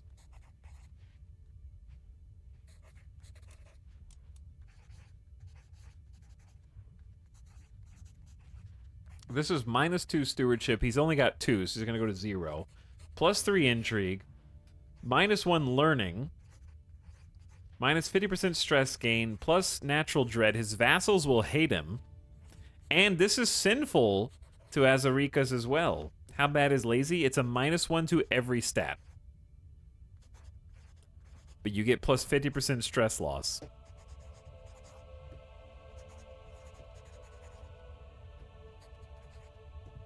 One thing that I think I wish Crusader Kings 3 had that Crusader Kings 2 had, when you get traits in Crusader Kings 3, it's kind of a done deal. When you got traits in Crusader Kings 2, they were a little bit more malleable, where you could add traits later on more consistently, and also sometimes traits would change. And it always feels worse in CK3 when every trait is basically locked in forever, with exceptionally rare instances where that's not the case. Like, incredibly rare. Yeah, big events could make your character change personality in CK2, which was really fun.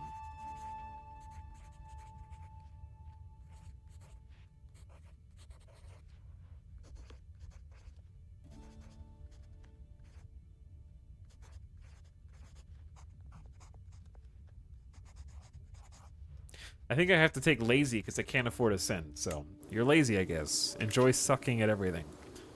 Love having a lazy heir.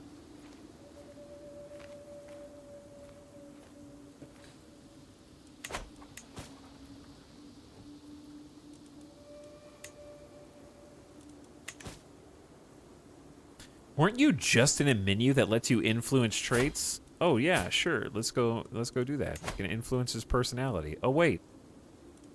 This is completely different from the last menu. Hang on. Do people have more than one trait? You serious?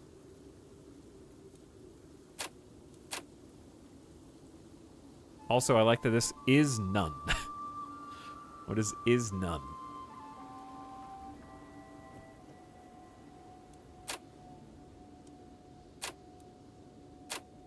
I really don't want him to have content or forgiving, actually. You can only force your children to get a trait that you have, correct.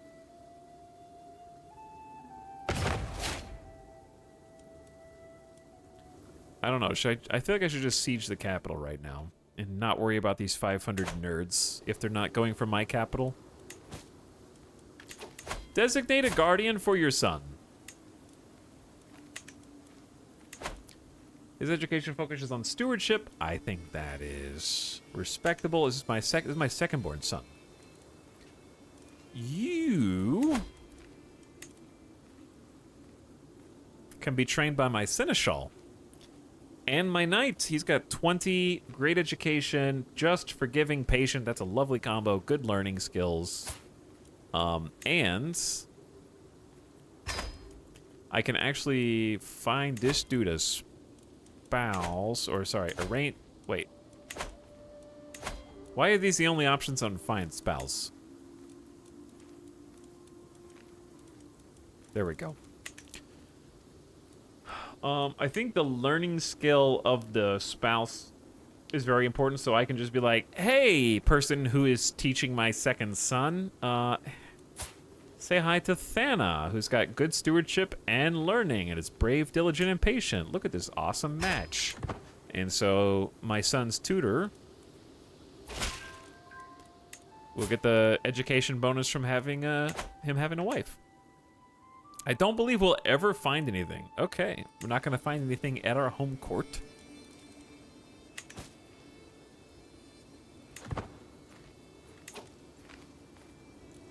Finish finding secrets. You no longer have an alliance with Gam Gam. Because he is no longer a ruler.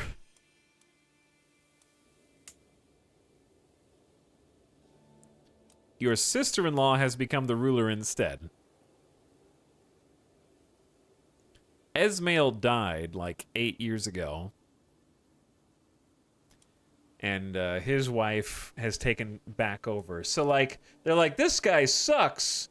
Why don't we get his dad or his mom?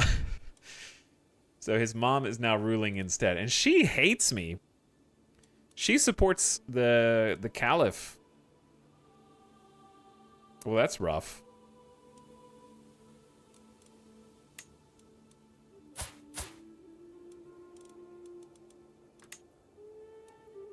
Also, what faction was just created?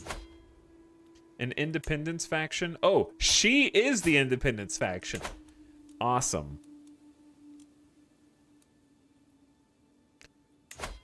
I could try to convince her.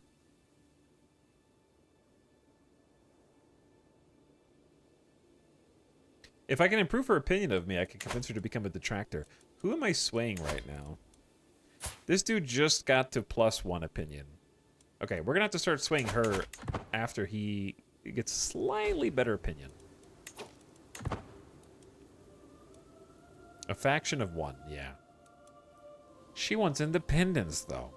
Hello, the stray sheep. What up? Thanks for 2 months sub. And for dropping the prime. We are currently at war for a single county. It's a good county. Your cousin Zamboni likes you, thanks to your family.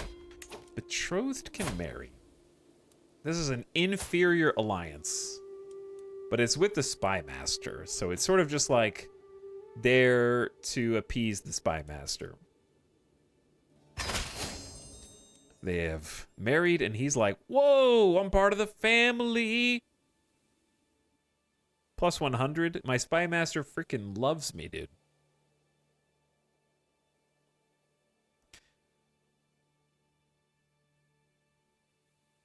He's very pleased. Okay, excellent. So no matter what happens to me, I can be relatively certain that my Spy Master has nothing to do with it. And we're currently sieging the capital of Zunbil. Oops. They are suffering rampant disease. The walls are breached. And then we're gonna go fight these guys.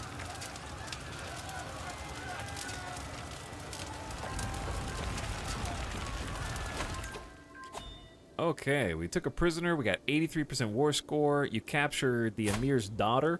Put her in baby jail.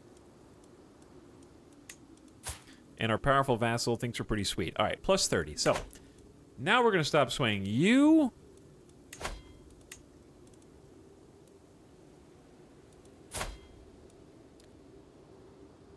And start swaying the family member who has started the faction.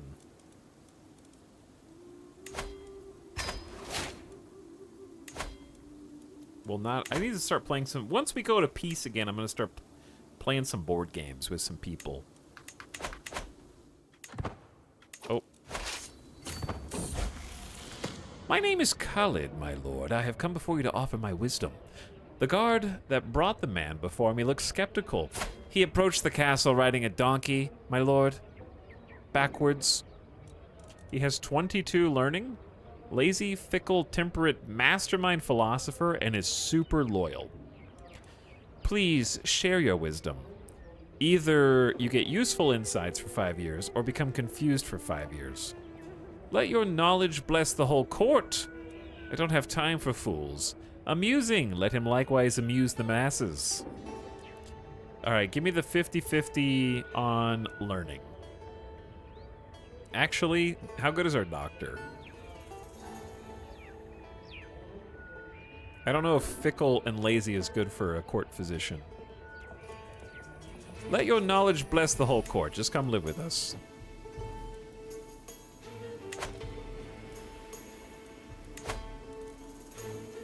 We already have a good court physician. He is also good. We have a poor antiquarian. Okay, so my antiquarian is about to be fired. And we're gonna hire Thana, who just got married to my Seneschal. That worked out really nice. She has 28 learning. What a gamer. That's 25% reduction in decay.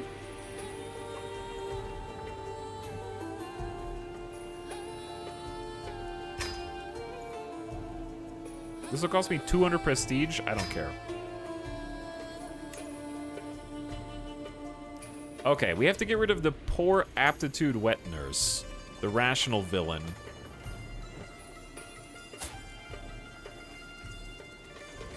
Vina is, we did expose her, did we expose her secret? Yeah, we exposed her secret. She's still an excellent wet nurse. She has a child. Amazonian is a plus 20. Reduces chance of children getting illnesses. Child development events. She liked that we exposed her secret because she's honest. Well, I mean, it's still minus 26. She got some stress relief. She didn't get opinion bonus. Yeah. Let's go ahead and put her on the block.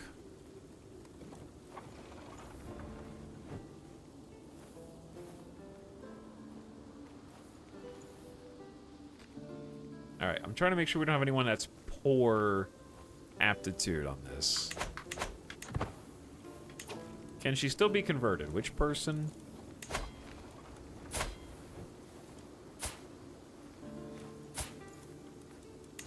Yeah.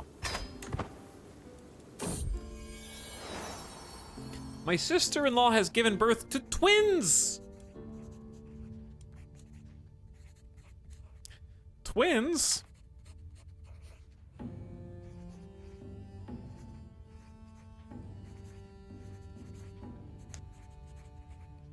I don't know what to name twins. Let's do...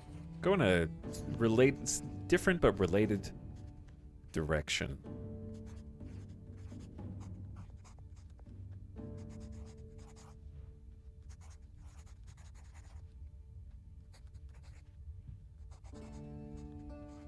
Okay, let's do Hansel and Gretel. Bam, Wham Bam, and Bam Wham. No, that's way too complicated.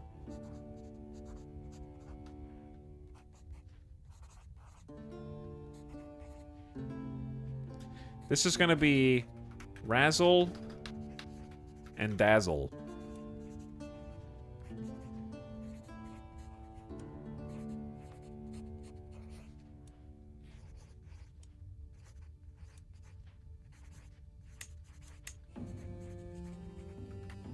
May you grow to be strong and wise. They're gonna finish this siege before we get there, I think. Oops. Sorry to whoever's being sieged. You should have held out longer.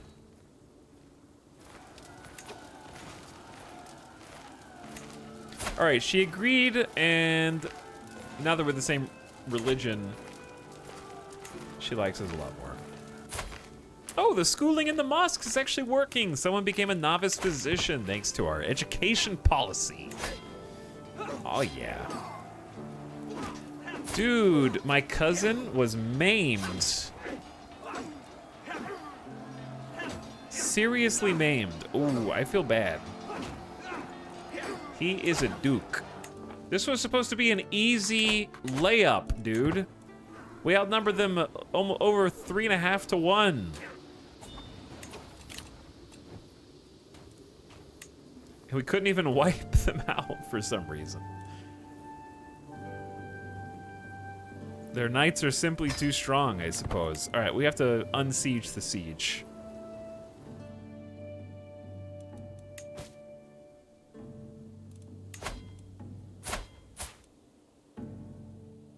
I can demand a hostage from a neighboring ruler. I'll think about this one.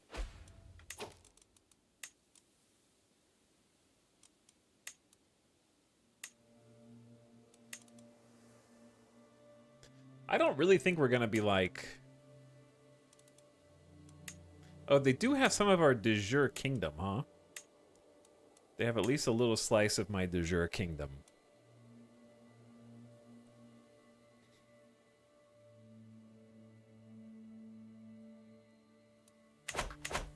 Meh. Where are we? Uh-oh, chat, the capital's being sieged. Wait, they don't have enough soldiers. Okay, that makes me feel better.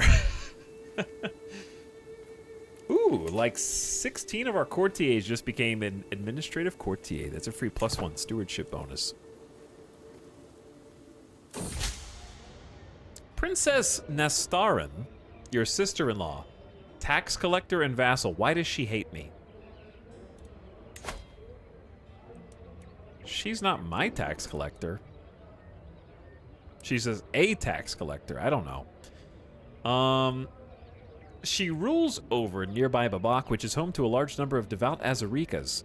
The Ashari Amira could easily persecute the faithful Azarikas living there. It's my responsibility to protect them. We cannot allow her to oppress the faithful. You get an unpressed claim on Babak. Ooh.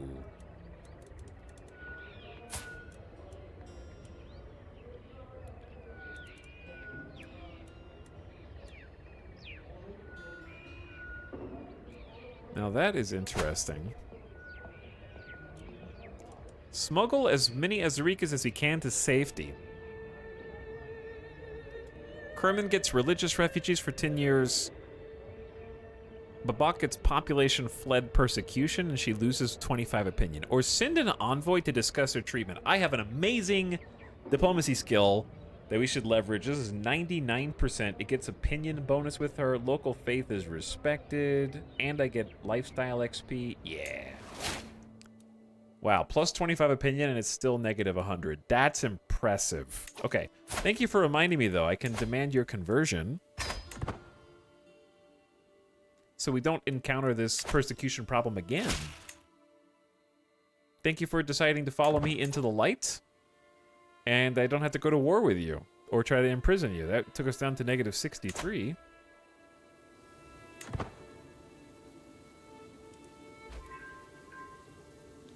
An independence faction has disbanded. That was her faction. But now we have a populist faction that wants independence.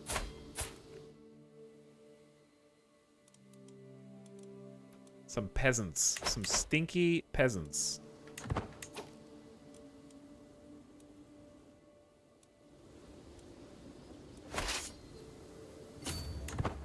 Alright, we lifted the siege. Rescued our people. A commoner of Mashriki heritage has been accosted in the streets of Bam over some minor offense. The Mashrikis are good people. Or Bamites are of superior moral fiber. Listen, Mashriki is what we started as. They're good people too. Alright, she's down to negative 38. We're slowly making all of our vassals love us. Are we still the version of Islam that says other Muslims are heretics? Yeah, basically. Uh-oh. The peasants are about to rebel, chat. I don't know how to stop them.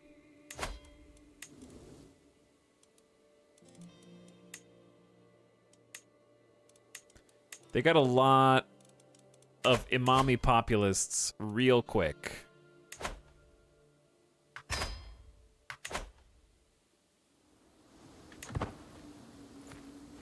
And I kind of need to win the war that we're in before I deal with them. They're going to send the ultimatum soon. Actually, 25 months. Okay, we have some time. As I lean over the map in the council chamber, a sudden creak turns my head to the door. My son Bambino appears in the hallway, walks into the room. Wards and wardens? Check. Typo? Check. He looks at me with an inscrutable look for a moment, then walks over to me, wrapping me in a tight hug. I look at him, a hidden tear in my eye, while my hand is stroking his hair in an effort to reciprocate his gesture. That makes a ton of sense. Sure, thanks. Do not cry. Do not cry. What is up, Raiders? The chat is flooded. We're being sieged. The panels have arrived. What are you guys up to?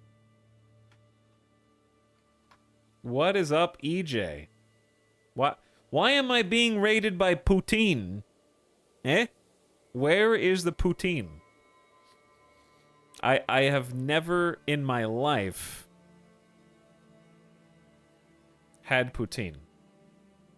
However, I feel like Putin is just confused Southerners of the U.S. who migrated.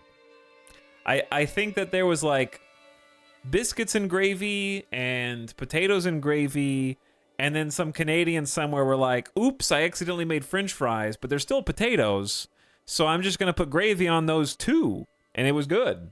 And they're like, this is mine now.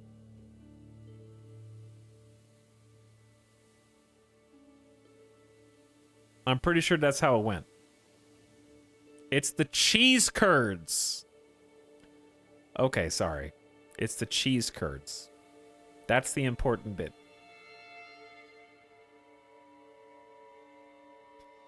Cheese curds are most definitely never fried in the South, United States, and never eaten with many meals. Okay, it's definitely a Canadian thing. It's not just an amalgamation of Southern American things. For sure.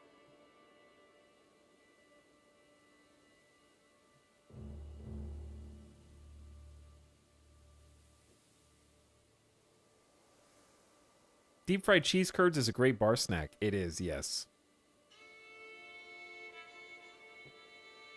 Umbra Moon says, as a Texan, we already dip fries in gravy. No cheese, though. Why not both? 100% Canadian. Don't steal this from us.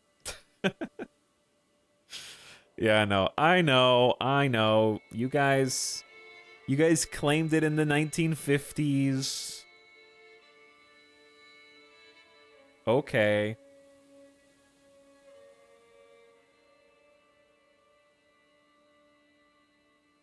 You can keep it.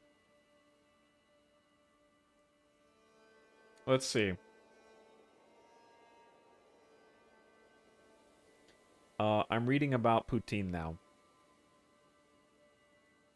No one knows who actually made it. Several restaurants claim to be the originators of the dish. No consensus exists.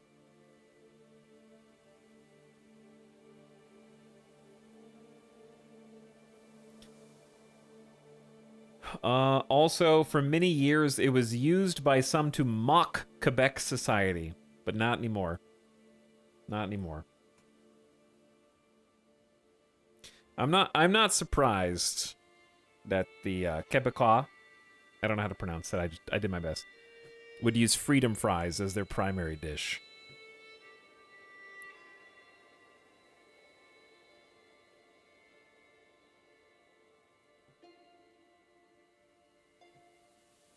Mockery!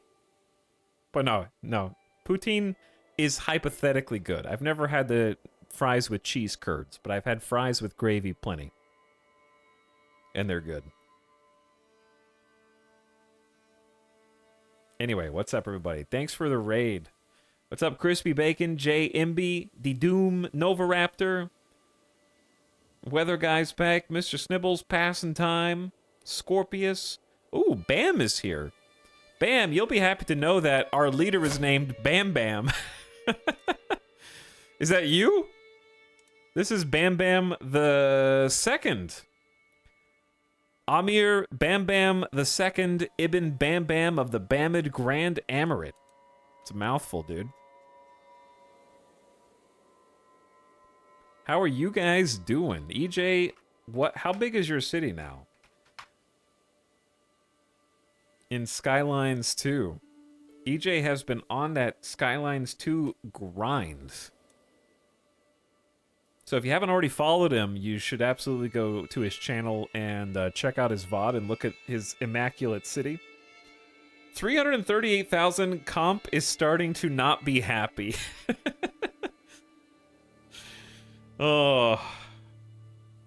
All of the games that are right in your wheelhouse this year, EJ, are the most resource-hungry games that a developer could possibly make. That's been a running theme.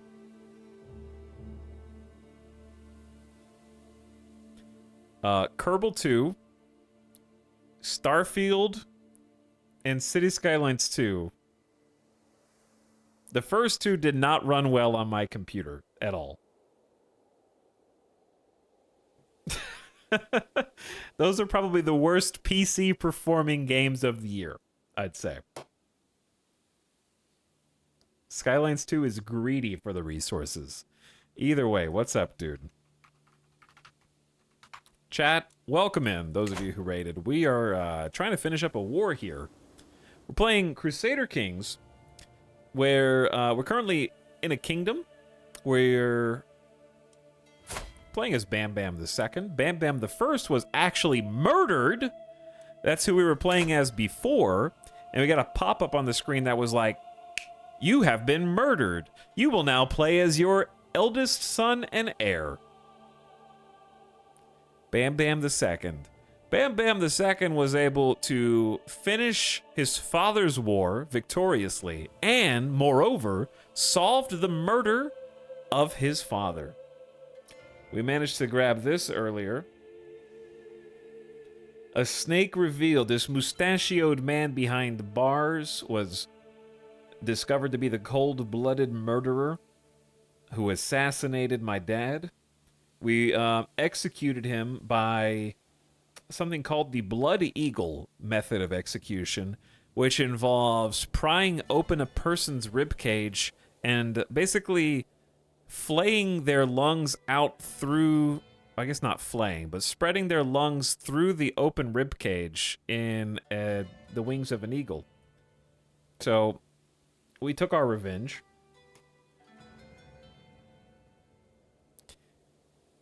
That guy who was the murderer is also the person who we defeated in the war. Our father had forced them to declare war by demanding they convert to our religion. They said no, a war was begun. They had previously been our liege. We rose up against them and declared our own independence via revolution. Took the crown from them and now control the kingdom. So there's been sort of generational conflict between his family and our family vying for control of what is now the Bamid Kingdom. So that's what we're up to right now. That's Crusader Kings, baby. Also, it's worth noting that one of my 3 spouses right now is actually named Chat. We found a character called Amira. Amira Amaran is sort of like Queen, basically. Queen Chat of Bamid, our wife and tax collector, who is lustful, gluttonous, but generous. Chat frowns at moderation. Mods, get out. Chat, however, is incredibly well-skilled in diplomacy and stewardship, and is mesmerizing and lovely. Chat outshines most with her beauty. An incredibly smart, masterminded philosopher, a gardener in her own right, has an avaricious lifestyle, loves gold and money, and channel points, and is a capable administrator. Recently gained a little bit more stewardship from living a life at court. It's a very, very strong character. But yeah, if you're just coming over from EJ's channel, feel free to ask any questions about Crusader Kings that you like. I am currently trying to finish up a war with my neighbors Zunbil to take a county. My wet nurse just died. She was assassinated. There has been a string of murders that I cannot solve. My sister-in-law was just assassinated.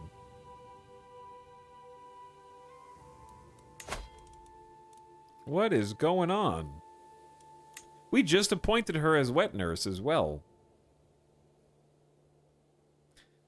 I guess your spy master may find a secret. The problem is if the assassin is not located at my court, they won't be able to find out who did it. We'd have to know whose court that was. Though we are currently disrupting schemes, which means we have an extra plus 29 to scheme discovery chance.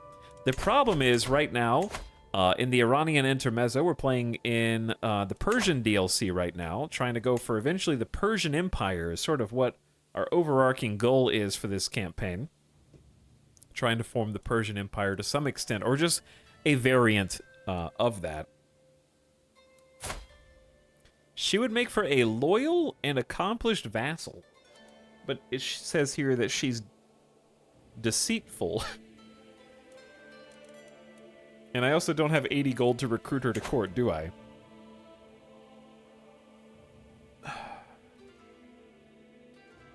What was I saying? But yeah, I have I have no idea who it is. I have no idea who's doing all the killing. But yeah, if you have any questions about Crusader Kings, now's a great time to ask. But thanks for joining me. I hope you guys are having a wonderful start to your week and had a lovely time in EJ's stream. We are settling a war. Then we need to save some money because we have to pay our soldiers because we have some angry peasants who are preparing to send an ultimatum and possibly start a peasant uprising. So we're going to have to deal with that soon. But yeah, I need a wet nurse. But we don't have any... Is there any clean way to, like, try and find more people? I only have this person who is a poor wet nurse. She is not in great health, apparently. She's feeling fine, I guess. I don't have any other options.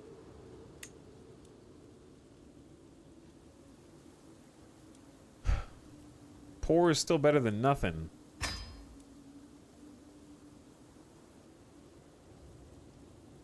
So, courtier marriages. I just don't know what else affects your aptitude for a wet nurse other than your health. I guess trying to find someone who is Amazonian / Herculean, or robust or hale would also be good. Chat is pregnant. Chat is now pregnant and is bearing your child. Congratulations, Chat. Well done. And you're the father. I guess Bamboozle can get married again since his spouse just died. That's very sad.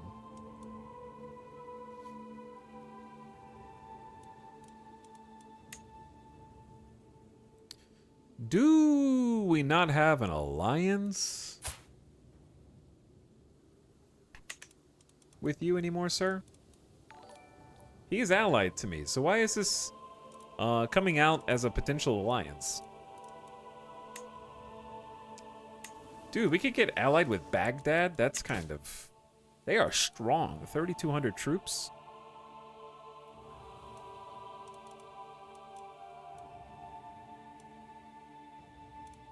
If we could, actually, that's not like the worst alliance. How old is my eldest son? 10, he's already betrothed. We have a 7-year-old son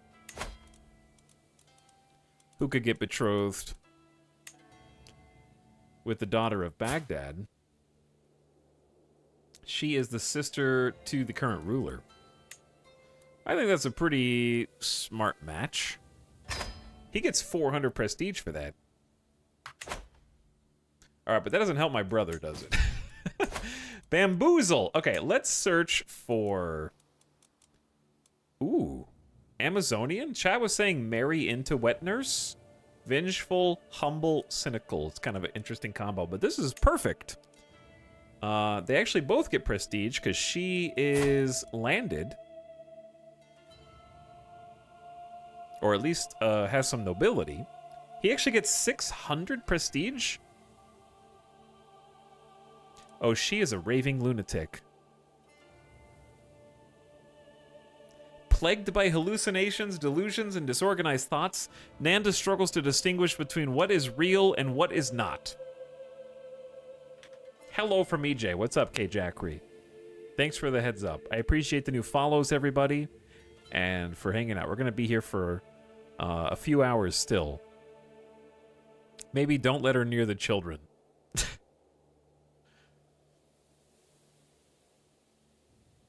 I think having kids also makes them a better wet nurse. Yes. That is correct. But also, Stray Sheep, thanks again for the 2-month sub. KO Fishy says, little known fact, Yam Yam is an ancient Indo-Iranian name. Accurate. Hey, KO Fishy. Yam Yam is one of our lovely family members. Okay, but if not her, then who?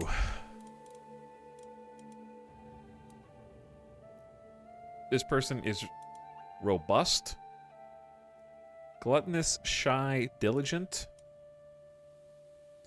robust, callous, brave, ambitious. Oh, there's actually a super genius here. Genius doesn't come up too often. It might be worth... oh, man. We can... Yeah. I'd say she can get married to Bam Bam. And try to get Genius in the bloodline. Also, she is an incredible diplomat in her own right. Compassionate, forgiving like us. Gluttonous is a sin, but we'll overlook that because we're forgiving. And is a super genius.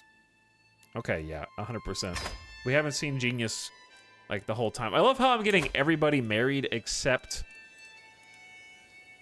for him.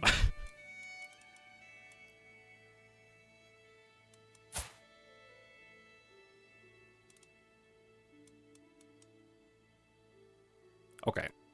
She's ambitious, but isn't crazy. I don't want that alliance, though. That's gonna give us a penalty for too many alliances. All right, glutton is fine. Just do it.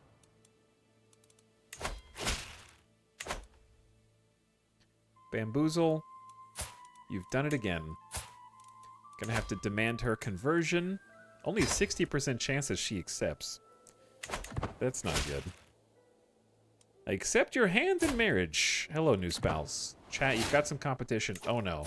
She refused conversion and is now a known criminal. And I can't arrest her.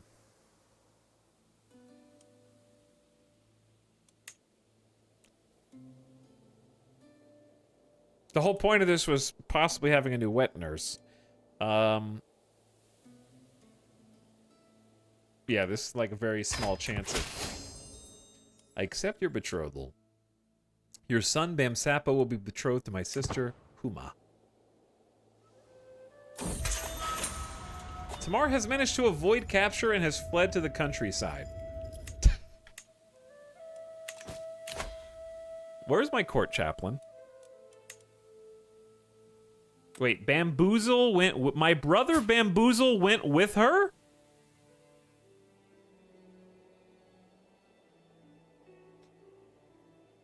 He's the court chaplain, the holiest of the holy. The fact that I tried to imprison her for not converting... Bamboozle, you fool!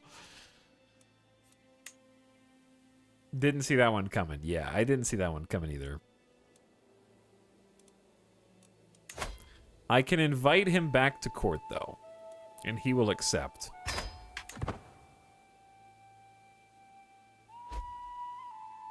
Okay. But did she come back to court, too?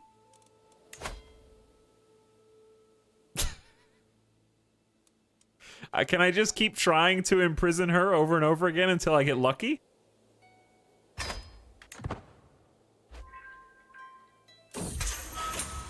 She's avoided capture and fled to the countryside.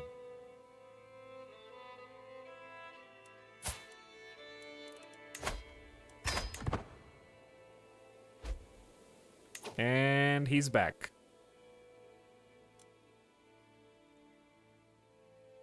Wait, why did my mother leave? Why is like all the rest of my family leaving to the countryside as well? This seems like a huge oversight by the devs.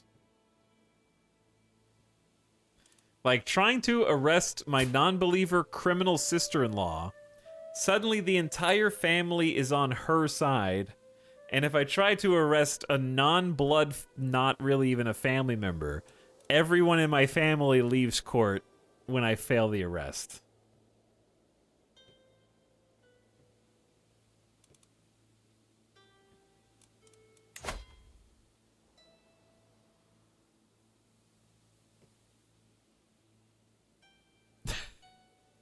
What's up, T and Leadfoot? Thanks for 95 months, dude. Going on 100, that's crazy. 95 months subs, and most of them in the character creator. How you doing? It's like if this was an act of tyranny, then I'd say yeah, but this is not an act of tyranny. Number one, this is not an act of tyranny. She's an actual criminal. Number two, why can you do a scheme to murder somebody and invite people to help you, but there is no scheme to imprison? It's just a yes or no. Like, doesn't it make sense that if you can get people to help you murder someone, you could get people to help you imprison someone and set up like a trap to get them?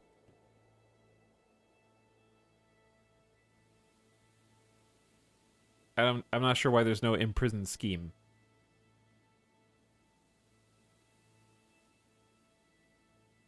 That's kidnapping. Yeah, that's a different thing.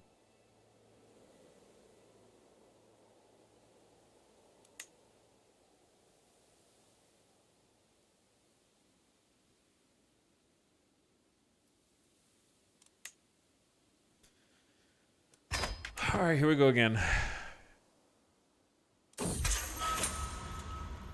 How many 22% can I fail?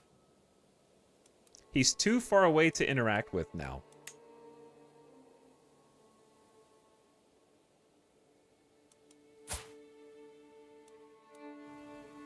Did you really go to Navarra?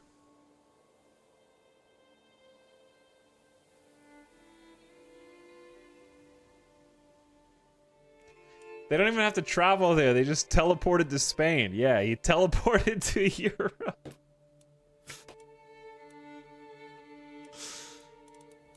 All right. Go live in Europe, I guess. With your kids. I don't know. Did mom go with them? Dude, mom's in Spain too? Why? I can't interact with them because we don't have cell service out here.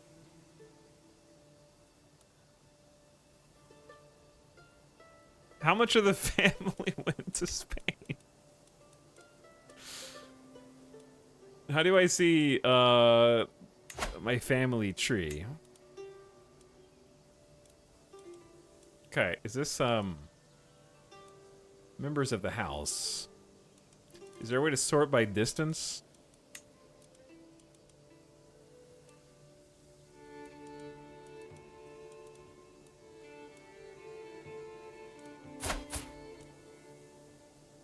Okay. Yeah, my nieces are there. There's too many family members to click on all of them.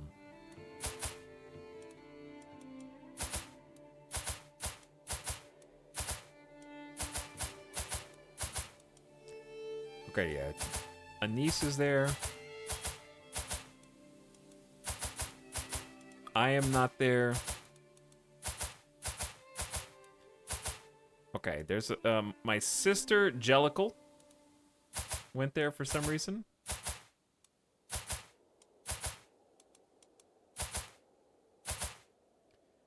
My brother, of course, Bamboozle.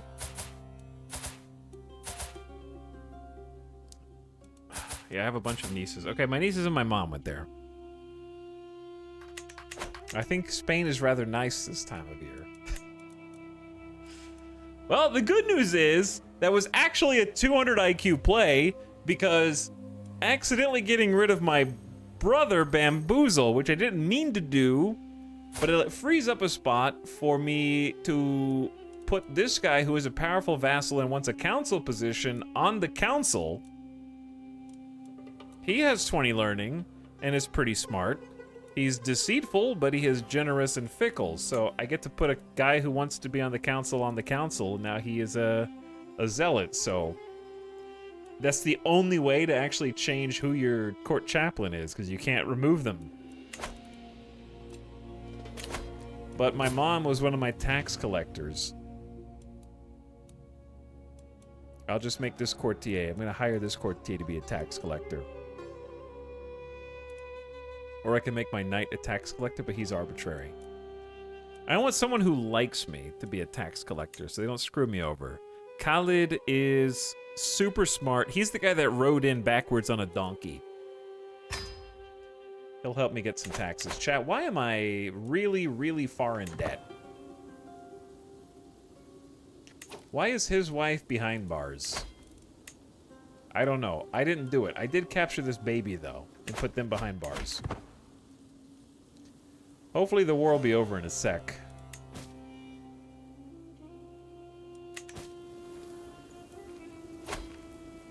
Uh-oh.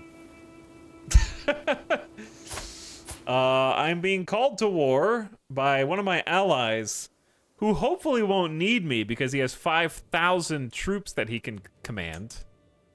I have to accept. Oh, one of the enemies is on my border and they have 4,000 troops.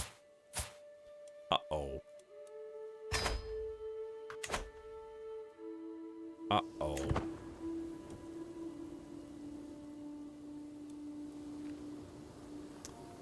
We might be in danger. The good news is I have at least won the war and can press my claim for the county. I know that I've created some border gore. I did it on purpose.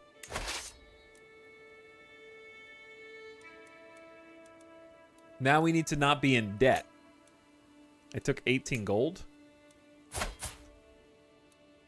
You joined the war. I did join a war. Okay, prisoners.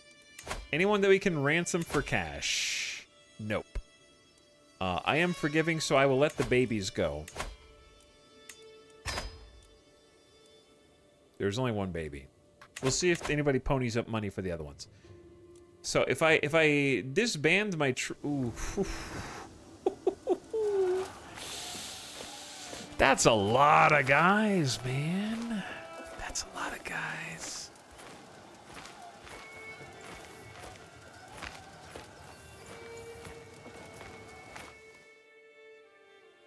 Can I call my own allies in to a war versus in a war that I joined with someone else? Can you just like telephone all the way down? Personal scheme chance against family members. Could be useful. We have a dangerous... We're also going to have a peasant rebellion in 19 months unless we do something.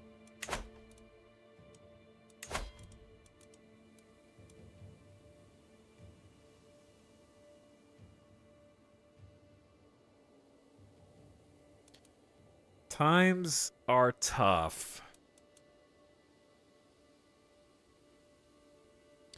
7.5% taxes isn't really that much. We kind of need everything we can get.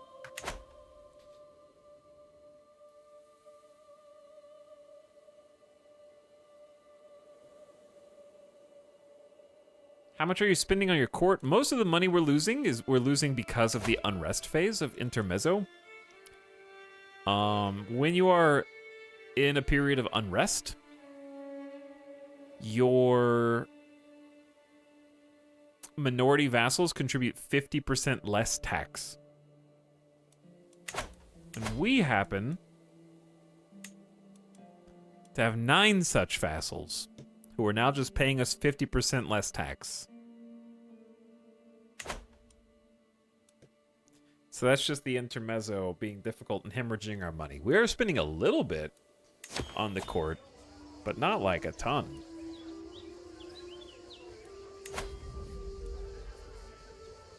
I have some servants because I want the servants to help us resist hostile schemes. The food was to reduce stress, but we don't really need that anymore. That's still 0.65. And then the lodgings where guests stay longer and accept your schemes in court. But I'll probably turn that down too. But even that only gains us 1 monthly income. So, doesn't really matter. I am judged harshly for my hospitality toward Shahzadeh, the criminal, who is avoided by almost everyone on account of their wicked faith. My failure to condemn and continued proximity to this irredeemable fiend is perceived as open tolerance, tarnishing my court's reputation in the eyes of the clergy and faithful. They have forced my hand, and I must now decide whether my wife's crimes outweigh my affections for her. Surely something must done. Are courtiers really so hard to replace? She has a lover's secret. Her lover is my other wife. I don't understand. Our religion is polygamous.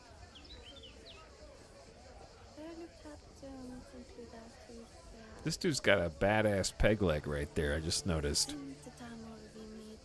Is there any winning in this game? Sure there is.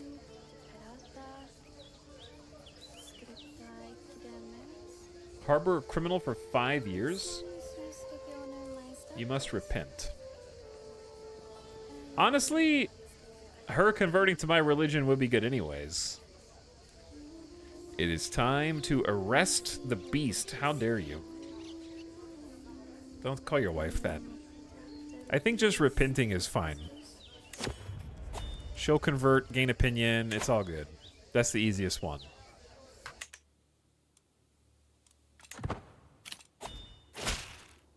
Did I unpause on accident? I didn't mean to. So, to gain money back, it really depends on where these guys are going. There is a lot of conflict inside my kingdom. I can disband my army, but it'll take them 6 months to return home. Chad, do you think of any other way that I can get some quick cash?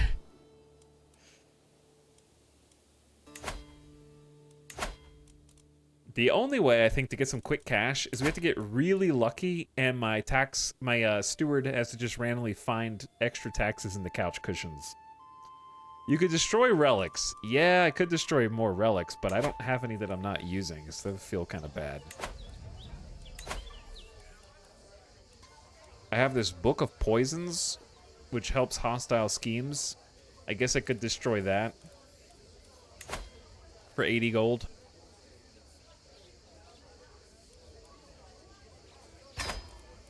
I don't think my king would have a problem with that.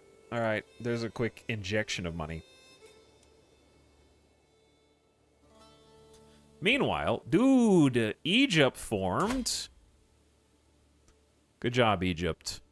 The Arabian Empire is struggling. They're pretty weak. Byzantines are still big. Bulgaria, big. Bulgaria, very strong. Poland is here. Poland has joined the fight. Holy Roman Empire is still doing good.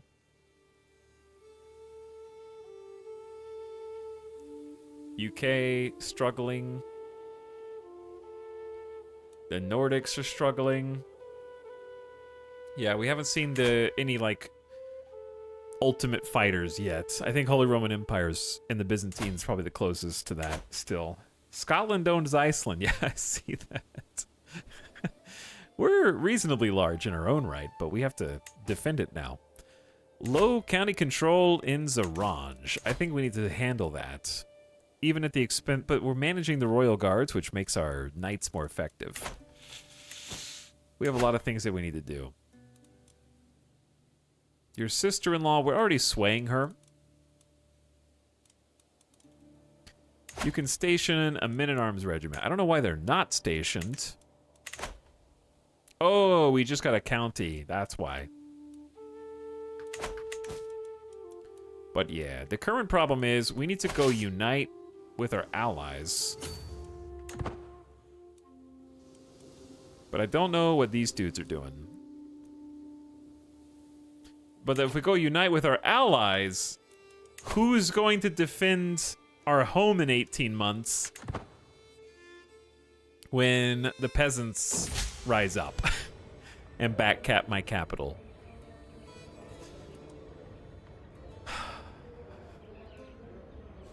My wife eagerly brings a woman before me. My Emir, allow me to introduce to you Seven, claimant to Marzapanat of Chitral.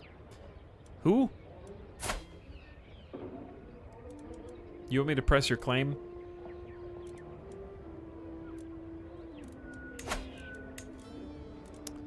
How about no? Too far away. Good luck with that. Imprison them.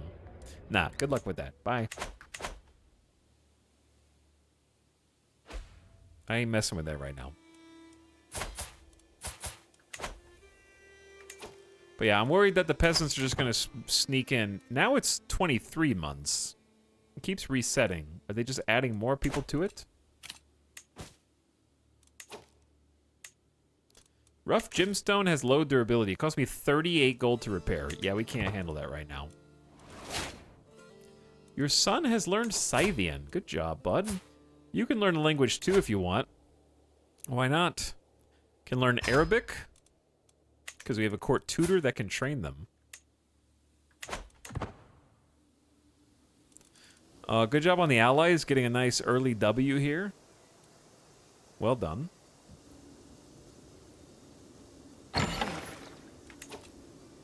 Is this the same game dev as Ironheart? This is the Iron Man to your Ironheart.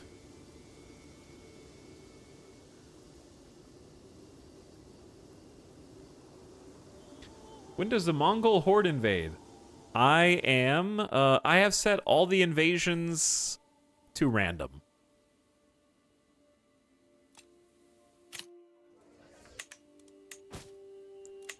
So that chat doesn't know. Chat has given birth to a perfect little daughter. Who will you become, my child? And what shall I call you?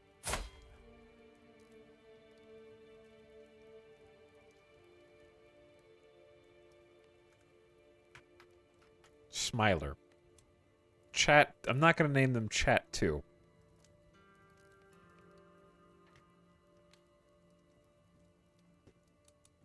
May you grow to be strong and wise, Smiler.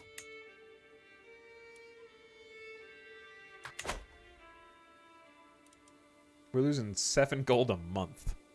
Ouch. Luckily, the war score is at 50%. If... Honestly, we can just kind of like hang out here for a minute. Because if my allies just go in and siege the capital, they probably just win straight away. Depends on how long it takes the enemies to get there. The, like, enemy allies.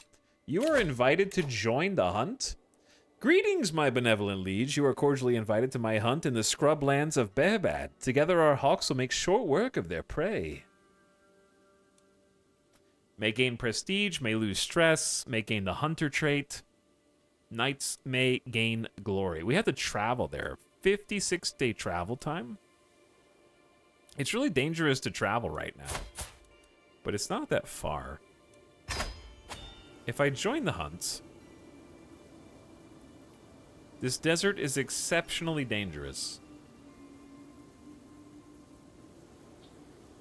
But it's only a 1% chance of danger.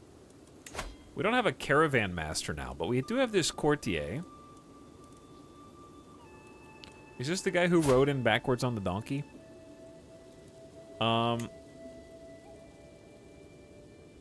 His salary when travel starts is 9 gold.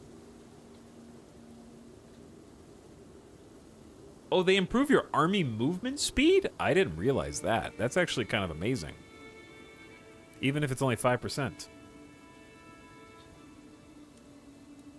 Temperate, diligent, compassionate. He is a flamboyant, one-legged traveler trickster.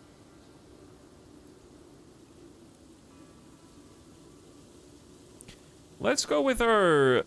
Wait, Bam's a lot. Did he come back? No, this is... Bam's a lot was already here, right? Yeah, he was already here. He's eccentric. What if we took my fearless maniac brother instead? I'm a little worried that this guy is upsetty. I'll hire him anyways. He's at plus 16. Revoked my court position. Yeah, but I gave you a new one. I really can't afford any travel options. It should be relatively safe here. There's going to be 13 people in my entourage. A lot of people coming with. We're going on a hunt. It's only going to cost 6 gold. Let's go. My friend Serma is hosting a hunt in Behabad, and time has come for us to depart. I look forward to getting to spend more time with her. Hunting with birds is a most noble pursuit, one I am sure to excel at. I wish you guys would siege the capital. Are you sieging anything? No. Why are they not sieging anything? They're just standing there.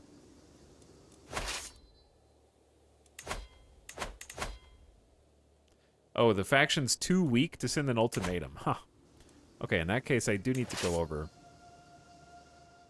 Where is the enemy capital?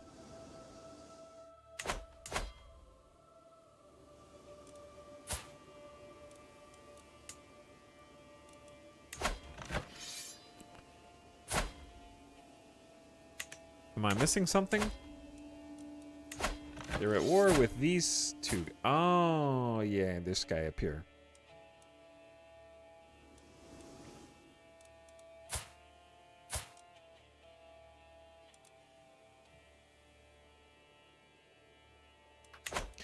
I'm confused. So many independent realms. Yeah.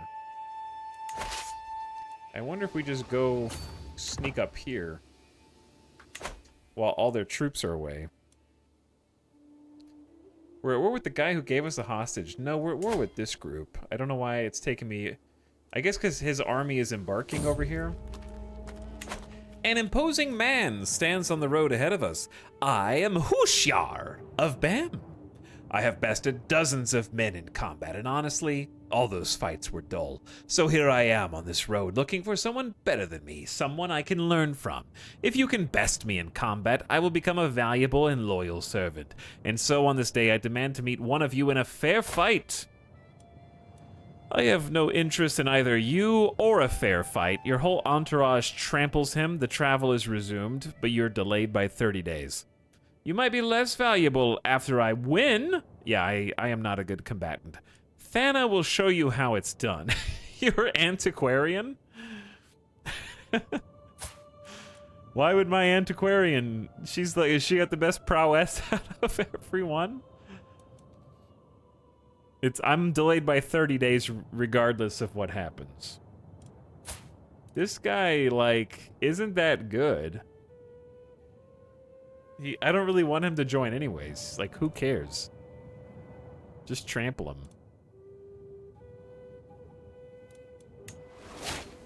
He has been swiftly trampled by your entourage, and he is wounded.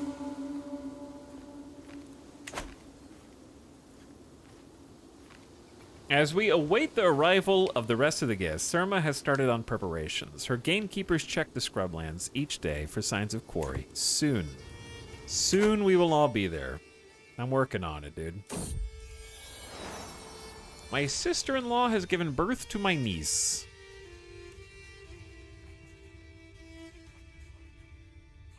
How about, Fam Fam?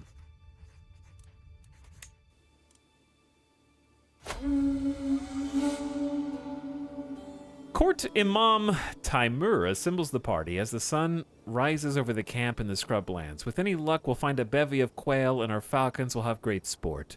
The beaters' teams are ready with their hounds and a well-appointed spot has been selected. Let's get out there. Surma will seek to hawk a quail.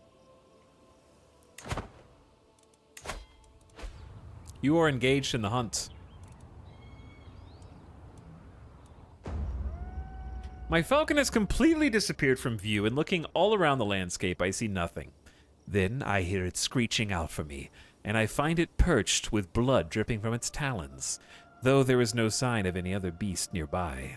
Clearly my falcon has recently gotten in a fight with something too big to take on by itself, and it must be nearby.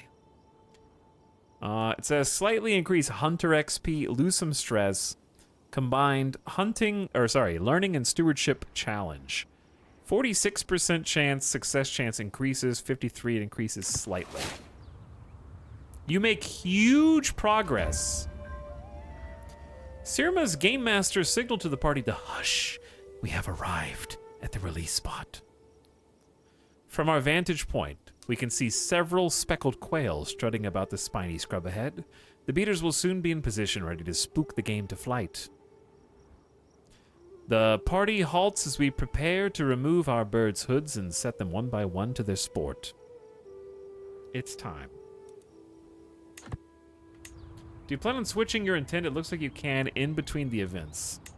I guess I can. I thought that only the person who started the event could switch it, but I guess I can change it.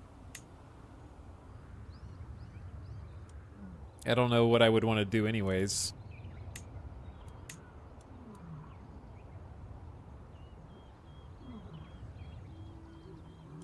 It's weird that I can't try and befriend the host.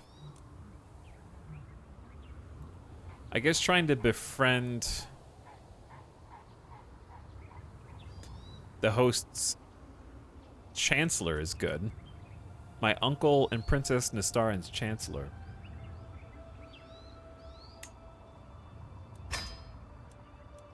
I only have a 16% success chance. Probably started too late, but that's okay. What in the world has happened to my son Bambino? He's all bruised and beaten and refuses to name who did this. Was it someone older? Did he pester a noble to the point of fury? It seems as even flickering shadows make him jump in fear. Perhaps the poor boy sees his assailant in them. He's always looking over his shoulder. Dude, why do my player heirs keep getting the worst traits? The first one was either lazy, craven, or doesn't care. I forgot what it's called. This one, he's paranoid, shy, or craven. Like, what the hell, dude? Why am I getting only the worst traits for all of my characters?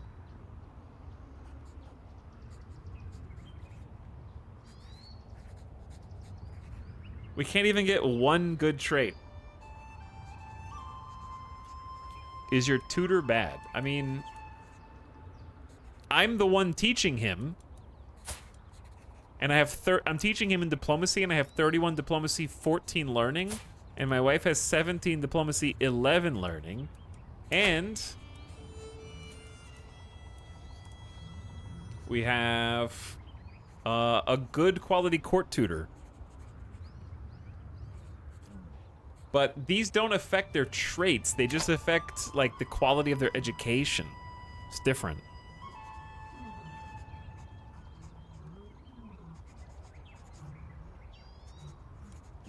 Like, teaching affects their education trait. Well, I can't do Craven. Shy is minus diplomacy for someone who's supposed to be good at diplomacy. Paranoid is minus diplomacy plus intrigue, and we know the rest.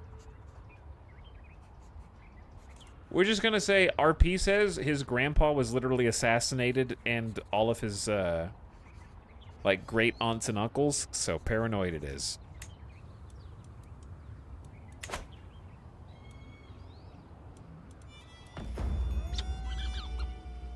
Googling it seems there's a bit of genetics involved, so your bloodline is a little cursed to be paranoid, craven, etc.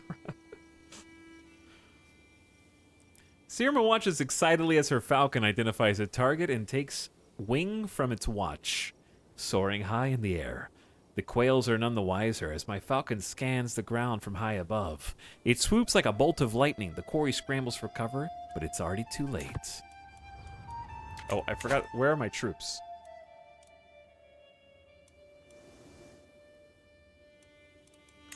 Oh yeah, they're still walking. Heeding the call of the hunt is an adventure, and this outing delivered the good and bad in abundance.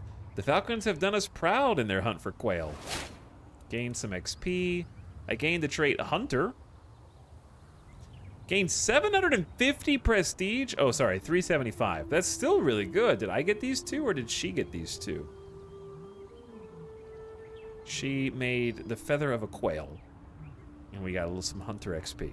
Failed to befriend. Still, like, good amount of XP for not doing anything except traveling there.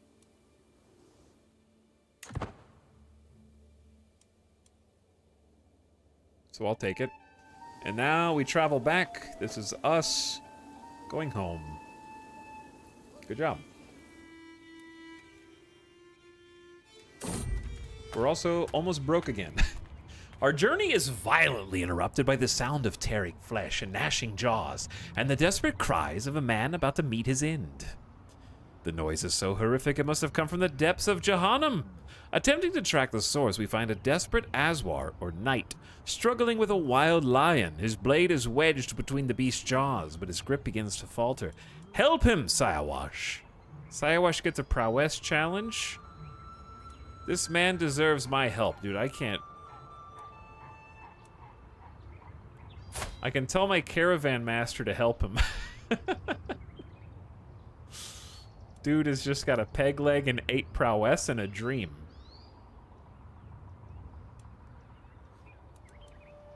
If I help him, I will become wounded. 54% chance.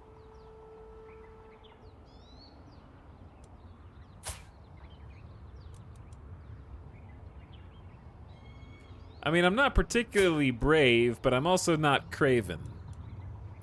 I think as like a kind of conceited king, I'd probably just tell the caravan master to help him. He became wounded. The other guy died. Well, we tried. We tried. Sayawash healed from his wounds thanks to... We did take the court physician with us. You gain 200 stewardship lifestyle XP. Because I visited the capital of the Grand Emirate of Khorasan. Oh, cool. At last I am home. There's nothing better than arriving back in Bam after a long journey. I look forward to resting, but the call of the road beckons ever onward. We journeyed for 145 days, and I can finally go inside again. You are in debt. Yep. I sure am, dude.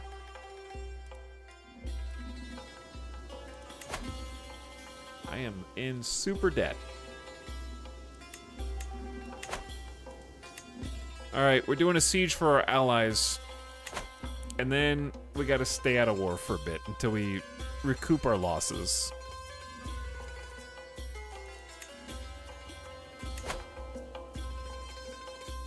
If we get one more county, we can usurp the Duchy of Safarid. Which is pretty cool.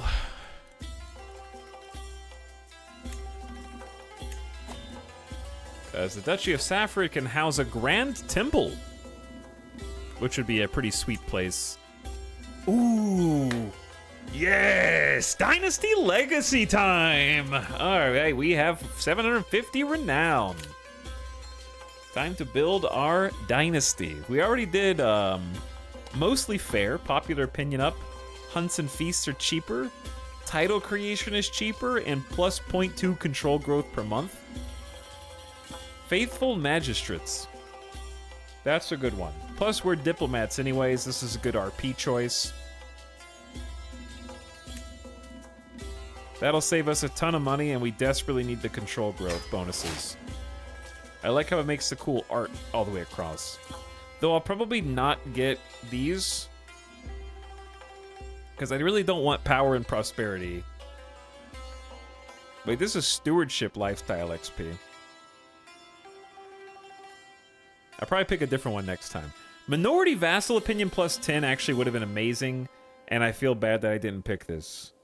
Because we have 9 minority vassals. That's just a plus 10 for all of them. I might take customs next time. We'll see. Alright. We're sieging. We got 6 months of siege. My onagers are there. 10 siege weapons trying to break some holes in the wall. Sickness is spreading throughout the castle. Yam Yam increased his diplomacy by 2. Nice. Oh no! Where did my court chaplain go?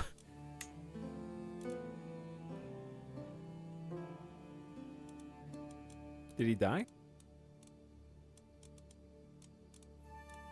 Or this wasn't him, was it?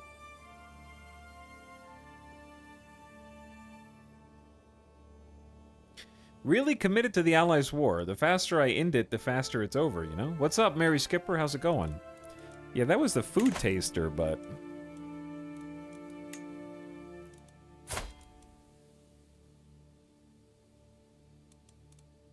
Dude, I wish my brother would come back. Where is he? Bamboozle! Bamboozle, come back to court, Bamboozle. End this charade. Alright, my mom came back. My nieces and sister came back. Alright, everybody came back. He was done on his vacation to Spain. Now I will put him back into the position of court chaplain where he was before. And you know what? Your spouse... I will grant a pardon. Okay? There. And I will just demand her conversion again in 938.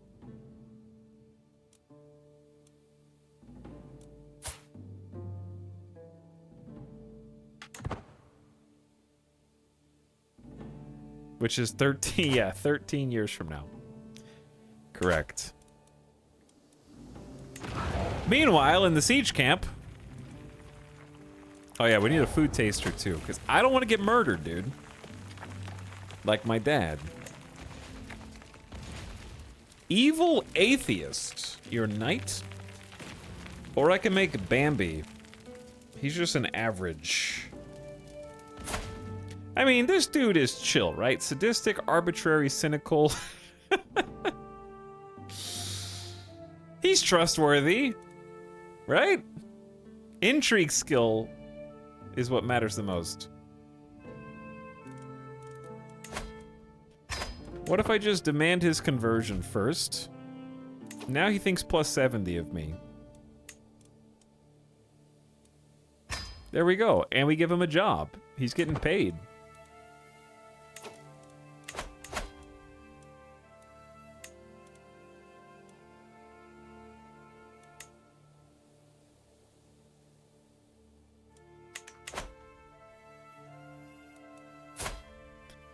Need to get him married in. This guy?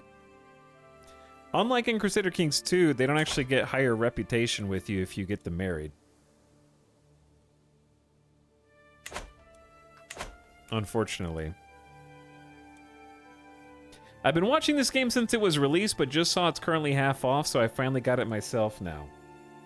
Nice, Forever. How much is the base game? Let's see.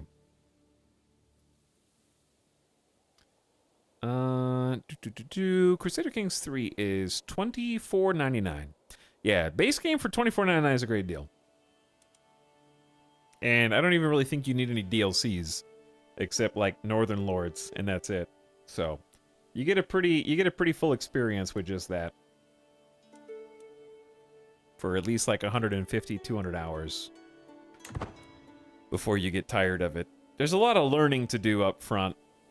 But it's the fun kind. Especially if you've never played before. I can ransom somebody. Hey, 20 gold. Absolutely. Oh, I need to check the prisons. They've been in prison for 3 years. Huh. You guys are free to go now. As long as you convert to my religion to cause chaos.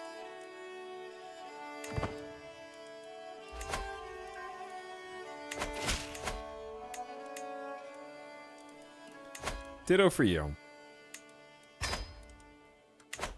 Thanks for the 20 Gs, by the way. Also, my siege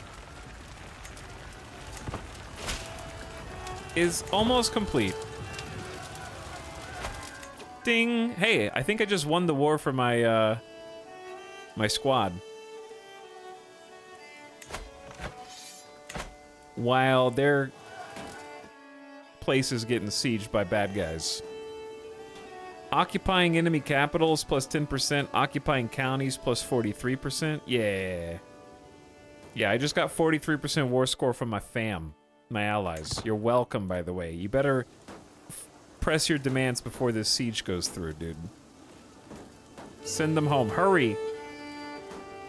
Hurry.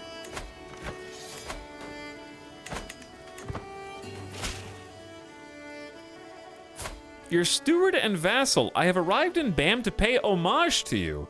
Glorious Amir Amaran, as a show of my loyalty, I hope my pledge of submission alone is evidence enough of my honor. Absolutely. He kneels in deference, offering nothing but his oath to faithfully serve as a vassal of the Grand Emirate. No money?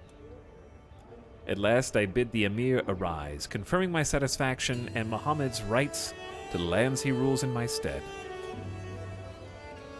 You gain some court grandeur. Ooh, 50 renown is good, though. There we go. Victory! Your war contribution, 100%.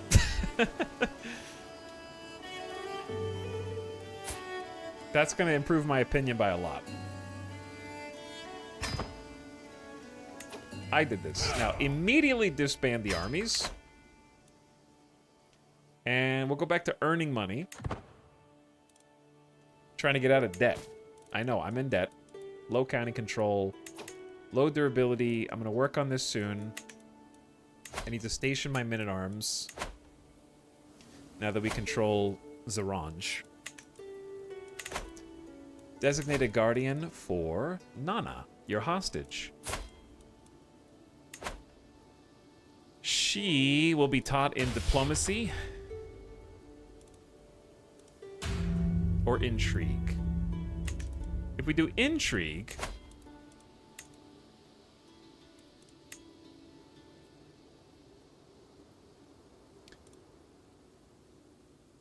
my food taster can train her. Or my mother can train her. I think it makes sense for my mother to do it. Give her something to do. She's smart. She's strong.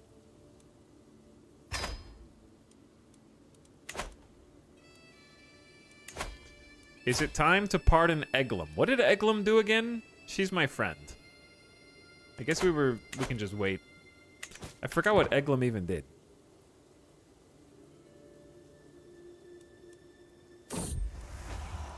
I'm sitting in the mosque, my thoughts abandoning the words of bamboozle in favor of the time I tumbled with chat.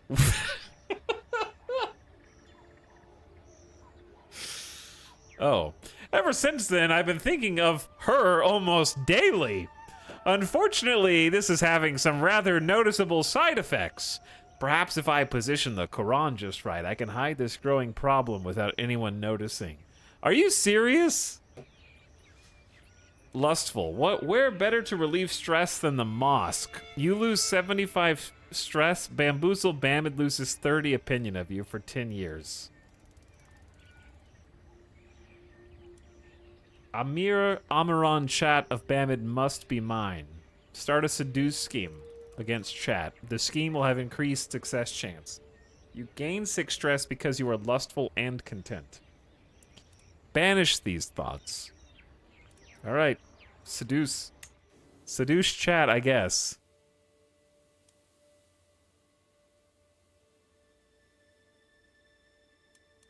It makes the most sense.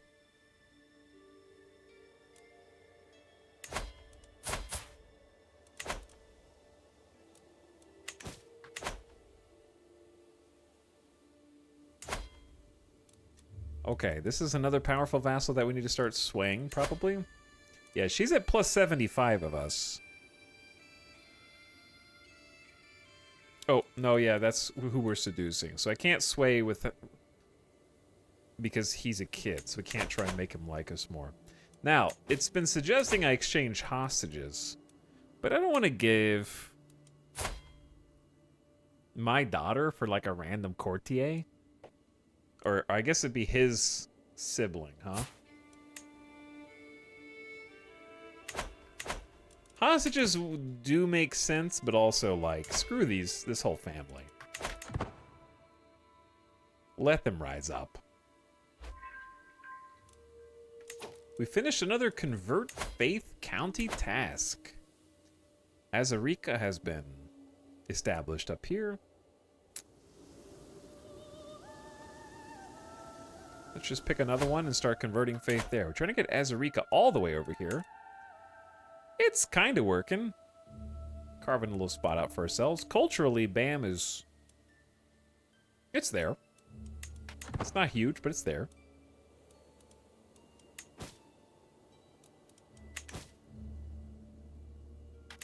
Anyway, this is what the Seduce chat scheme looks like. It's just...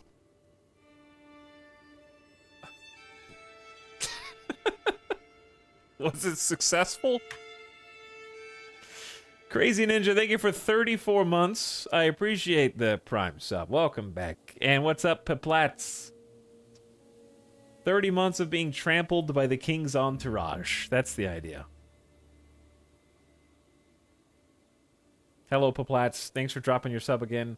Pelor also for 20 months, priming. Hi, Pelor. Welcome to stream. Chat, it's been 6 hours. I'm having fun. I feel like we're accomplishing things. My king is 34 years old. Where'd they get 5,000 troops? Oh, my levies are just huge. Huge levies. We need to get some money and go on another county war while we're still in an unrest period because we can increase our holdings a little bit. Give our children some inheritance. But I need the BRBs, so I'm going to leave the world map up like this. And take a step away, get a snack because I am hungry. I'll be back in just a couple minutes. Thanks for watching. Hope you guys are having a nice start to your week. I'll be right back after this.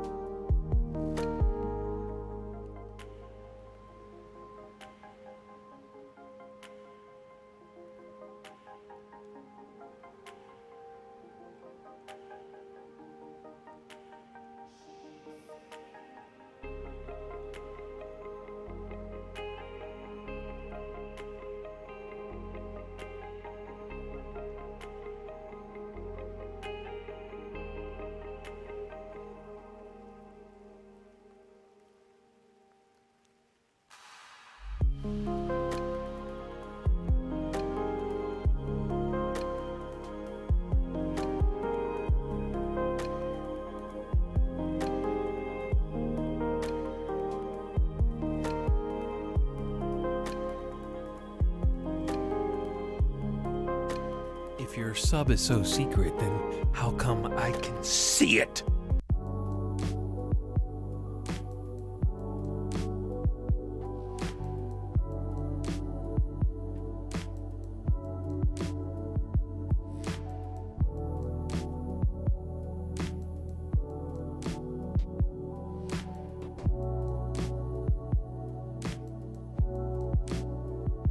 Chat, what are you guys playing today?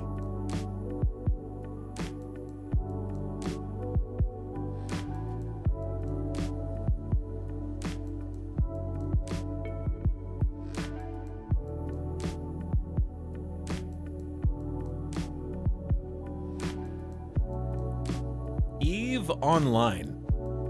Why?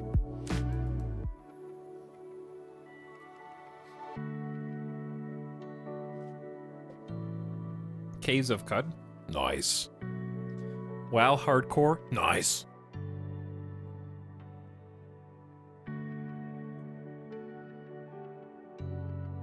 Diablo 4, I've been tempted. Every season it gets closer to time to go back.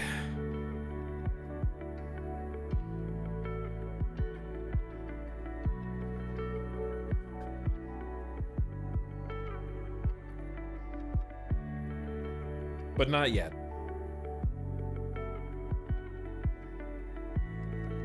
Hi. Get a water?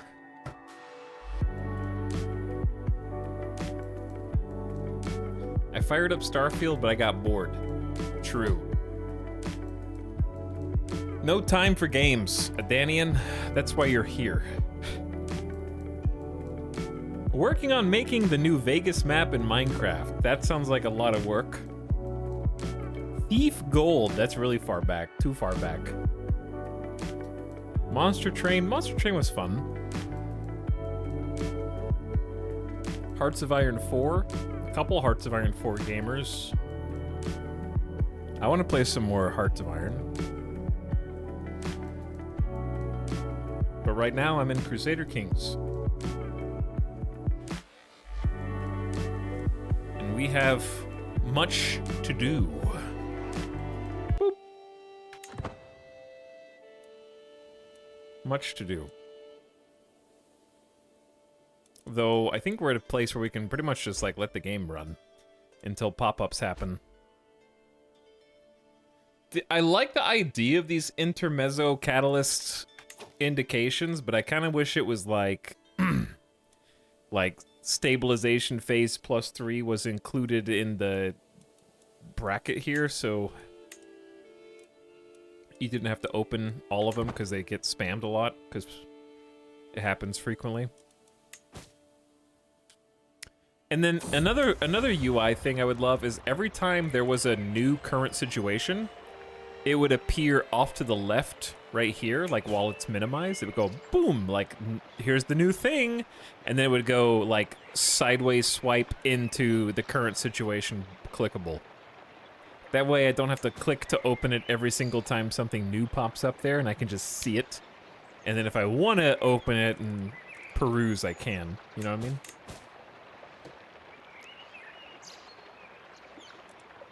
Because a lot of these things are actually just like, I keep right-clicking this and it keeps re-popping up.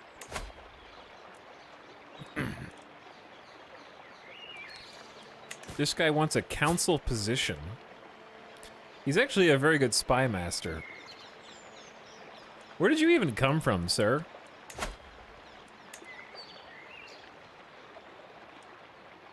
Oh, you literally just appeared because my former vassal... They installed this guy via a faction. Possibly a peasant. No, he's just a guy. He's just a guy.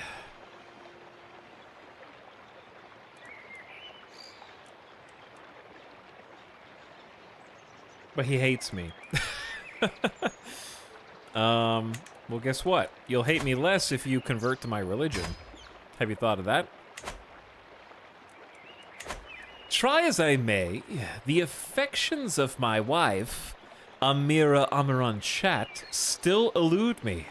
But I can feel I'm onto something great. With my tutelage over my son and heir Bambino, I may be able to succeed in my courtship yet. A little nudge and perhaps Bambino would sing of my virtues and prove I have a way with children that any woman would find irresistible. Let's do it! Bambino is either going to flatter or slander me. Bambino thinks I'm awesome, so if he slanders me, it would be super strange.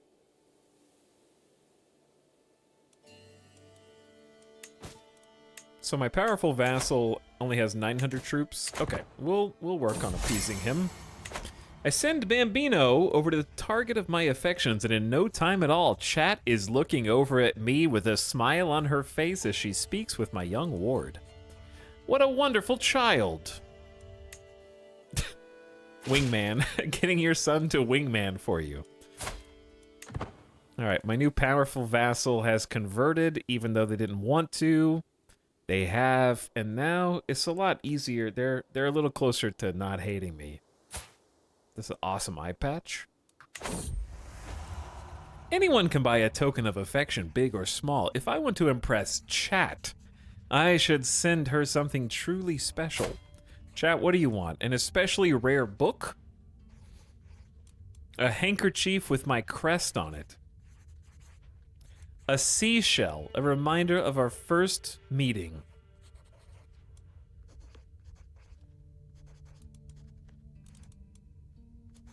Well, she's really smart, mastermind philosopher, so I'm gonna get a rare book.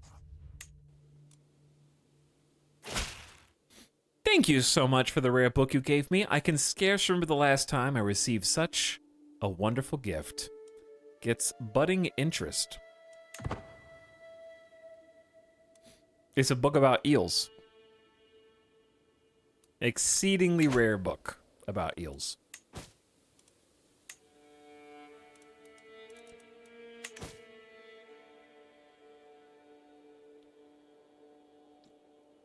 Thanks, but I can't read. That's why I read all the events to you, Chat. Your wife, Amir Azrin, the genius, is pregnant. I forgot that we have one daughter by Chat. 5 children. Oh, speaking of, can I change my lifestyle? Yeah, let's change to family focus and get that 20% fertility bonus. Even if we do not choose them, those closest to us are most important. It's a good idea.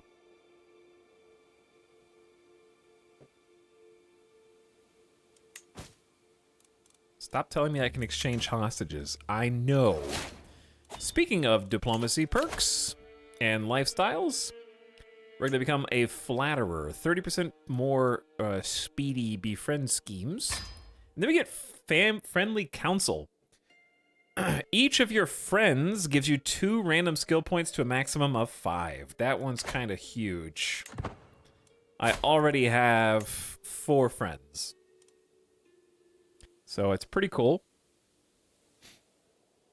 I like it quite a bit.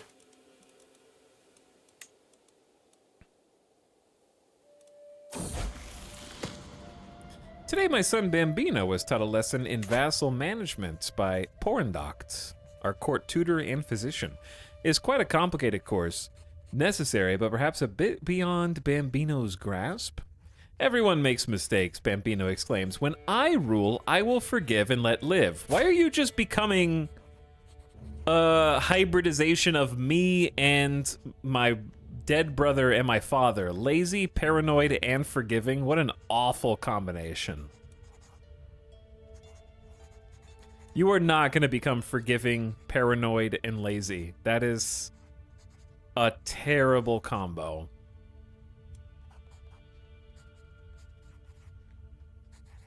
I'd say patient at least can be RP'd. +2 learning, liege opinion +5 doesn't matter. Hostile scheme resistance is good. Be patient, let things play out, then make your judgment. A compassionate thinker. They're somewhat rational, more likely to avoid tyranny, use counselor tasks to defend themselves, and avoid offensive war opinion. Patient and lazy is just a procrastinator. Kind of true.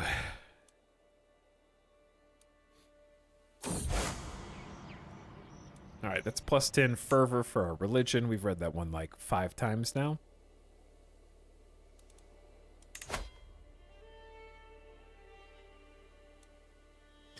I can't wait until we go back to the next phase. I'm ready to go back to stabilization, but we're actually moving closer to concession, which we haven't even seen yet. I'm attending the dance not simply because I am the lord of the castle, because I want to see Chat there. She looks resplendent. And when we finally have a moment to ourselves, I offer my suggestion. Join me in the circle for the next dance, my lady. We already have 95% success chance. I guess we're just avoiding awkward interactions. Look, she's a gardener. Let's go for a walk in the garden. As we walk in the gardens, talking about all manner of things, we eventually realized we had both lost track of time, and when we returned, the dance had already started winding down. What an evening. Smoldering chemistry.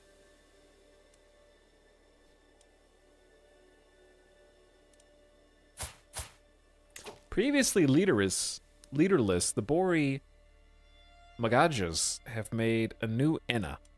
This is an awesome outfit, by the way. Good job.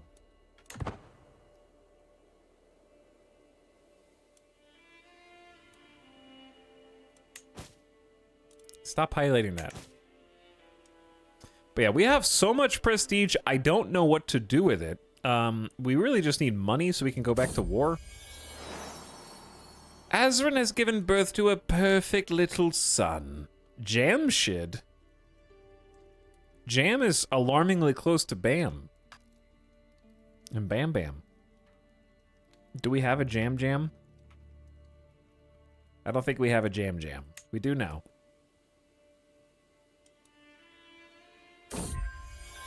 My sister-in-law, Shirin, has given birth to a daughter. My niece. My niece will be named...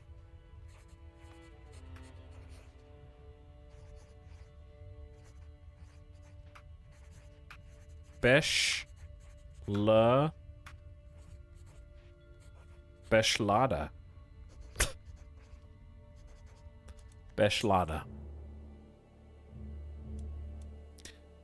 Madokt gained major diplomatic expertise. You're too smart already, my dear. Beshlada. The servants have all been sent away, and our bed has been decorated with seashells. As Chat enters our chambers, she smiles hungrily and joins me without any hesitation. For the record, we did not name this character. Their name was just Chat, and they were actually the highest statted character with good traits. With the help of hands, mouths, and limbs, we reaffirm the devotion we swore before Allah, perhaps in a more carnal fashion than intended. As we were united in marriage, we are now united in heart. End your scheme to seduce and become lovers. You seduced Chat. It worked. Alliance expired? Uh-oh. Uh-oh. Well, who's the heir? Chad, they seem to be embroiled in, problems.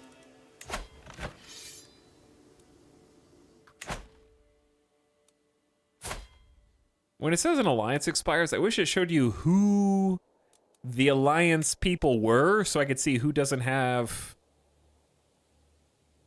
or whose marriage is pointless, or what do you call it? Was it you? I think it was you. Because you guys are just betrothed. I can just cancel the betrothal. And I don't think it'll matter. I only spend the 150 prestige. And she loses opinion. Oh, wait. No. That's the wrong one. That guy is not the right guy. Who?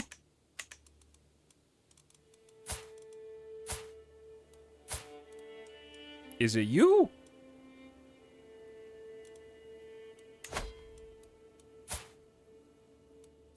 Nope, that's Baghdad.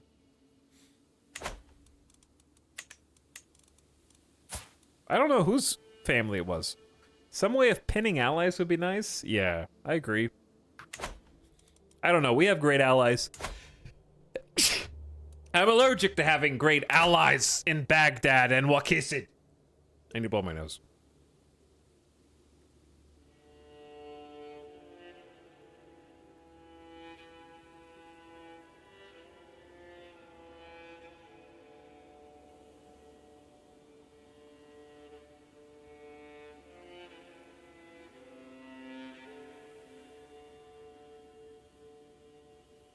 Okay.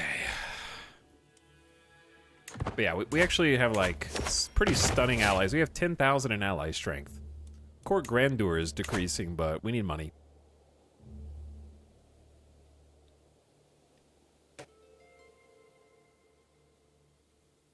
Can't you pin allies to the outliner, says the chatter who heard one thing that I read from chat, but not the actual issue that I raised?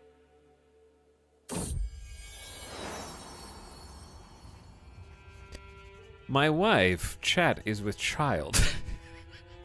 And I should be overjoyed. However, chat has been acting strange, and I cannot shake the feeling that something is wrong. I have always worried that her insatiable appetite was a general one, and not just for me. Could the child belong to someone else? I will look into this discreetly with a 92% chance to discover the truth.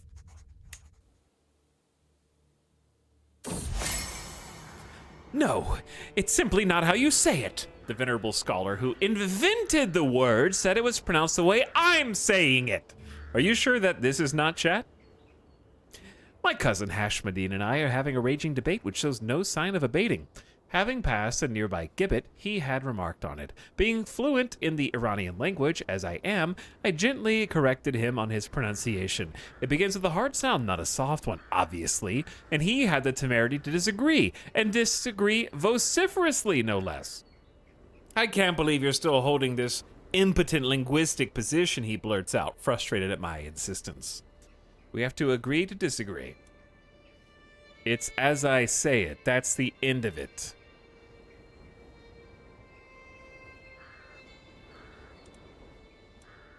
It's gibbet, and I'll prove it. 99% chance you lose stress and win the debate. I want to win the debate. I'll prove it. You win the debate. Yeah. Chat, I have gout. They call it the disease of kings, as if there was something luxurious or enviable by swollen, aching joints. When my pains reach their peak, I cannot help but wish I had been born a simple peasant. You have my sympathies, my lord. I have a few ideas which might lessen the symptoms of your gout. -2 diplomacy, -1 martial, 2 prowess, severe health penalty, but I'm still feeling fine. Huh. Do no more than what is necessary. Porendoct offered me a clear potion in a gilded vial. As I had tasted some previous remedies of Porendoct, I was worried at first. Chat. But when I drank it, I could detect neither odor nor taste. I inquired about the ingredients, but she told me that it was a secret recipe. The mysterious potion turned out to be just what I needed.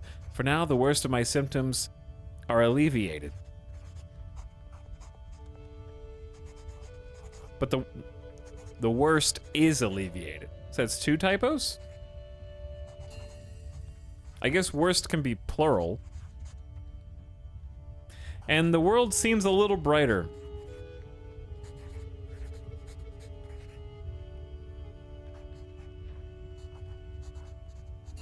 It's still weird. Just proofread, just get someone to proofread every event one time. It'll honestly take like a week at most.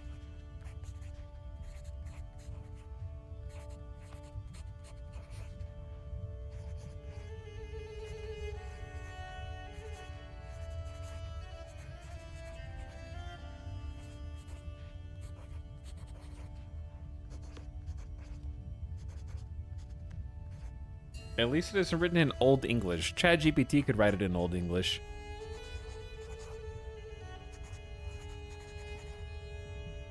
I think the subject is symptoms. Worst is modifying symptoms.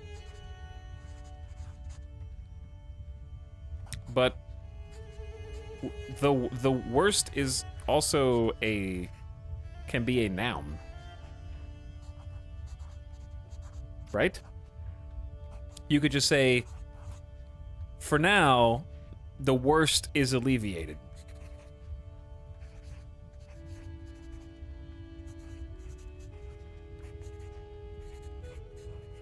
I think the weird part is a tense change. Oh. Oh. Is it?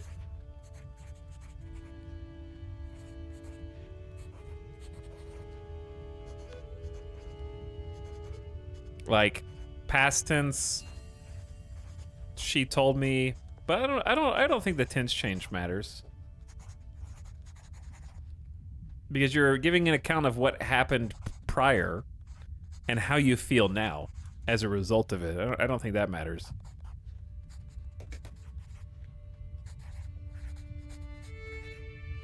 Of my symptoms is a clause modifying worst, says Mary Skipper Mod Squad.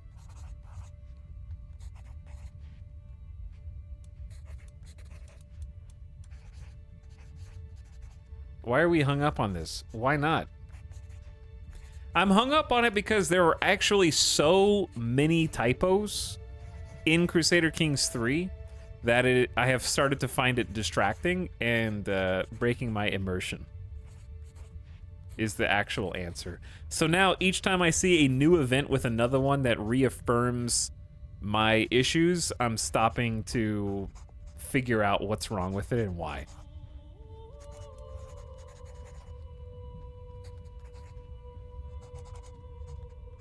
Here, the biggest problem is that it's a game that is based, I would say, at least 50% or more on these text events. It's not a typo here, though. I were worried at first, is the typo.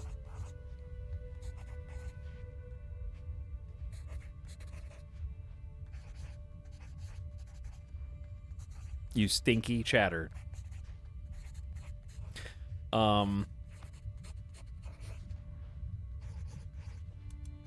But yeah, it's like, it's 50% reading text events.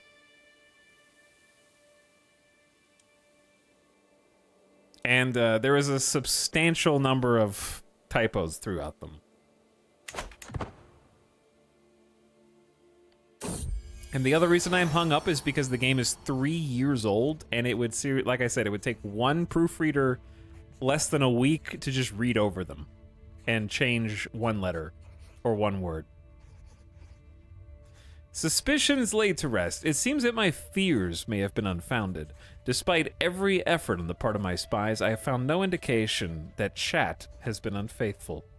Unfortunately, Chat found out about my suspicions and is very disappointed in me. Of course I trusted you all along, dear.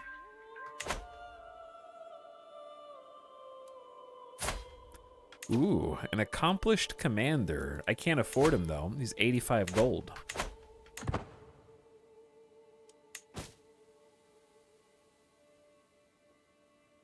We weren't unfaithful because we're polygamous and can sleep with whoever we want. In this case, there's a difference in adultery and polygamous by marriage. Adultery in this religion is still a sin, and a crime, for that matter. You could designate a guardian for your son, Bam Bam Bamid. Bam Bam... Shahzada Bam Bam Ibn Bam Bam. You know what? We haven't had a good martial educated kid in a while.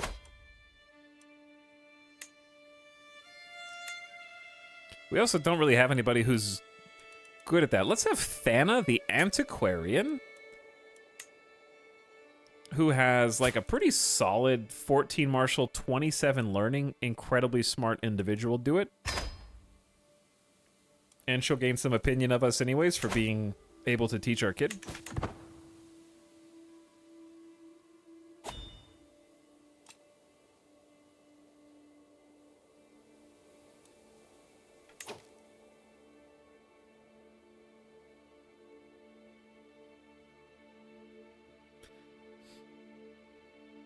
Strictly speaking, it's polygyny, not polygamy. Only men are allowed multiple spouses. My faith actually is equal. We have full equality between male and female.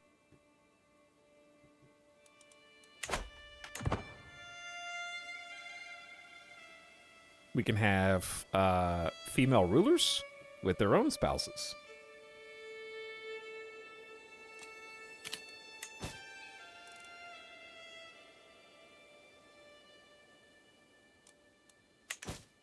Chat, I'm getting tired of correcting you over and over again. Okay? Over and over. It's just been a steady string for the last 15 minutes. You're all so confident when you speak. I'm going to teach you humility. Jeff's rise up. Now, that we're actually making positive income, I want to go back to promoting culture and keep spreading the Bamite culture to the north. It's going to take 9 years. 9 years. Let's do some, we need to do some control as well. In our new county. That'll take 4 years. This song reminds me of Diablo 2 in a good way. In a good way. A secret exposed. My vassal Amir Muhammad has had an affair with his lover Zelikin. I do not see what the fuss is about. It is not as if lust is an unnatural affliction. You would say that. You lusty boy, you. These accusations are naught but malice and lies.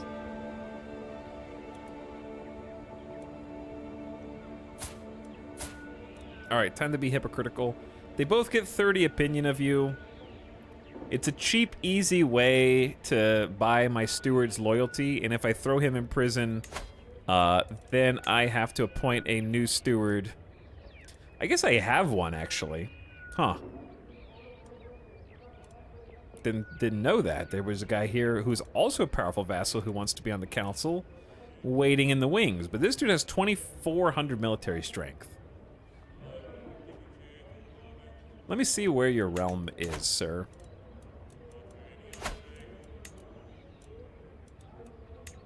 It's like kind of northeast.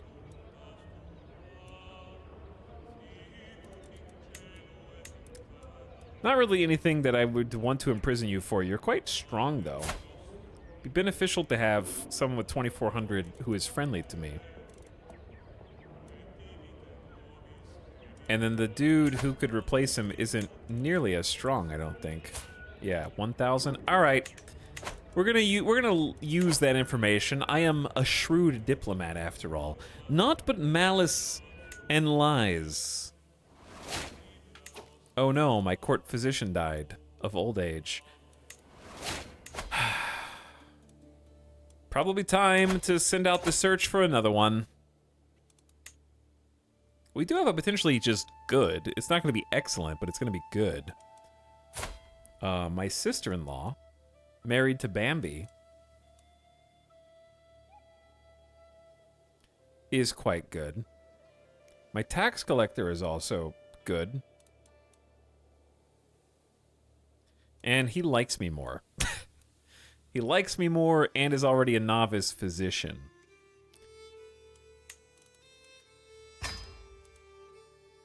So I'm gonna pay him. Khalid was the donkey man, yes. And now he comes full circle. Getting employed.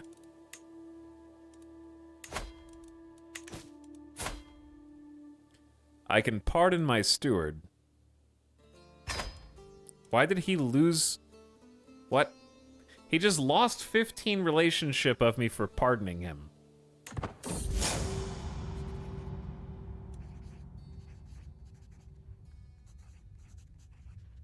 Do you guys see that?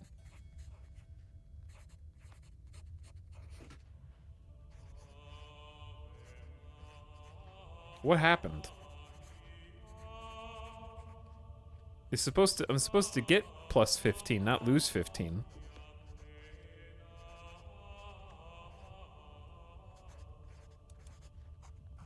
Two unrest penalties. That's not new, though.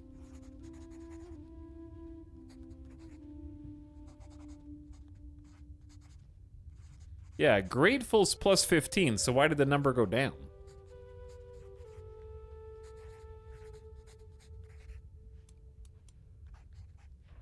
We've been in unrest for half a phase. He's been my steward the entire time. That hasn't suddenly. This didn't suddenly show up. You might be an Emir, but you're also a spineless bastard. Chat just making things up. The unprovoked anger expressed by my half-brother Bamsalot comes as a complete surprise. He's been under a lot of stress, but to behave like this, that even he struggles, is calming.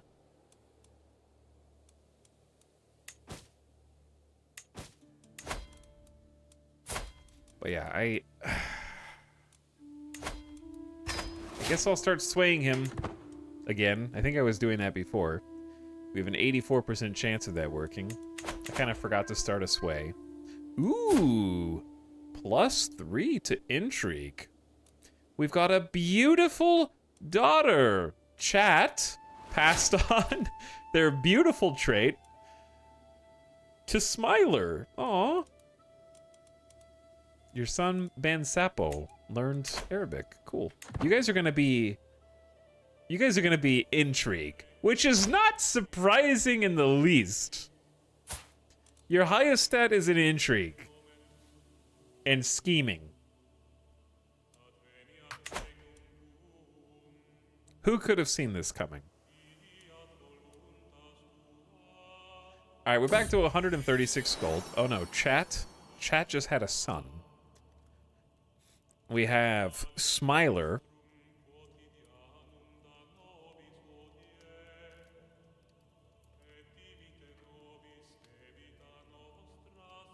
Jeff. That's gonna be so out of place.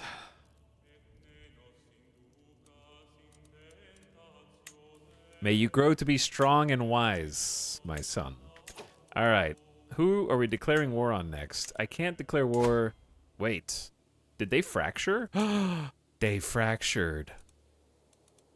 And I don't have a truce with their tiny Safarid. We have a family rivalry with the Safarids. How do you even see who you have a family, like a noble house issue with?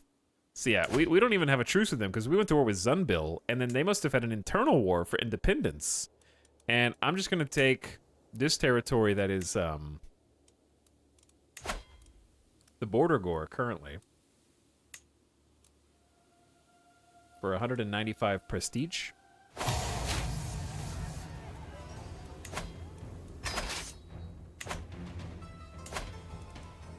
Oh yeah, they're very weak.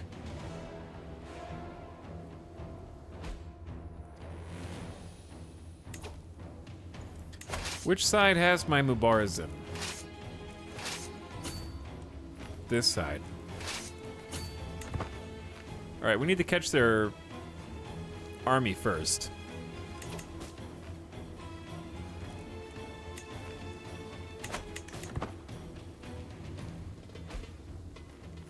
They're just gonna siege me. Okay. What we'll do is we'll go here and then we'll merge. What? Every man for himself. The forceful knock on the door clears every bit of drowsiness from my mind. Who disturbs an Amir Amiran at this hour? My late night visitor is none other than Parwazi. I have to speak with you privately, away from listening ears. I've discovered something very interesting. Parwazi has uncovered the secret of Marax. He is willing to share it with me if I let him off the hook. A secret of my vassal? I swear, after this you will owe me no longer. Tell you a secret, lose your hook. You think you can make demands of me? I'd rather have you in my pocket. Now, I don't know. I don't really care who this guy is. Sure. His secret faith. I'm not really surprised that the people I keep demanding faith from are secretly holding on to their old faith.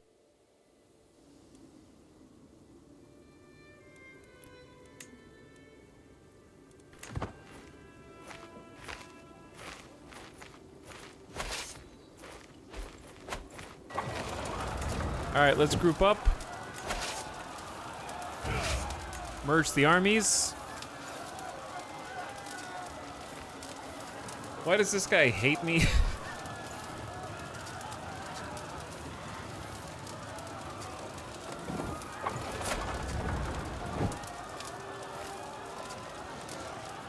They're already commanding an army, but I just merged them. Is the organizer guy dead?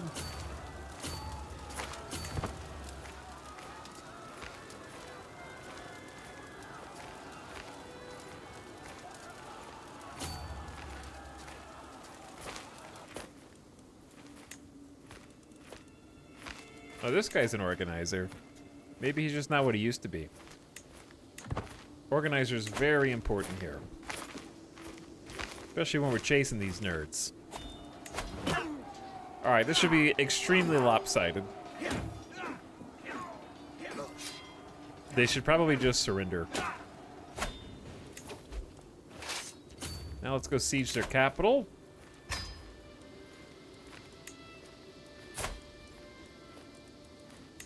I would love 30 gold for your ransom, sir.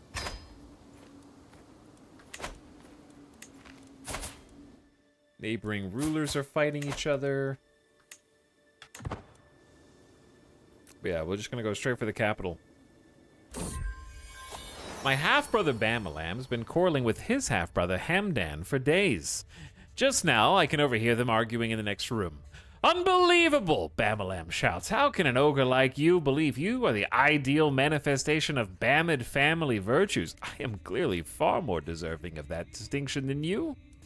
No fighting in the family. Yeah, no fighting in the family, guys. As I walk in the room, Bamalam turns to face me. Glad you're here, Bam Bam.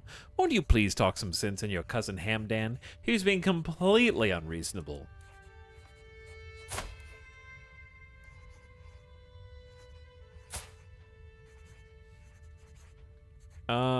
Half-brother, why does your background look so spooky up there? Shame on you, Hamdan. You're both acting like petulant children. I am allergic to petulant children. Ah! 100 diplomacy lifestyle XP from me? 99% chance they listen to reason? Why, yes, I think I will. Wait, what did I say? Oh, God.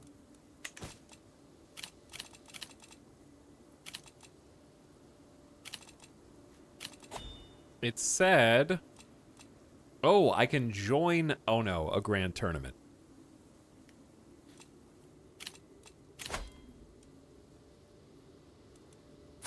Oh, no.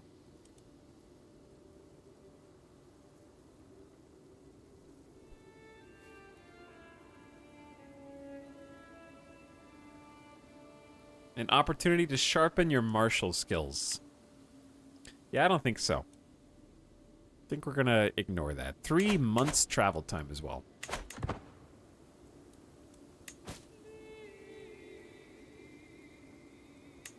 No thanks. Okay, so once we get this, we should be able to usurp the duchy title if we want. That will be interesting.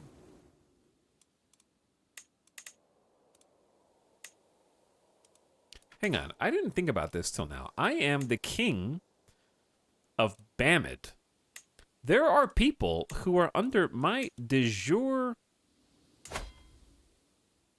influence.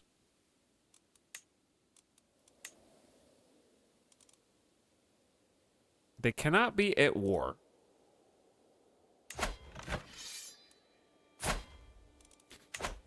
Well, that's unfortunate. Huh. But yeah, there's definitely, like, I should have thought of that way earlier.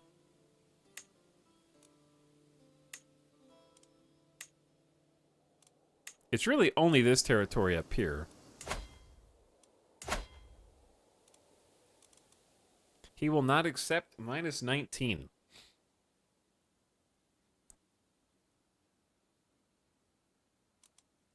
But if he, stops being a supporter of caliphal authority. I can try and convert him to being a detractor of the caliphate with my incredible diplomacy skill.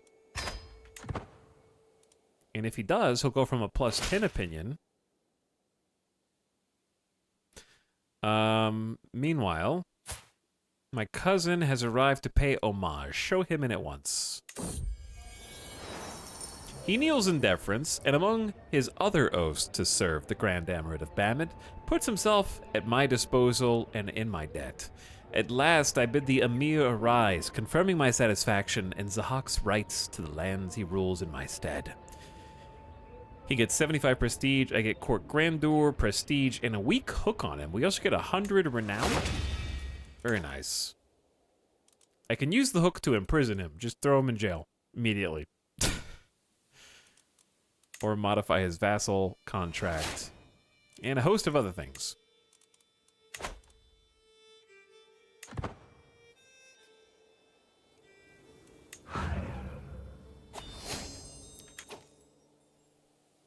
Vali Shafnashak joins your ranks, stops being a supporter of caliphal authority, starts being a detractor of the caliphate, and I can now offer him vassalage, though his contract starts with religiously protected.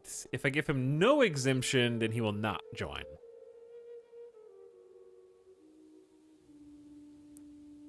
So the different faiths are a problem.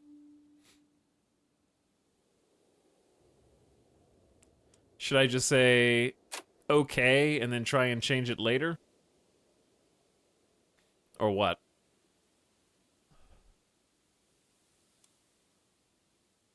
Because that's just like a free county that just gets added to the kingdom without even having to go to war, which is like best case scenario. Or I could try and sway him more. Maybe we'll try and sway him.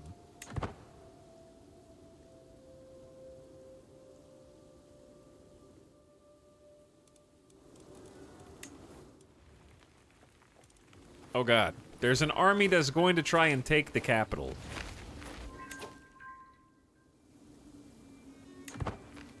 Maybe. Okay, never mind. They're passing by. You know what? If the capital is so exposed, we really need to, like, improve its fortification level. It is incredibly volatile at fort level 2, but it takes 400 gold just to upgrade the castle, which is probably worth. Yeah, I know you can change the contract later, but do I want to wait for later? There's a dangerous faction. More peasants. We also... Ooh. It's time for friendly council. Each of your friend relationships gives you 2 random skill points to a max of 5. Okay, let's look at our skill points first, so we can know how much it changes by. 27, 6, 8, 8, 14.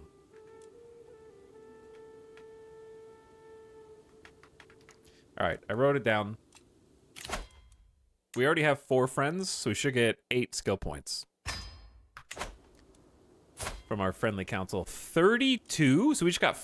Did we get 5 diplomacy points? 6, 8, 10. So we got 2 in intrigue and then 2 in learning. We got 5 in diplomacy.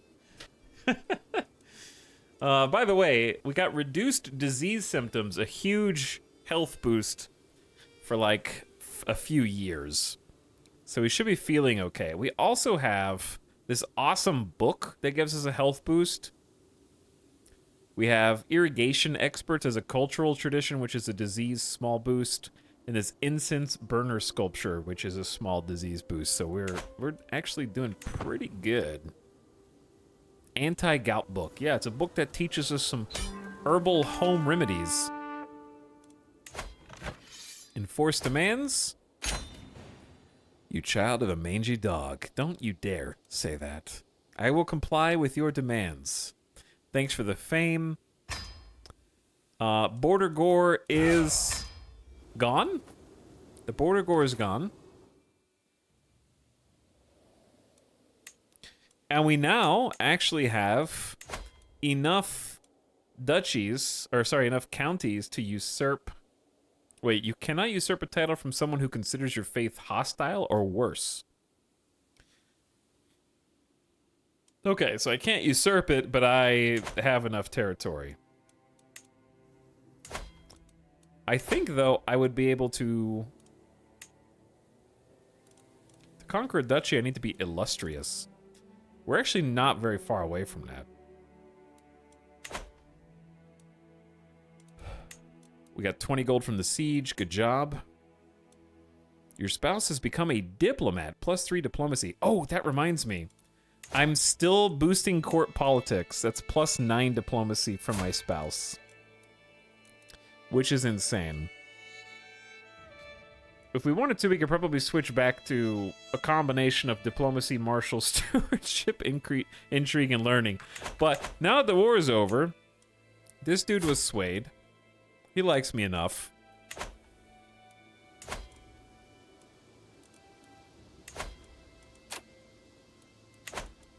How long would it take to try to sway you? 11 months. To try to get you in with no religious exemption. And then... really, the only other place is this spot here. Could I, like, offer to join his war? I'd have to create an alliance with him, which would be bad. Probably. Evil Ravener. They don't even have any children.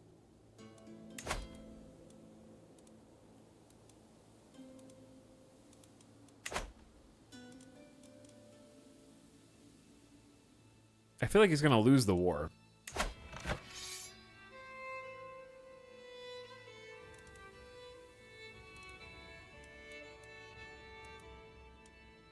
Maybe not. How many allies are there? I guess it's Team Blue versus Team Red over here. I don't know, dude. Alright, we'll have to come back to that in a minute. Now, realistically, we need to be thinking about eventually getting an empire. The trick is... we only have 39 out of the de jure counties. That's not going to happen anytime soon, huh? Chat is once again absent from our chambers as night falls. She has been distant lately. Is she simply busy? Could she be warming someone else's bed? Do you have another, chat? I will confront her. How can you say such a thing, Bam Bam? I would never take a lover. She seems genuinely upset. I have little choice but to take her at her word. Okay, we need to actually pay money to repair this rough gemstone if we want free +1 learning. It's 63 gold. Reforge. We really don't have any good trinkets. So I want to spend 63 gold to fix a rough gemstone.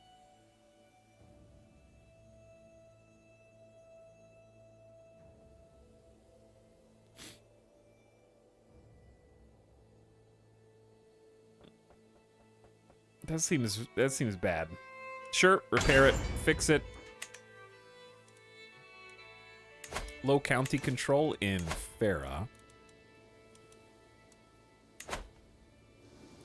Yeah, that's the lowest county control, so we'll start working on that. 2 powerful vassals expect the court position. I simply don't know how to appease everyone.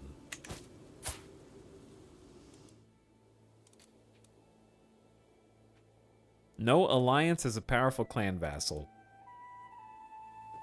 Your sister-in-law.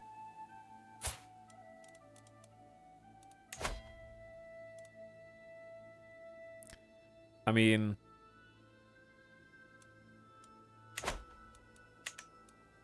how else can I appease you? Just give you a seat on the council, that's it. Everyone hates me because I have gout now. It's -15 opinion just for having gout?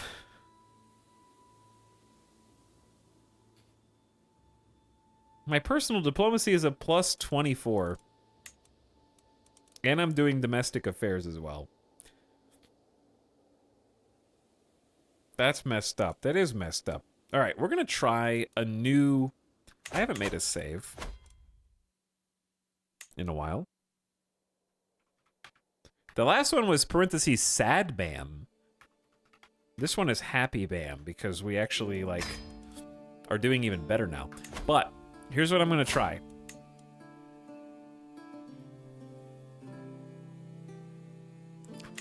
We're going to try not doing just default domestic affairs, which is a good 14 relationship. I'm going to see what bestowing royal favor does.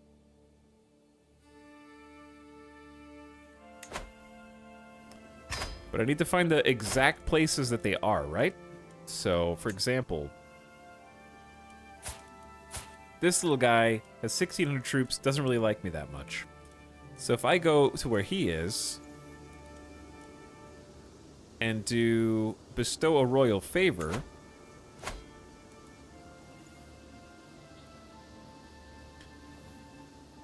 I get some prestige, he gets some prestige. And it should increase vassal opinion. It can even end internal war.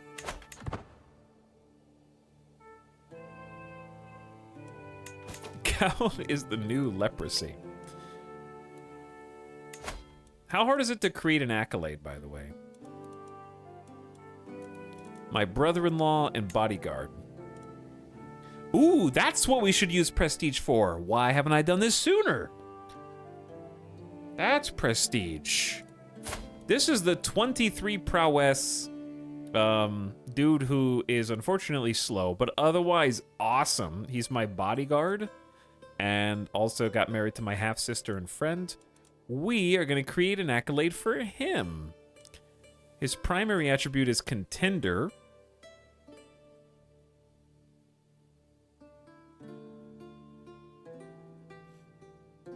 Let's see. It can be starting at rank 1. He trains, how do you say this? Hastiluder? Hastiluder? I don't know how to say that. But he gets experience from grand tournament attendance. It's not really that good. I can also make him Valiant, which is bonus army damage. I mean, that seems awesome, right? Stalwart is travel safety. Let's get Valiant. And then he has Idealist, which is courtly. Ooh, minority vassal opinion +3.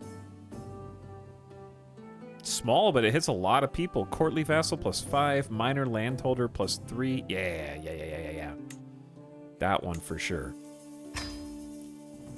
Bestowing this honorific will increase the acclaimed knight's opinion of you, and you spend 150 prestige. You got it, buddy. Start building that. There is no successor. We can only have one right now. But there you go. You can create the Duchy of Gurgen. That's 200 gold. He's called the Wolf of Bam. Cool name. Designate a guardian for your son, Yem Yem. Yem Yem is curious. Yem Yem is my 4th born. I'll give my... Okay, what are my children being educated in? One's diplomacy, stewardship, martial. Let's do diplomacy again, and then I can teach him myself. You can negotiate an alliance with your uncle, the forgiving knave. Sure, that'll increase our house unity. This is Wham Wham, who we thought was potentially a villain. We were never able to prove one way or the other.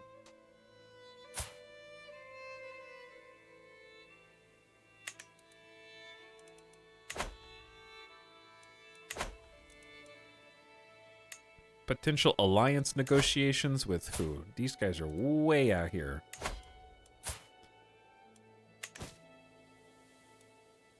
He will not accept, probably because you have too many alliances. Yeah, that's one of the reasons anyway. Okay. Oh no. Dear nephew, I would be glad to call you an ally. Greetings, my modest liege.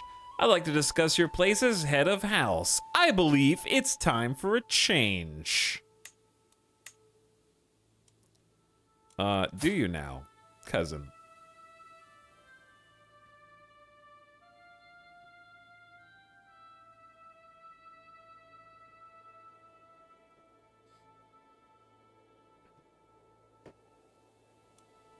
I have to accept because if you just decline, you pay 350 prestige for no reason. And then he comes to like...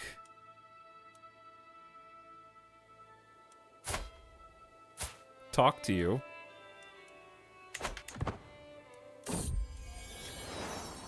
Zahak, dude. That's what it meant when I said you got maimed? Zahak has arrived at BAM to give his spurious logic for taking over as leader of House Bamid. I am polite enough, embracing him before the talks. He speaks on the history of our house, from the days of Musa to the present, and I wait patiently for the crux of his argument. At long last it comes. Cousin, look to your health. I can take your burden. No, dude. Look at your health, dude. You're ailing.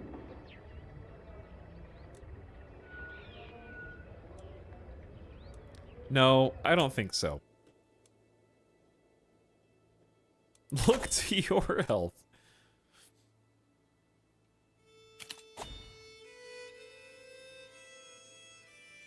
The premise of his argument. Ivernello, thank you for the 11 months. What up? Sorry I missed this a little bit ago. Was I AFK? Because there was a secret sub. Ivernello says, have you been following the Victoria 3 1.5 patch release? No. I have not.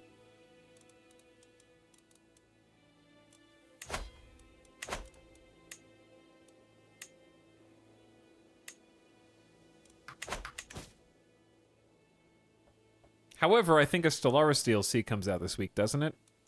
I don't know if it's worth jumping back in, but I'll think about it.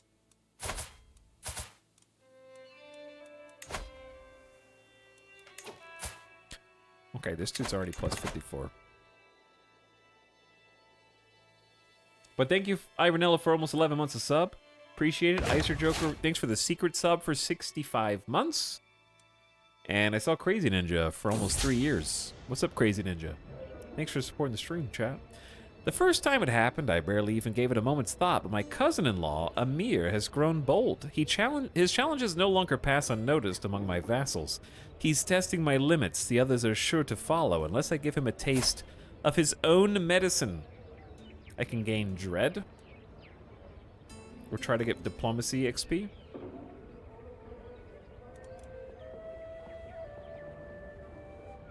He's wrathful, trusting, and patient.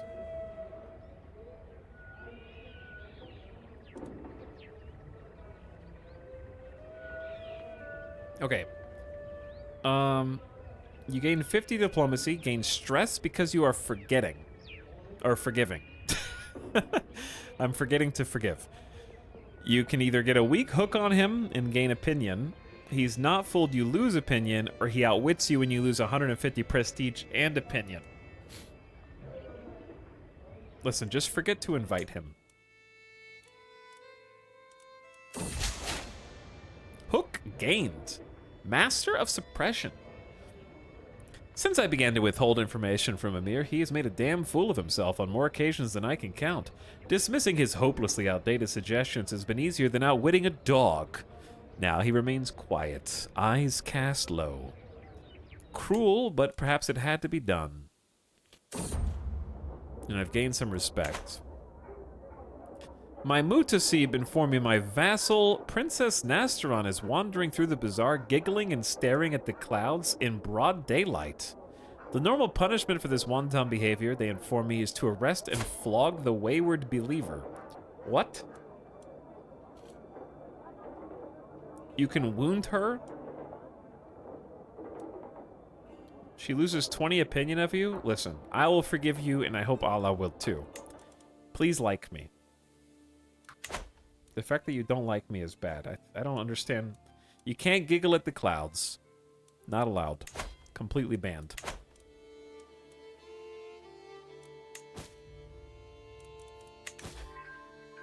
Okay.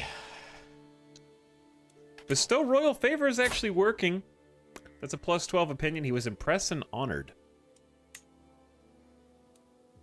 Does she just keep doing it? Yeah, I guess she just keeps doing it. It takes like 5 months.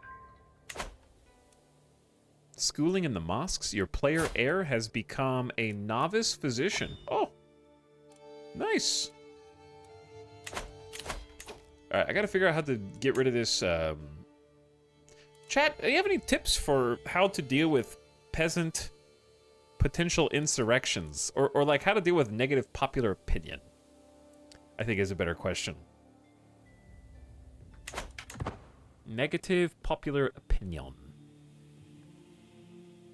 How do you get positive popular opinion? I assume the best way is cultural acceptance. They also hate being at peace. Okay, so maybe just like go to war. It has come to my attention that some local commoners are moving to West Takharistan, the capital of Sharfanashak of West Takharistan. Locals newly settled or not praising me can surely do no harm. Nah. Don't rush it. You're almost done. I guess we can go to war again, but with who?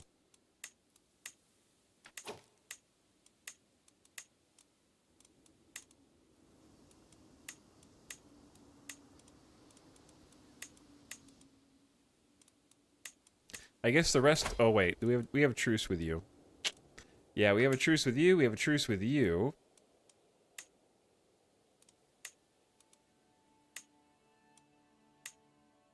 I guess we can just keep pushing...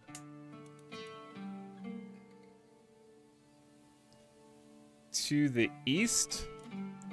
Like, anything that's in the Persian Empire should be stuff we work toward. Oh yeah, I was gonna get revenge on these guys for trying to help in the earlier war, but they have like 3,300 dudes.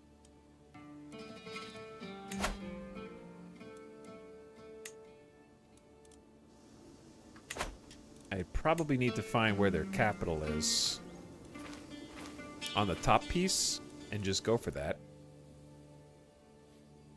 How do you see when truces end? You click on yourself, and then the truces are the white topped icons. And we got one for 3 months. 3 months until Zunbil. And then longer until Safarid. That's 4 years. And then we have a hostage from up there, which is sort of pointless now because they've been captured from above. This is getting kind of scary big. We're going to have borders with them soon.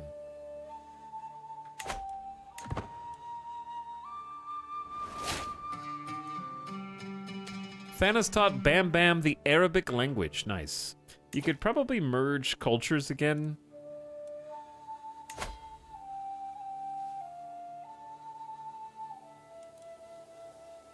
I mean...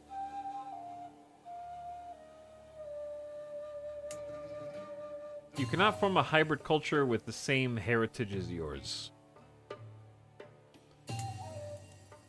So I can't.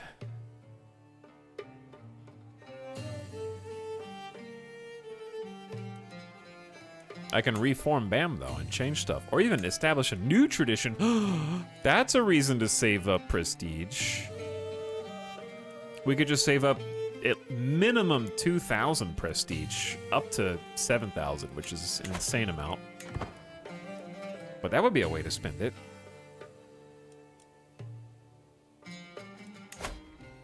All right, I'm waiting for this sway to hopefully work.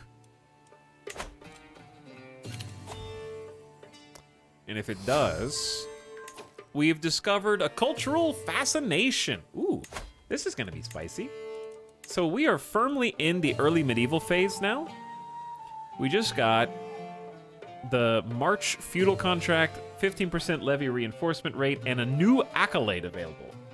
Based on the authority to command men in battle, the ban gives our rulers the power to compel free men to fight for them, forming a legal basis for the mustering of large armies. Okay, let's come back to that. I want to make sure that I remember... Oh, he's at war. This dude's at war? I waited too long. Now I gotta wait until the war subsides. I need to start swaying other people, though.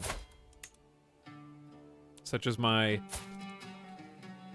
most powerful vassals. And my sister-in-law. Let's start a scheme to befriend them. That would probably be better than just swaying. Also, would you play me in a friendly board game? If she says no, I gain stress and lose opinion of her. That's realistic, right? If I win the game, she gains 10 opinion. If your opponent wins the wager, she gains 25 opinion.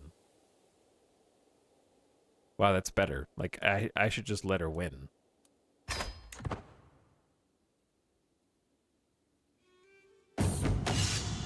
The greatest game. Chess. Princess Nasteron takes her seat opposite me. Our little game of chess is about to begin, and a competitive grimace tells me exactly how confident my vassal is. She goes first, opening with several well-executed adaptive strategies. We're neck and neck, though neither of us is even close to victory. Did you know you can learn exactly how someone lies by watching their face during chess? Queries my opponent. Oh, I didn't mean. Just a note. A strong sword arm is a strong die arm. Martial challenge, intrigue challenge, or learning challenge. Perhaps I should pick martial challenge and try and let her lose and just take the stress. Let's do a martial challenge. Our match marches on, Nasteron continuing with an obvious trap. We're neck and neck, though neither of us is even close to victory. You know, they tell me I need books to prove my smartness, pontificates my opponent, but I think it's pretty clear right now that I'm not such a lout. I'm going to try and lose on purpose.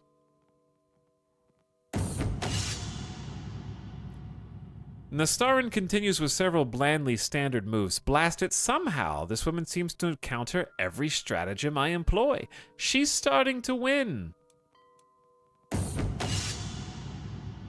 Naturally, my techniques cunningly foil my opponent. She's starting to win and the game is rapidly coming to a close. Look, I may be winning, but if you ask nicely, I'm willing to just let you have this, explains my opponent, voice dripping with kindness and pity. There's more to life than winning at chess. Sure. You lose the game. Oh no, I lost. Howling in bestial triumph, Nasteron leaps to her feet. I have lost. My hands slip down to my knees, searching for support. With Allah as my witness, I did all I could. My palms become sweaty and knees weak as I realize the best of my spaghetti is simply not enough to beat Nasteron. We'll see who wins next time. I lose the match due to sudden death. You've made an enemy here today. I lose the match. You grow close to forming a rivalry. Well, the better woman won. You lose 6 stress because you're forgiving and the diplomacy challenge. Your opponent agrees that it was a good game. You grow close to forming a friendship and she gains 15 opinion of you. I am a mastermind. This is the not penultimate, that means second best. This is the apex of high diplomacy board gaming. Throwing on purpose and then convincing them how much fun they had. Okay, but that's sort of realistic to how actual board game nights have gone for me in the past. I have definitely had instances where I invite people to play a game and I do not try my hardest, so that because I hope that they win, because I know if they lose, they'll never play with me again. The person who teaches the rules is more often than not going to lose the game, somewhat on purpose, not because they're doing stupid plays, but because they're like helping everyone else at the table do the moves that would counter what, like, things that they should be thinking about, basically. POV, you were DMing a Dungeons and Dragons session. And then she like had fun despite herself and now kind of likes me. How often can you play a board game? I can't challenge the kid until the 4th of November, 9/29. Okay, so they made it where you can't spam. I can do it like once a year.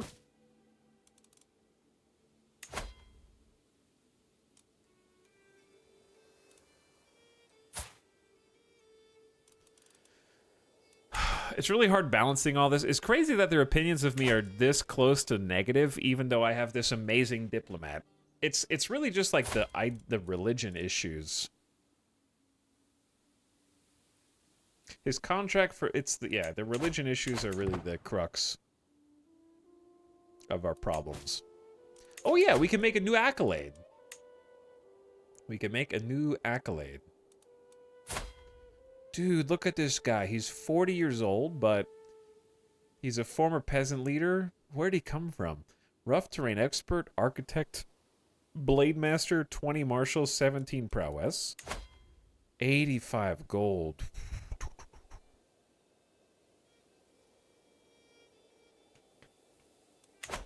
That's just too much money. It's too much money. I'm going to make an accolade for Bambi.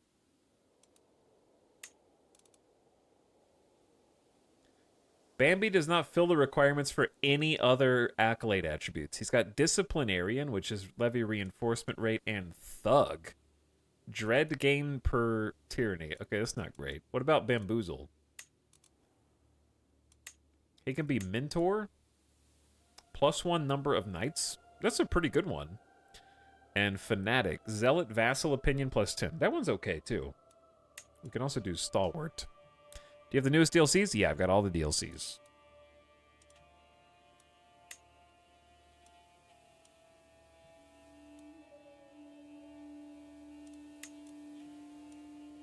The problem is he's just not that good of a knight.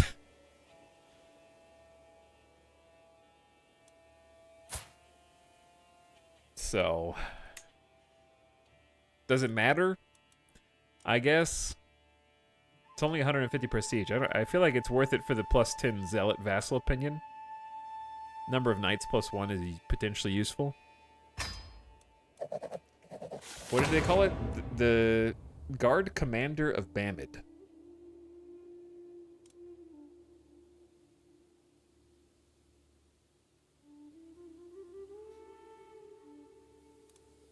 Oh, you can't ever have duplicate accolade attributes. Interesting. Also, not every knight with accolades is going to be an awesome soldier, right? And we can have one more knight. So, what if we search for some knights? 3 able-bodied men with 12 or more prowess will arrive at the courts. Let my subjects know I am in search of skilled warriors. Indeed, I am.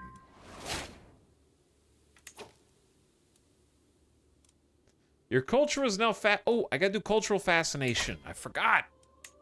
We gotta look at the early medieval choices and pick one. Lots of good choices here. We can choose any of these, what, 4, 8, 14 different technologies, basically, since I'm the cultural head, and pursue whichever one we want. I don't have a preference. Let's see what they got. I got battlements. Medieval era fortification buildings. Unlocks the fortification rights feudal contract. Men-at-arms maintenance is cheaper. We got military buildings and levy size. Army move speed. Mangonels, which is basically just super siege. House soldiers, +3 to all men-at-arms regiment sizes. Ooh. Max number of men-at-arms regiments +1's also good. Can recruit armored horsemen. Become eligible for lancers. Can enact the partition law. Chat, seriously, what is the point in taking partition when we have Muslim house unity?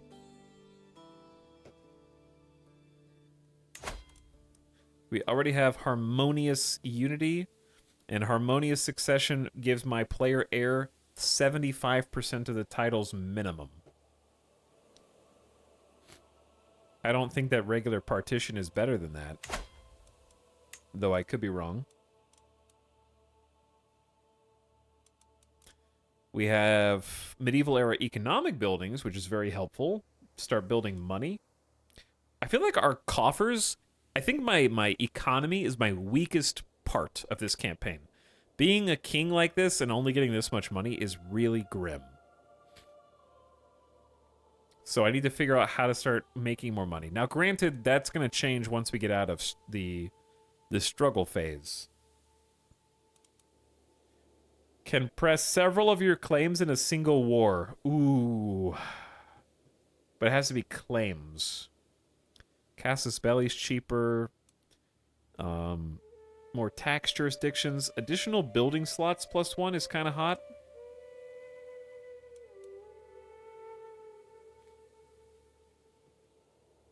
County development. Can it? Ooh, maybe Crown Authority? That's more taxes right there. That's a lot more taxes. So we can either do the money buildings, but we haven't even advanced Crown Authority at all yet, so I think it's a bit early for that. That's naval speed. I would say, yeah, the money buildings is just a generically good choice. It already picked coinage. No, that's a feudal contract. I need... I don't remember which one that was. I know I just looked at it. Okay, it's manorialism, like manors. With land ownership consolidated under our elite, many men and women find themselves unable to work. We will establish a manor system where free men can work our fields in exchange for rent, while those who cannot pay may enter our service as bound serfs instead. Unlock all early medieval era economic buildings. Buildings are built faster.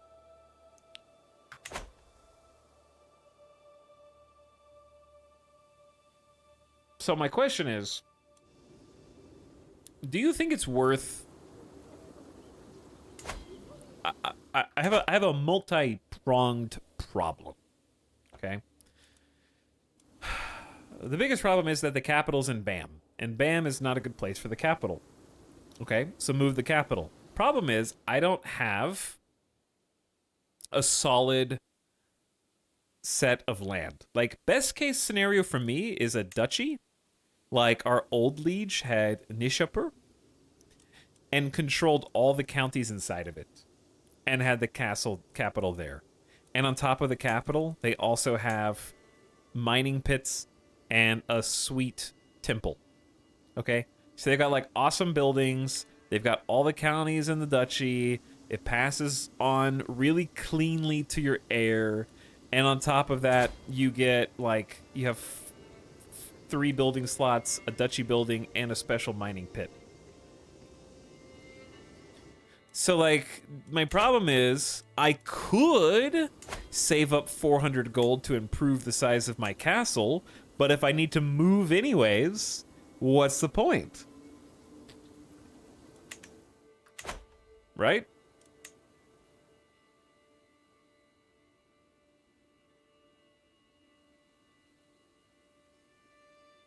Zaydid Duchy would be good to go for? Why? It's only 2 counties, isn't it? 3 counties? Why would I go for that? It has a cool mountain.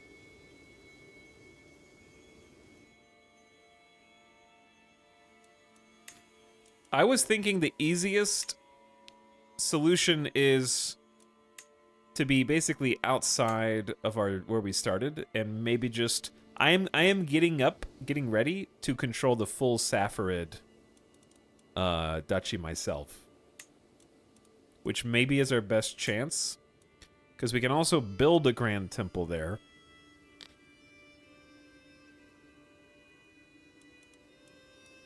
And I already have 2 of the pieces of the puzzle, I think.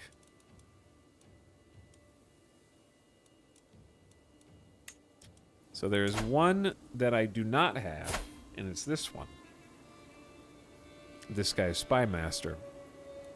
So I have 2 out of the 3 that we currently have. And then if I go to war again, I'll have 4 out of 5.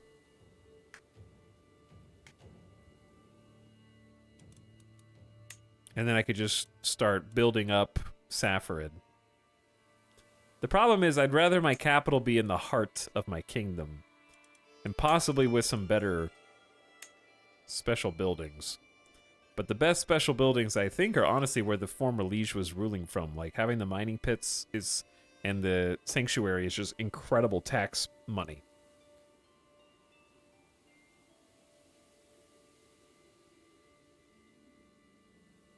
That is very wealthy.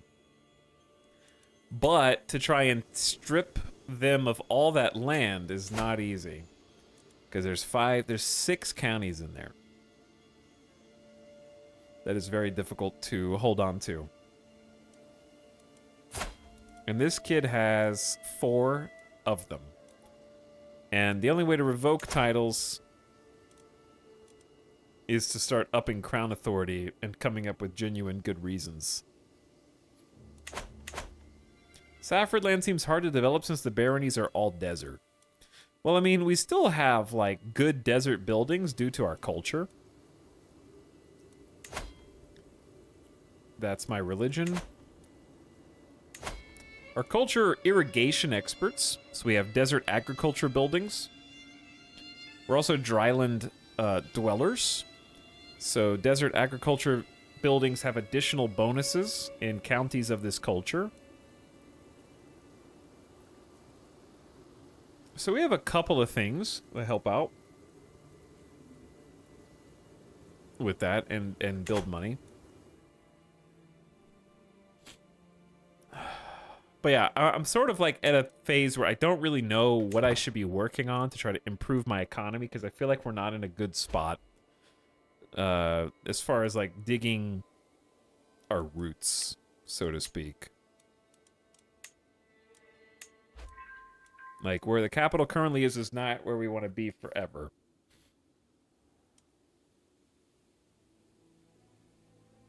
But it is our heritage land, so we'd want it to be in the family, you know?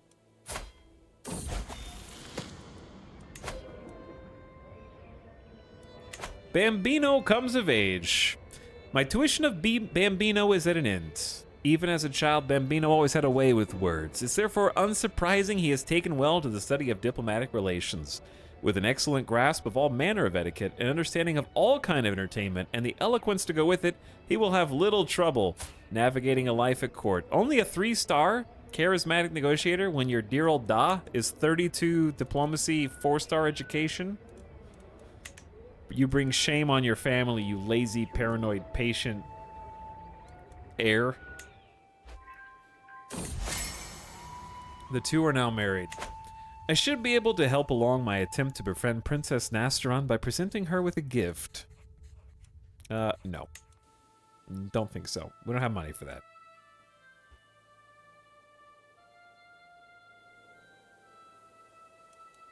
Are there any gold mines nearby? Well, that's what I was saying. There's gold mines all the way up here, where my liege's land was. And then the other ones are really far. These are just mining pits. I don't know about gold mines.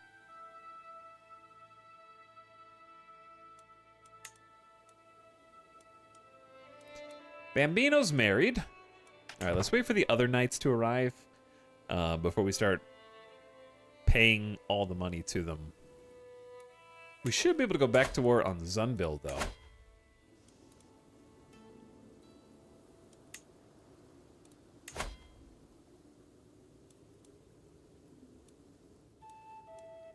Because this is part of the duchy that we are currently trying to complete. Yeah, the Safarid.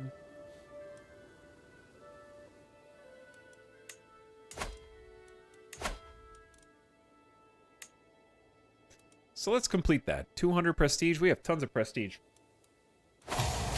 And we have a decent amount of money, and the peasants will be happier while we're at war. So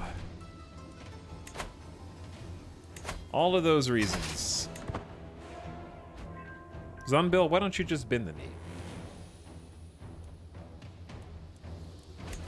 We have 6,000 troops during the unrest phase, which is pretty good. We have 5,500 levies. I need to build up my men-at-arms, but that's going to cost us even more money.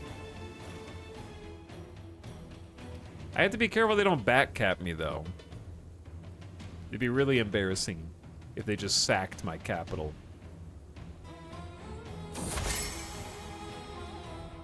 Princess Nastarin and I have little in common, which has made it difficult to communicate with her. However, with some effort, I could teach myself enough to carry a conversation on the intricacies of the realm's feudal contracts. You gain stewardship study for 5 years. Nice. An 86% chance that the scheme advances in power. Misplaced effort. Did I just lose an 85% chance? Cool. Okay. Nice. I am disappointed in Bambino. I am also disappointed in Bambino. I get XCOM'd in this game all the time. Okay, this guy's plus 23. We can stop trying to impress him. My vassals are much happier when I'm at war, I think.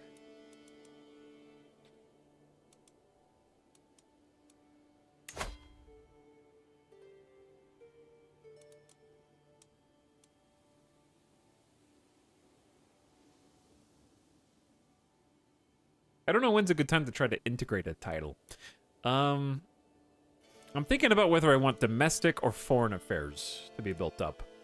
The benefit of foreign affairs is it will help me invite some vassals. They have to not be at war for that to work.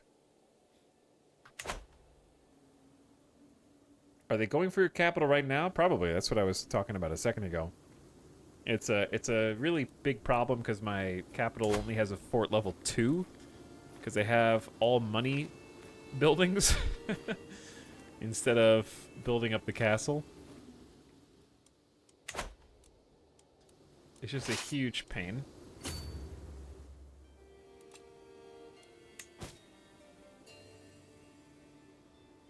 That's why I don't like it being on the edge. I guess if you invade over here enough, it won't be on the edge anymore. But still, this isn't even the duchy capital. The duchy capital is like over here. But I do control this as well, and we could eventually build the duchy building here. So maybe I should just build up what I got and keep everything in the family. I don't know. It's tough. I got invited to go to a hunt in Behabad with my friend, Serma. She's getting a little older now. She's almost 60. Sure, I will join the hunt because I don't think it's a big trip. My caravan guard is still going to take me. We have 18 safety. There are no dangers, so I'm just going to say, sounds good, let's go. Off we go.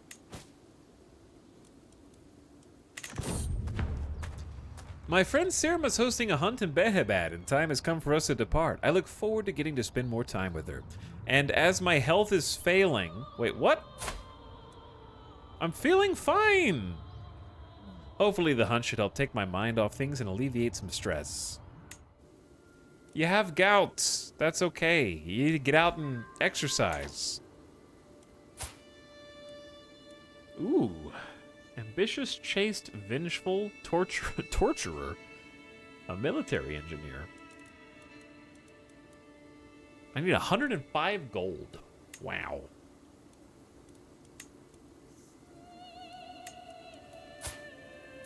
Enemy ally joins the war. Okay, I'm gonna have to chase these guys down.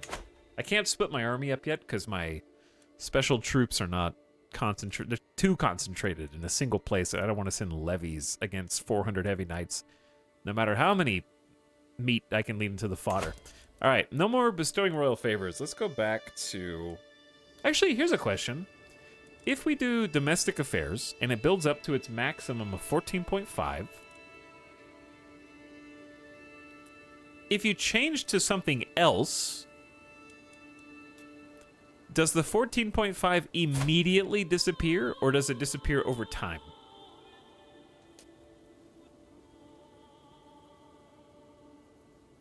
Actually, a good question. But yeah, I'm not sure why I would need to appeal to foreign entities right now. I think just focus on domestic.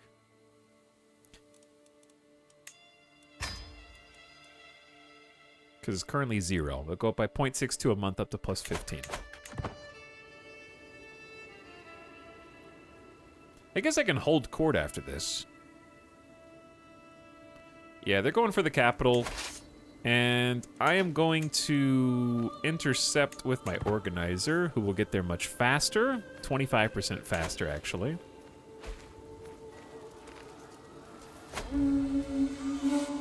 The way I'm holding this dagger. As we await the rest of the guests, Surma has started on the preparations. Her gameskeepers check the scrublands for each sign of quarry, while building a camp close to the hunting grounds. My bird grows restless, knowing it will soon be unleashed. Let's change our objective to no, not seduce my chancellor, vassal, and friend. Befriend.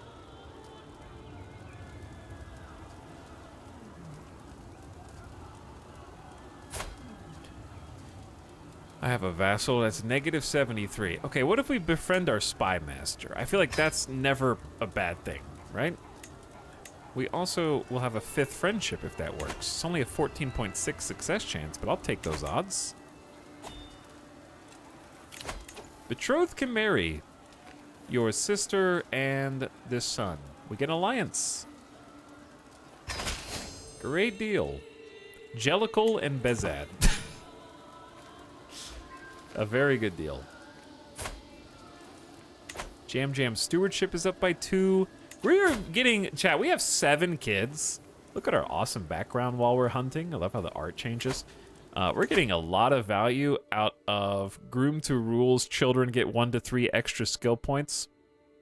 Lots of extra value. Times 7, in fact. David assembles the party as the sun rises over the camp in the dry lands in Behebad. With any luck, we'll find a pod of pelicans, and our hawks will have great sport. Let's get out there. She will seek to hawk a pelican. That's glorious prestige. Groom to Rule is a goated perk. I agree. Waiting for word from the scent hounds, the party rests in a shaded copse. Faraz stands not far off. This is my chance to impress him. Amir Faraz, how are you? It's not often we get to talk, I open informally. He seems surprised, but not hostile. To tame and fly a hawk is to truly live. Either everything goes according to plan, or he's not impressed. Okay, it's that for all of them.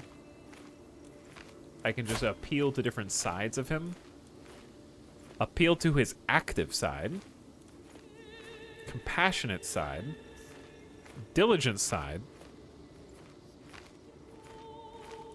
He is diligent. Let's just try using the social side, because he's gregarious, and hunter trait helps us. To tame and fly a hawk is to truly live. Amir Faraz seems to have much in common with me, excitedly diving into the minutiae of bowstrings and traps. When we move on, we can hardly be separated. I knew I would find the right words to win him over. You grow closer to forming a friendship. Okay, but what I want to look at is... who are these guys? My vassal, negative 64, has joined the Imami populace. Okay, so we need to, like, maybe start swaying these guys. I'm still trying to befriend the princess. All right, let's have our chancellor go back to bestowing royal favors to try to build their reputation up so they just leave the faction and we don't have to deal with civil war. Sirma's game masters signal the party to hush. We have arrived at the release spot. Not far off, a pod of white pelicans is passing through the sky, their distant calling heralding our sport. The party halts as we prepare to remove our birds' hoods and set them one by one to their sport. All right, nerds. I'm coming for you. Your spouse, Madokt, is pregnant. Another baby? Sirma watches excitedly as her hawk identifies a target and takes wing from its watch. Soaring high in the air, Climbing into position in pursuit of the Pelican Wedge, the Hawk is doing everything right. The panicking quarries scatter, calling the alarm, but it is too late. It swoops like a bolt of lightning, the audible thunder of the impact reaching us moments later as the quarry falls from the sky. Nicely done. Also, we will win decisively 6,000 to 1,000. Increase your Hunter XP, nice. Heeding the call of the wild is an adventure. The Hawks have done us proud. Good job. We got a bunch of prestige and some XP. Failed to befriend the spy buddy. That's too bad.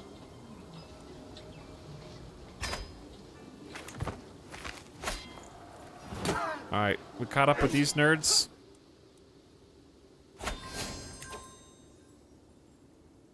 You are known for your dedication. We're devoted servant. We're almost illustrious, and that's going to change how we can go to war, which is going to be great. I captured their commander. It's easy. Now, I could just go over here and siege the capital. It's probably what we should do now. Avoiding the harsh midday sun, we made temporary camp in a peculiar and very damp cave. Did you hear that, my Emir? Siwash seems ill at ease with our dark shelter. As I turn around, I am suddenly face to face with a young boy who must somehow have walked right past our caravan guide. The startled child immediately vanishes deeper into the cave. Follow that child or we must leave this place, bro. If there's a 59% chance you lose them and end up lost in the tunnel for days. No, let's get out of here. I'm peacing out.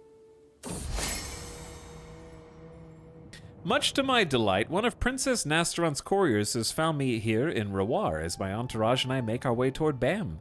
He carries good news, for Nastaron wishes to formalize our friendship. I never expected us to grow so close, but she has only proven herself to be a reliable and forthright woman with only my best interests at heart.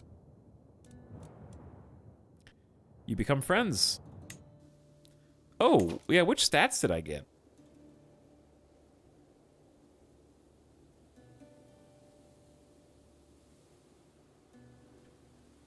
Friendly. It should be friendly council. I'm getting 6 diplomacy from friendly council, 2 intrigue, and 2 learning. Cool. Some big boosts. So war is not over yet. Either way, great job befriending one of our strong, powerful vassals who is upset at not being on the council. Mission accomplished. Now, we need to do the exact same thing again.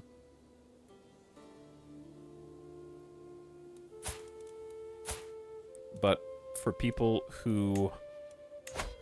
Oh, only a 34% chance. All right, let's just do sway then. I need to get them out of the factions so they don't have an uprising against us. Weird whispers. I have noticed that Tamar avoids me more than usual, your sister-in-law. She always sits at the opposite end of the table whenever we're invited to a feast and consistently refuses my company while camping. We may not have the best relationship, but that attitude's starting to tire me. Especially when I overhear her defaming me. Bam Bam is a vile bedswerver. I'd be a way better Amir Amaran than him.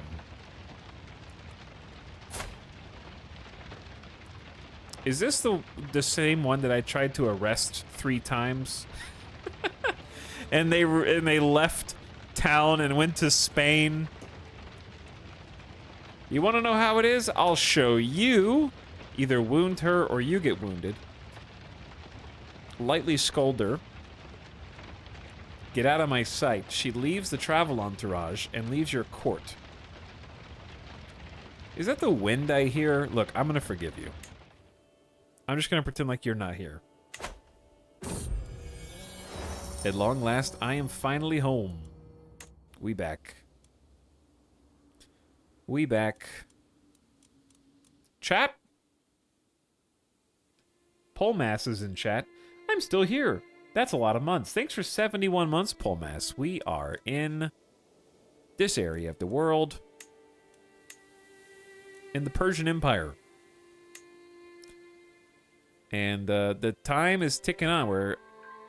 We started at 8:67, now it's 9:29. What up, Paul Mass? Thanks for subbing. Dude, we're broke. Oh yeah, we're at war.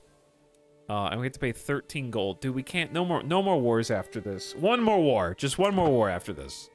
But that's it. I keep having to empty the treasury.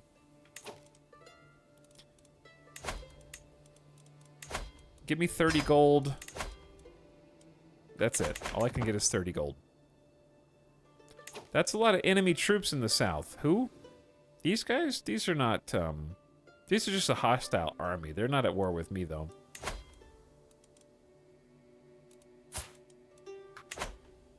They're just raiding, I think. This is where the bad guys are. They're sieging somebody else. I'm sieging their capital, so...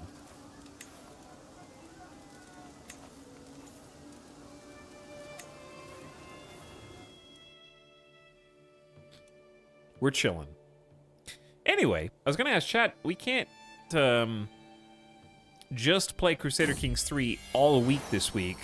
What else should we get up to? And should we try the new Stellaris DLC or not? Is this a strategy gamer week? My sister-in-law's given birth to my niece. This is going to be...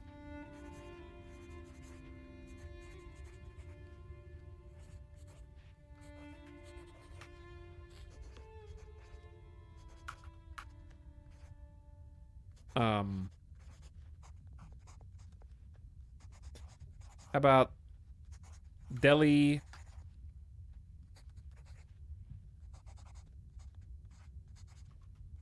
Delita. I want to do Delhi Wop. That's what I want to do.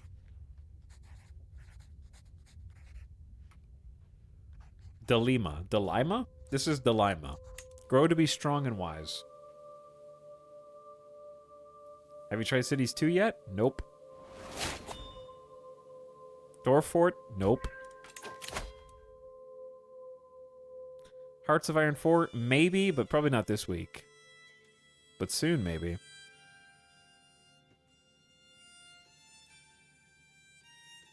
What's the new Stellaris DLC? I don't know.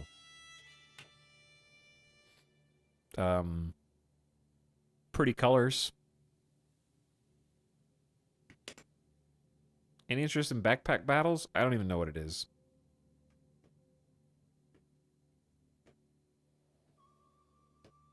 No idea. Is it time? Sound Foundations. Each living child gives you 1 random skill point, max of 5. Dude, I'm gonna be a gamer god.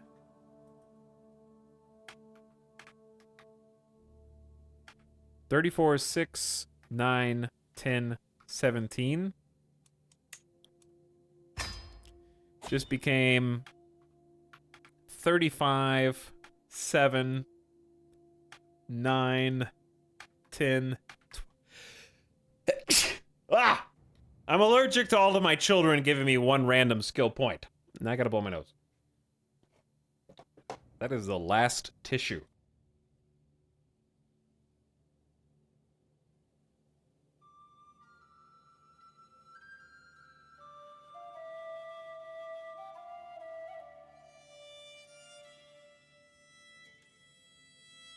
Am new to gaming PC, looking for a good power supply, 850 watts. Dragon Kings, you might have gotten lost. This is not Newegg or eBay.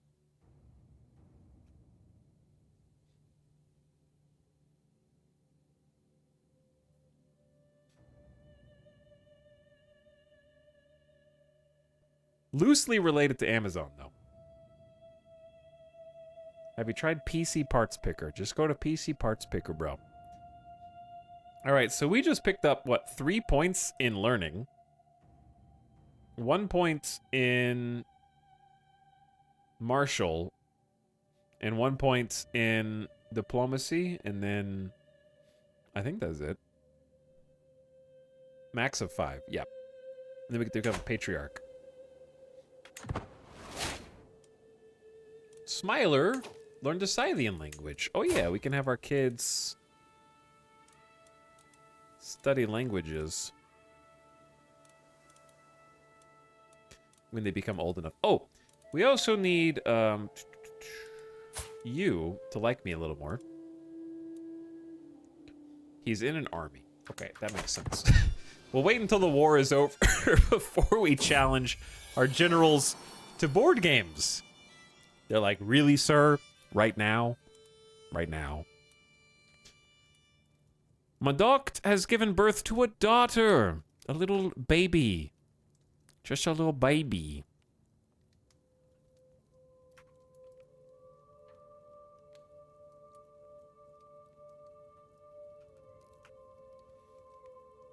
This is Veliby. Veliby. May you grow to be strong and wise, my daughter. Maximum perk bonus reached. Nice. I get it, I get it, I get it.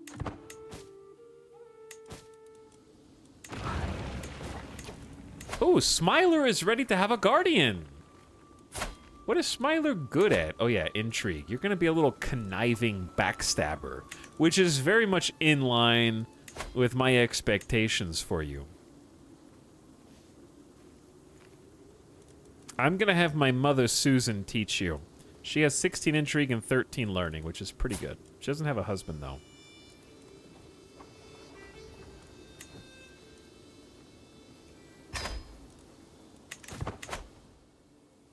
Mom can teach you.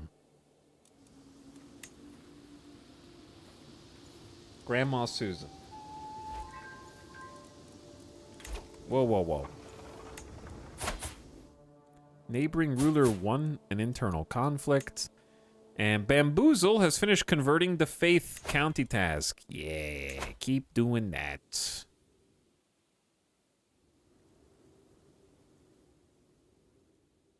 There's so many places to do it. Probably in our current holdings be a good idea. But this has just been here for forever, so let's do that first.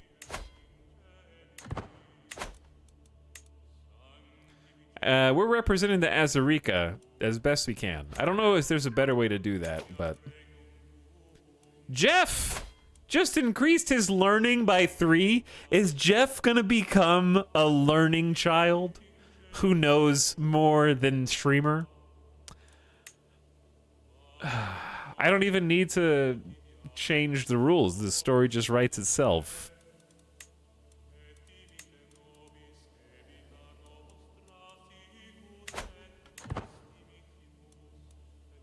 Jeff knows better than everyone else.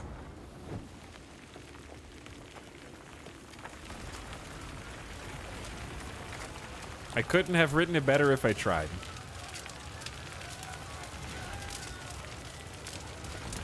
I think they realize their capital's being sieged. But it's too late. Ooh, I got a famed pedestal island with a small disease health boost. This ornate cup terminates in the shape of a goat. It has been made in forgotten times, but its beauty has not faded. That's a lot of prestige, actually. Stress gain is great, too. That's going in right now.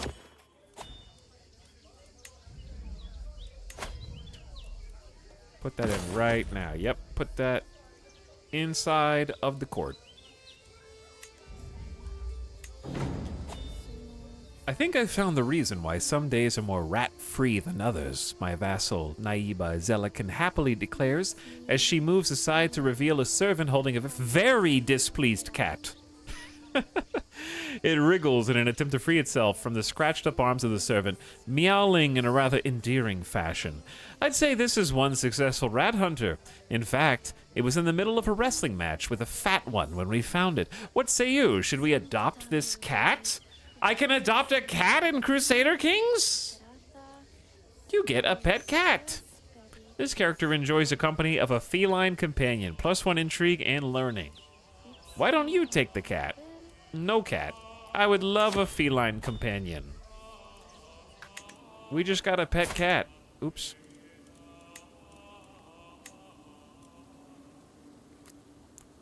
This character's cat is a prolific hunter of rodents. Medium health boost? As the cat rests in my lap, continually purring, I ponder what I should name her. Something historical, something alluding to her gray fur. Something to describe the soothing feeling I experience when I scratch her behind the ear. Oh, I know. I will name her Mite, Mittens, Gray, or enter your own text. I'm gonna name her after my own cat. Chat, your 2 cat name choices are Chunky and Spooky. Those are my 2 cats. Those are their actual names, yes.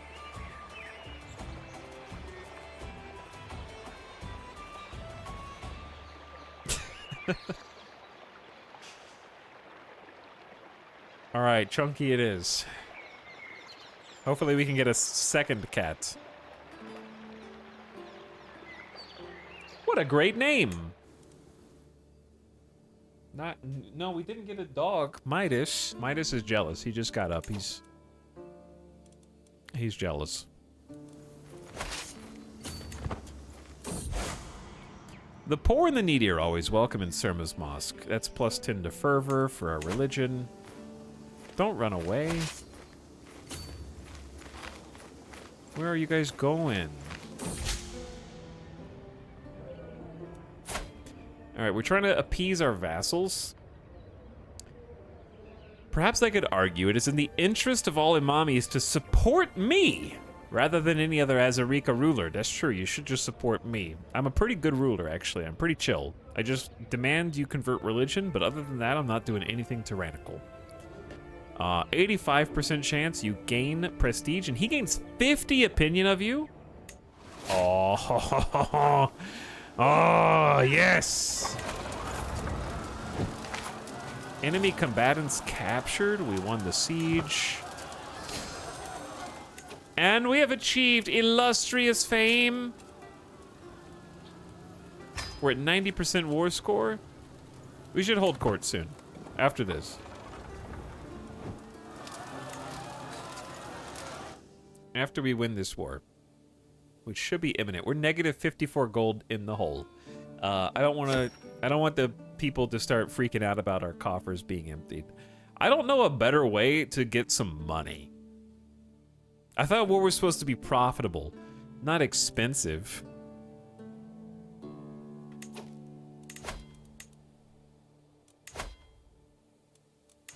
Can't even ransom anybody. Everyone who I can ransom is poor. Our genius is pregnant again. Genius spouse. Before anyone else, my keen-eyed, sweet-toothed wife, Madoct, has noticed a conspicuous deficiency at the dinner tables. There is no Faluda. Oh no. This again? This happens every 10 years. I don't have money, dude. It's earthquakes blew up the ice cream houses again, and it's 80 gold. It's such a drain. This event just happens all the time.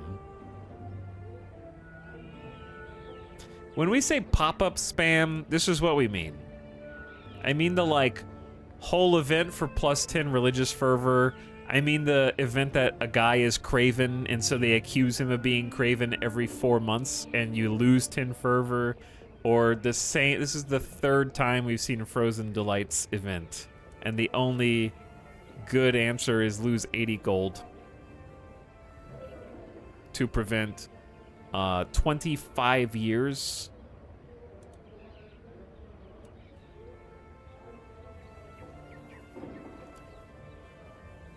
I guess I could take this one. She will lose 20 opinion of you. You get 25 years of a small health boost and -10 courtier and guest opinion. That's rough. Romance scheme power -30%. And it still keeps broken Yakchals for 25 years. We're actually in good health, thanks to our cat. If you pay 80 gold, do you just go 80 more gold in debt? The answer is yes. We're now 157 gold in debt to erase 25 years of problems. Don't worry, it's an IOU. It's very, very valid. I don't want to go on another hunt. This is the 3rd hunt. My son and heir has cancer.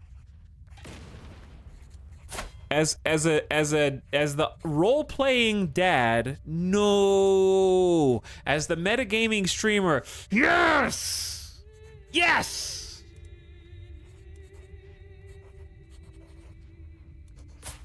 Oh no, but his spouse is pregnant. No!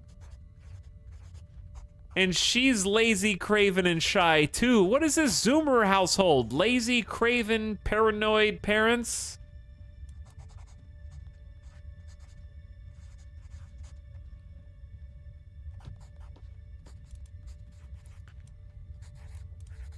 How'd you get pregnant already? Okay, so they're gonna have a child, and that's gonna be who we play as. We're gonna have a regent. Unless we actually have to live for 16 more years, I guess. And then that kid will take over. We'll just skip a generation. Okay, only a miracle can save him. The physician wants to know how my son should be treated. I love how being content means I won't lift a finger to help my son.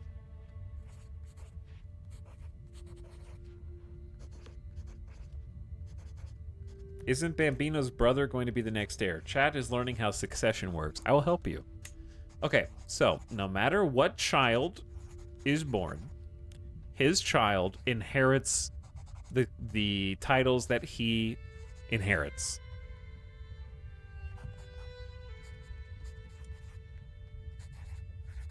In our religion, in our religion we have complete equality, so whether it's a son or a daughter, my heir's heir is the heir.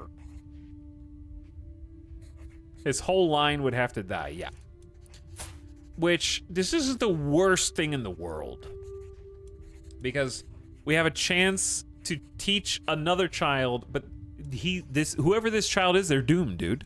Like, genetically, their parents are lazy, paranoid, patient, and shy, lazy, craven. So statistically, they're very likely to have, like, terrible traits.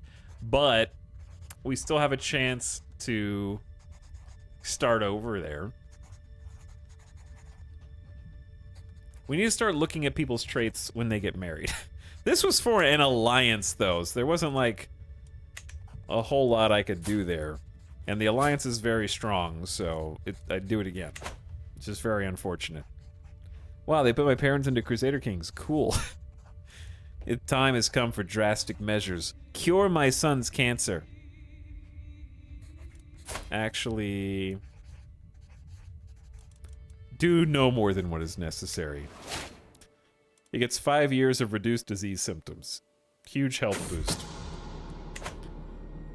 Someone is plotting to kill my knight. And food taster. That means you're doing your job, food taster. The existence of the murder scheme is exposed. Cool. Alright, can we get out of this war, please? I have 96% war score.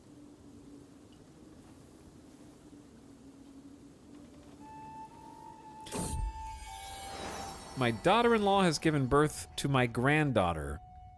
Oh, she's here. She's here. Bambino's daughter. Bambina.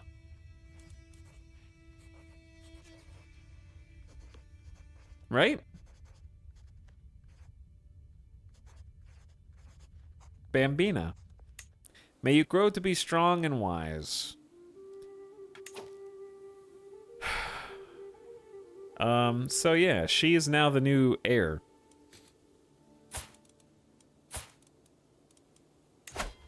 Yep. She's next in line for succession here. After her son. So this is actually not the worst thing in the world.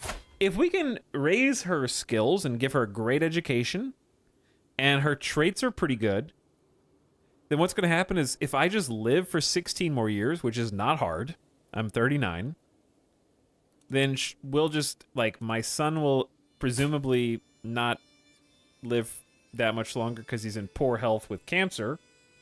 And then we just take over as her when she's 16, and we get a full lifetime to build a new character. So that's not the worst thing. Because sometimes, like, when your liege lives to, like, 70, like, hopefully we do, then your son is, you know, in his 30s to 40, and you didn't really get to make that many decisions in his life for his traits or his stress or his lifestyle. So taking over when they just become an adult is always also very good, you know? It's also very reasonable. So it could be good.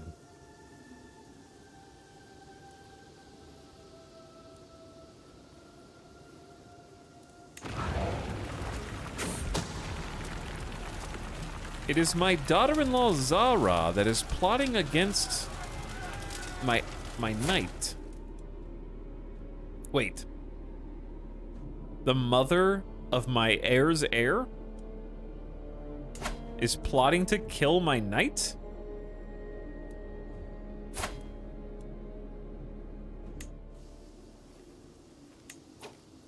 What can I do with that information? It doesn't even have a crime here. The last time I discovered this, I could imprison someone. I can't imprison her because she is the she has diplomatic immunity, probably, from being the daughter of our ally.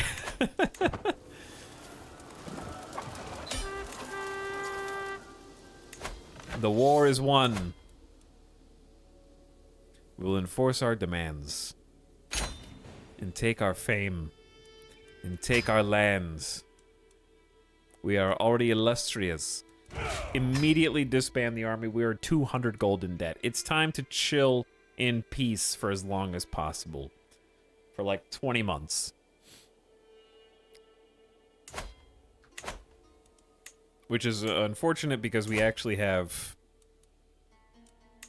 you can't declare war while in debt. No, you cannot. That is an astute point. Okay, my character is forgiving, so we're gonna release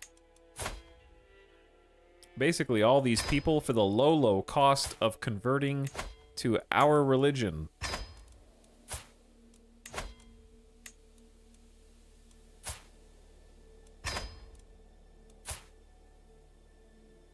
Except this dude, because he's compassionate, stubborn, ambitious, Midas-touched, awesome, 19 stewardship. Ambitious is too spooky. All right, you go too. Goodbye. Ambitious, too spooky. I released them all. Not even getting ransom money? None of them have ransom money, unfortunately. They only had hooks.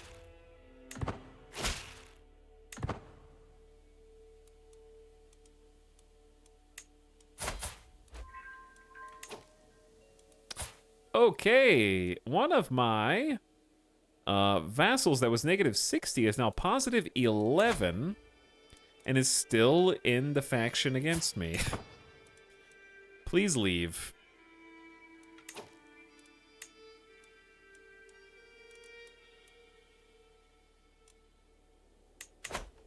Please stop participating in the faction dank.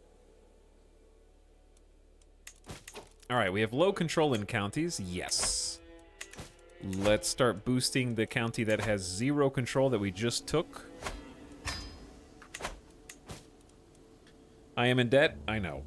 Powerful vassal wants a seat on the council. She's my friend. She's chill. I befriended her. I used words and diplomacy to solve that powder keg. You can appoint a worthy successor.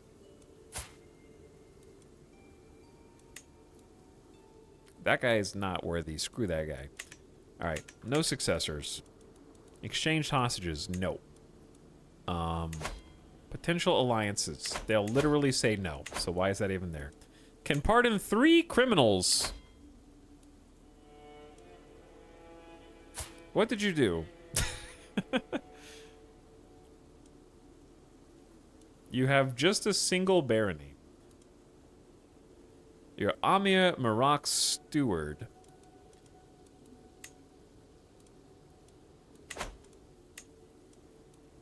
I don't remember what Eglum did either. Attempted family murder. But she failed, so I will pardon her. The other two, I'm not ready to pardon yet. My sister-in-law, Sheeran, has given birth to my niece. Hello, little...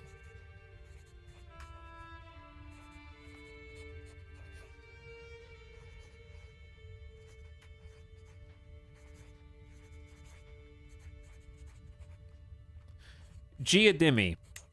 Giadimi. Why does that sound Italian? Greetings, my lord, Zasru, one of the cooks says. I have your son. I know you're forgiving, but I think I'd have a hard time forgiving someone. Yeah, but they're my friend, so RP-wise, I am still friends with them. And I think it would be pretty easy to see they like me 100 without being able to see. I'm pretty sure I like them plus 100 as well, and they're my friend, and they're my family member, and no harm, no foul, etc., etc. I think it's pretty easy, and I'm forgiving trait, so... Under what other circumstances would you even use forgiving, if not that? Greetings, my lord. I have your son Yam Yam with me here. He promised to clean the pots in the cookery, you see? He draws in a sharp breath, but he nibbled all the food like a little rat, and then fell asleep on a flour sack. He's due a hiding if you ask me, but I'll leave him with ye to do as ye see fit. Why are you guys talking like that in Persia? This child is so unmotivated and lethargic you could confuse him for a corpse. All of my children are lazy. They can be gluttonous or compassionate. Okay, making them compassionate, please. Treat Zasru better. Thank you. Something positive. +2 diplomacy, -2 intrigue. He's getting a diplomacy education. Courtly vassals +10. Minority vassals +15. That would be amazing. They learned it from you. My alliance expired. Oh no. With the Tahirid. Can we not renew the alliance? Who was even in charge of the alliance? Like, who did we marry? They're all married. Well, I don't know how to get this alliance back. Yeah, the Tahirid are down here. Their house is strong. We had an alliance with them, actually. But...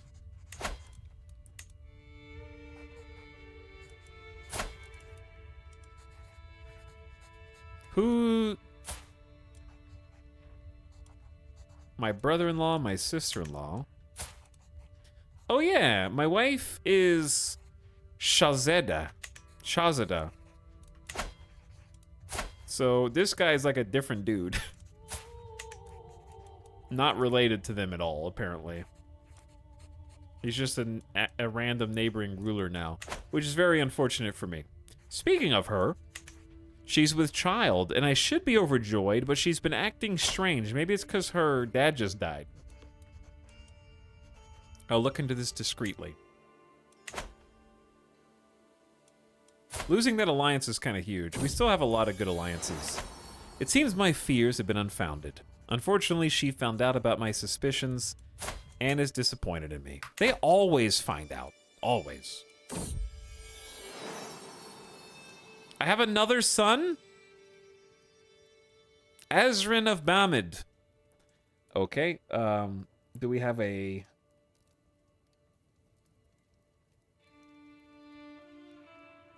We have a Ram. Do we have a Zamzam?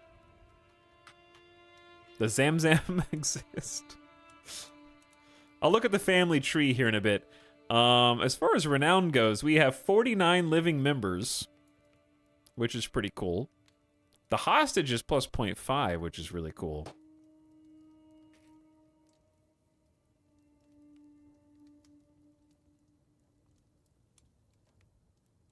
Is he a genius?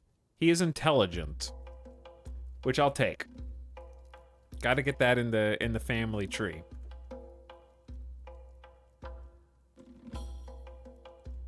Is this Legacy of Persia? Yep, it's all DLC. I don't know if we have a Zamzam. We do now. Maybe we already do. Maybe we don't. That'll be a different Zamzam. All right, let's take a look at our family tree. Chat was asking about this earlier anyways.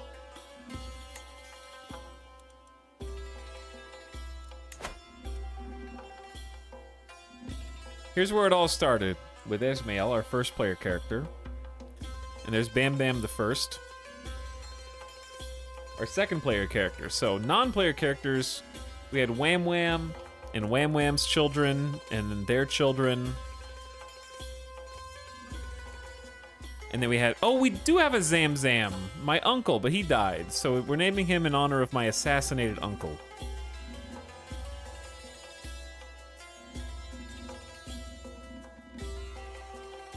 It's a family name. And then Pebbles got assassinated, Dino got assassinated, Tam Tam got assassinated. I don't know who did half these assassinations. Ham Ham was slain in battle, but lives on through his son Zahak, and then he died of injuries, and he lives on through his 3 children. And then original Zamzam lived on through Zamboni, who's still alive, is my vassal. And then he had 4 kids. And then Bam Bam the first, well, unfortunately Bambino died of smallpox. And then Esmail died of his wounds, but now he lives on through Gam Gam. Bamboozle's got 3 daughters. Bambi has 3 daughters. And Bamsalot has a son and 2 daughters, Razzle Dazzle and Fam Fam. And then Eglam has Sammy Whammy. Bamalam has Bamalama. And then Jellicle is still alive. And then I have been very busy because Bam Bam the second has 9 kids and just had the first granddaughter, who is the same age as my son. He is now 40.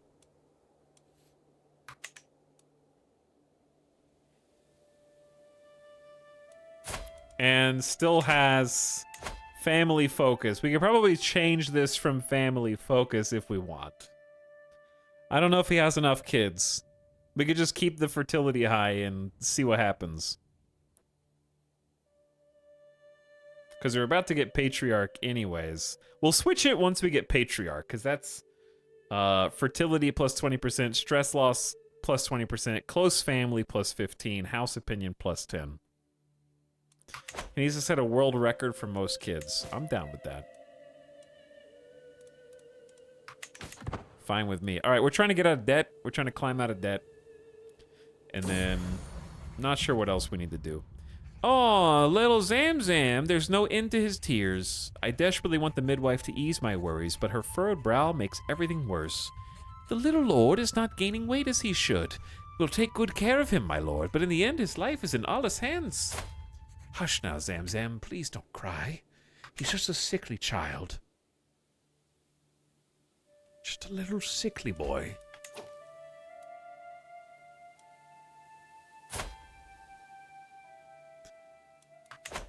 Okay, we're swaying this dude. He's still in the faction even though he likes me a lot now, which is kind of weird, but okay. All right, while things are chill and we're at peace, even though we're very much in debt, I don't really know how to come out of it. I guess I could just stop promoting culture. We don't lose progress. Do you lose that 51 progress if you just switch back to collecting taxes? I am also 27 years to get control back. Are you serious? We will get more taxes and levies from our new counties once we've established control. What is the modifier? Popular opinion minus 103.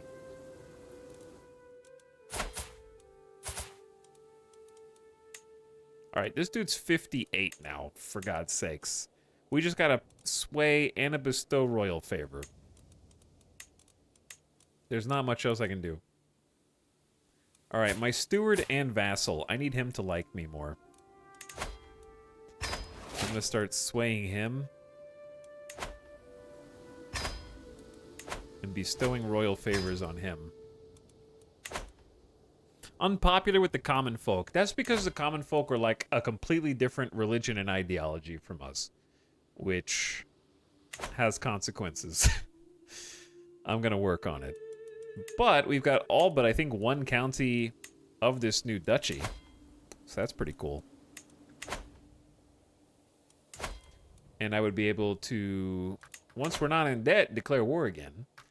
Either way, I think while things are chill, other than the debt, is a good place to stop. So there's going to be Bam, happy Bam. It's been 8.5 hours somehow already. We didn't really grow that much. We did take a few counties.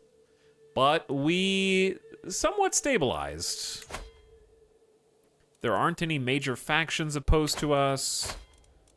Sorry, if we look on the vassals tree, everyone is pretty pleased with us, actually, except for like 2.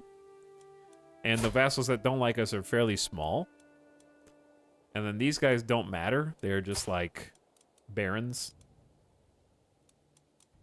So I would think next time we pick up this campaign, we probably start trying to up crown authority, which is going to take a hit to our popularity, which is why preemptively we'll probably just want to actually stop bestowing royal favors and go back to just domestic affairs to try to offset the negative from changing crown authority. It's time to start consolidating our authority, especially when we're a diplomat and we're 40. We're in good health despite gout, thanks to our cat. And should have a nice long life ahead of us, all things going our way, as long as we can disrupt schemes, which we have a nice 17 resist here. I have a bodyguard, a food taste tester. I ain't going to fall into the same trap that my dad fell into before me. Last thing we need to check is whether these guys are at war. They are. That's too bad, because I could ask them to be vassalized by us, which would be pretty cool. It's like a second kingdom title would be quite nice. Who can be the king of Persia? If we had 19 counties, we could become the king of Persia, which is probably worth doing even if we lose it on succession, just to get it in the family. But it's also 400 gold. Okay, well, GG everybody. I think well played. That could have gone a lot worse considering it. When last we looked at this, my father had just gotten assassinated. And we went from just getting assassinated to everybody generally likes me. We have an incredibly talented leader whose only flaws are gout and maybe just being content. Insane amount of diplomacy and learning combined with lots of really good traits here.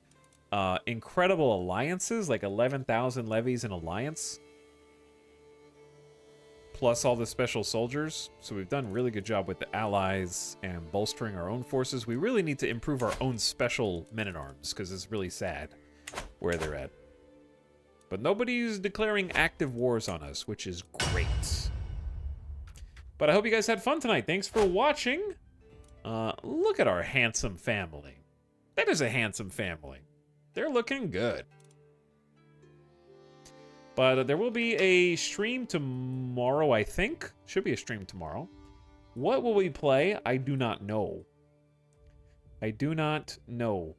Maybe just more Crusader Kings. If I don't find anything else, we'll just play more Crusader Kings, because I'm still having fun with this campaign and trying to see where it goes. I'd like to at least become Emperor, if not see the ending of the Persian campaign proper. So we'll see. But yeah, I'll take a look around, because I want to do some variety. I just don't want to play Crusader Kings 10 times in a row. But if we play it again, then that's because it's what I wanted to do. So we'll see. I'll decide. But yeah, I'll be back tomorrow, like 2 to 3 p.m. Pacific. So keep an eye out for that. And I hope you had fun. Thanks for watching. Appreciate everybody. I'm going to send you guys on an end of stream raid now. I wish you could do, like, multiple raids. I wish you could raid simultaneous peoples. Because I want to raid everybody.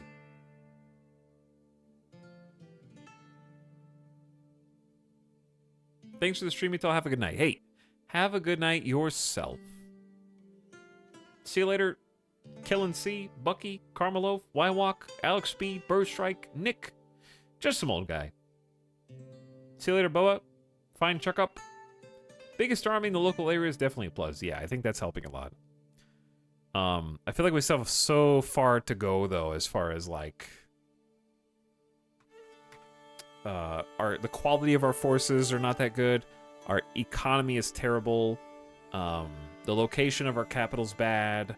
Our holdings need to be consolidated. We just kind of have random counties scattered around. We don't have, like, strong personal holdings for our inheritance. So there's still a lot to do.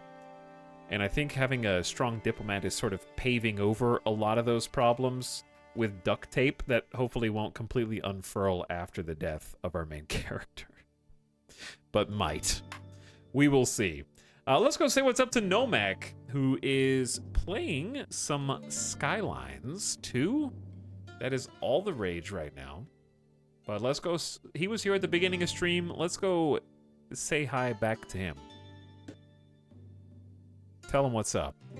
Chat, all you gotta do is write BAM in chat once you get over to Nomak. He'll know. Or if he doesn't, he'll ask. And then you can tell him. This is a BAM raid. I'm sending you out. Good night, everybody. Come back tomorrow. We'll see you for the Tuesday stream, right? Appreciate you. I'm gonna go eat some food. I am hungry. Goodbye.